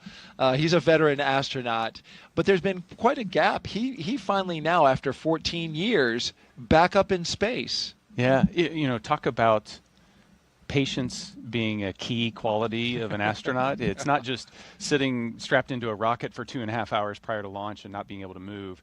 It's, doing your job and waiting for your opportunity, and that might be a decade or more, and to take that time and to do so much with it while you're still waiting to launch into space, it just shows the character that he has. Incredible Character and incredible character is Mike. Well, quick story here. We want to tell you, when Zena Cardman was here and she did the co-host role for Crew 9 when you launched. After the launch broadcast was over, she pulled out a deck of cards and just offhandedly was like, oh, hey, I want to show you something. And she showed me this deck of cards. It was the Crew 9 deck of cards. And she had hand-drawn the portraitures of each of the Crew 9 members, which included you, and she was on it, though she didn't get to fly. It was the card deck that you used when you played to get rid of your bad luck. Yeah, in the suit-up room, Right. And so I'm like, you hand drew these? I was super impressed. So, of course, fast forward to recently, you walk in the pre-production meeting and you're like, hey, Zena wants to have this deck of cards. It's the Crew-11 deck of cards, and we want to show them to you now. And she redrew her crew. And we want to show those to you. Hold that up. She's an amazing artist. All the crew members each got a face card. So she's on there, Oleg's on there, Mike and Kim and Kimya. And here they are. She hand drew this. We have a close-up of this shot. We want to show you so you can get a real full appreciation. Hand-drawn portraitures by Zena Cardman, the commander. You talk about many talents. Just another talent in what appears to be just this extremely well-rounded astronaut and commander. Oh, absolutely. Not all astronauts are created equal. I cannot do that. She is talented. That's incredible. And of course, they played with this deck of cards when they got rid of Zena's bad luck today. Yeah, and it worked. And it worked. Look at that weather. We were looking at the cloud just off to the south. You know, the power of positive thinking. Your positive thinking is like, perfect. All right, we're going to send it back out for one more interview with Tony. And in the meantime, you and I are going to play some high-low card for your next space assignment. See if I can win it from you. Tony, take it away. Thanks, Daryl. Looking forward to who wins that game. Joining me is now Stephen Chan with the Commercial Crew program. Stephen, what an amazing launch and landing of Falcon's first stage. How you feeling? That was amazing, Tony. To watch the Crew-11 Dragon flying up on the Falcon 9, it's incredible, to see that. On a personal note, Mike Fink is a dear friend of the family, and it warms my heart to see him to go back to space station to work and live there. I am the external liaison for the Commercial Crew program, so it's my job to make sure that our external partners are coordinated and informed to support our missions, and those partners include Coast Guard, FAA, Air Force, Space Force, and other DoD partners. Today, the Coast Guard is out there making sure the waterway is safe, and FAA is clearing the waterway. So it is. I get to see how much work it goes behind the scenes to make sure our missions are successful, and I am looking forward to have the Crew-11 get on orbit and then come back safely with Crew-10.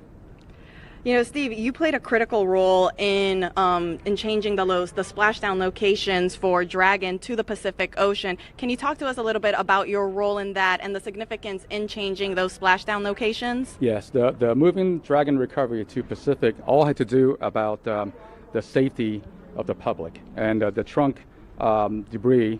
By going to the Pacific, we ensure that the trunk is entered over Pacific Ocean and have no risk at all to the public. So, and thanks to our external partners, we work with them to make sure that the Dragon can be recovered safely, and they can perform their important mission, like keeping the waterway safe, keeping the airspace safe, and then the DoD can perform their missions around California coast. Speaking about all of those external partners that you have to work with, it took a huge effort to get this underway. Can you tell us a little bit more about how that worked? Yes. So for our West Coast partners, the Dragon landing in the Pacific is a new challenge for them. And they have, as I mentioned earlier, they have their other national priorities. So we are very thankful to our partners and their leadership who recognize that Dragon is also a very important national priority.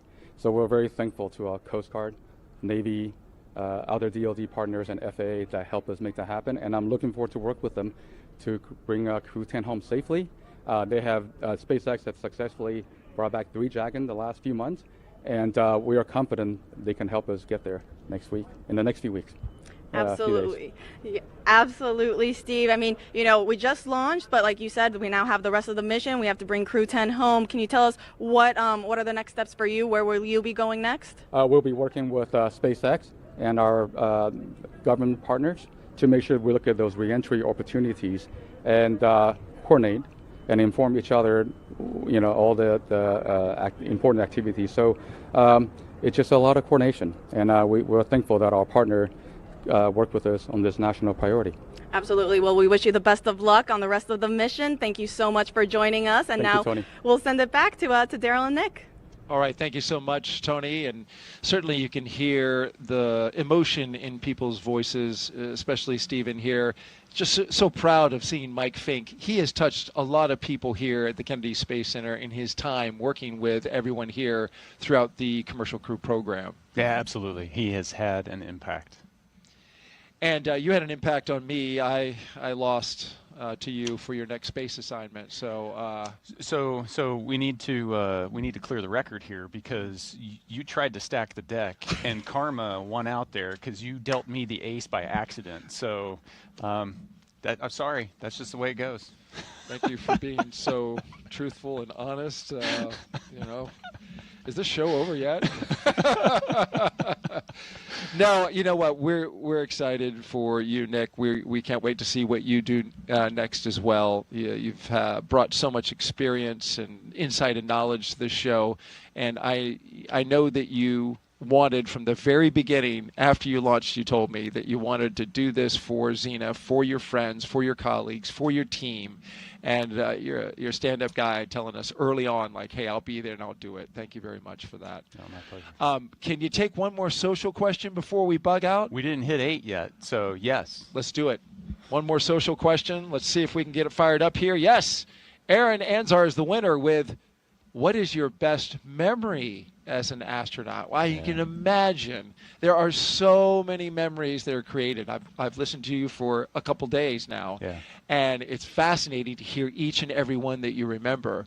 But what would you put as the number one memory?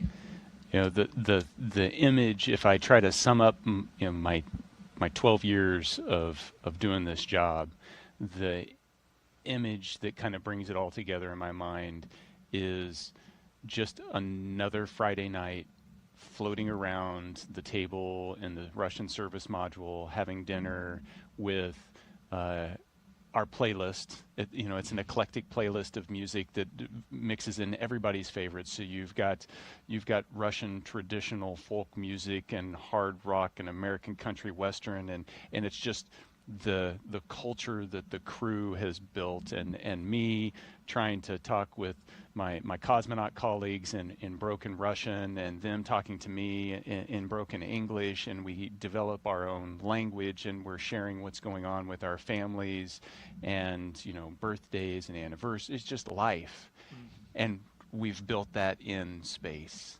And there's just so many unique aspects, just how you're eating and people are floating around, that it's so normal. It becomes so normal to do that, and that's my hope, is that we can get more people to experience that normal living in space, but also that normal of bringing together people from around the globe and just getting to know each other. Yeah, understanding each other, appreciating where we come from as different countries.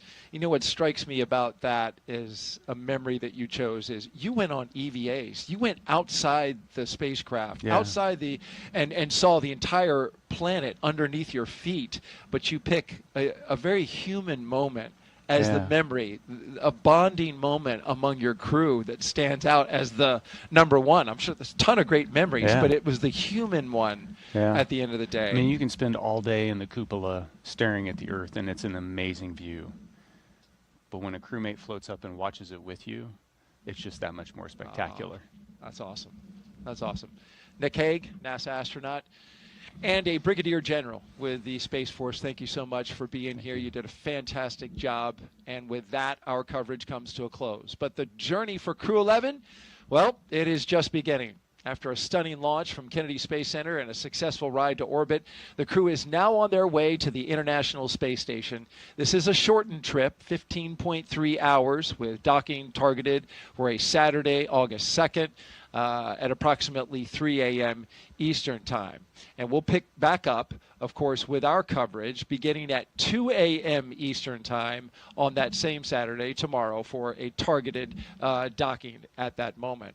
And so with that, we want to just say thank you to everyone who was participating in this show today. If you want to follow along with the mission, Crew-11's journey to the space station, just by check in with our real-time mission audio. It will have the flight controllers communicating with the team. You can check that out. The QR code that's at the bottom of your screen now, you just pull out your phone and scan that.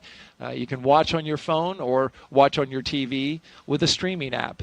We'll pick back up live with broadcast coverage about 2 hours before docking right here on NASA Plus. Nick, thanks again. Really appreciate it, man. 2 launch attempts. I mean, you were fantastic. This is a long slog through the day, but it's wonderful to document seeing your friends go up to space. Yeah, wouldn't want to be anywhere else. Absolutely. So with that, thank you so much for joining us. Have a great afternoon, everyone, and thank you again for watching us get these astronauts to space. Continue to follow us as well, and make sure that you keep looking up. we are seeing the astronauts that are flying today. And once again, getting suited up. This is a tradition that happens before crew can leave the suit-up room. Crew-11 walking the hallway, ready to do it again. And here they come. Crew-11 walking outside before launch. Well, there's Xena giving a last wave with the window down. Crew-11 on the road to launch pad 39A.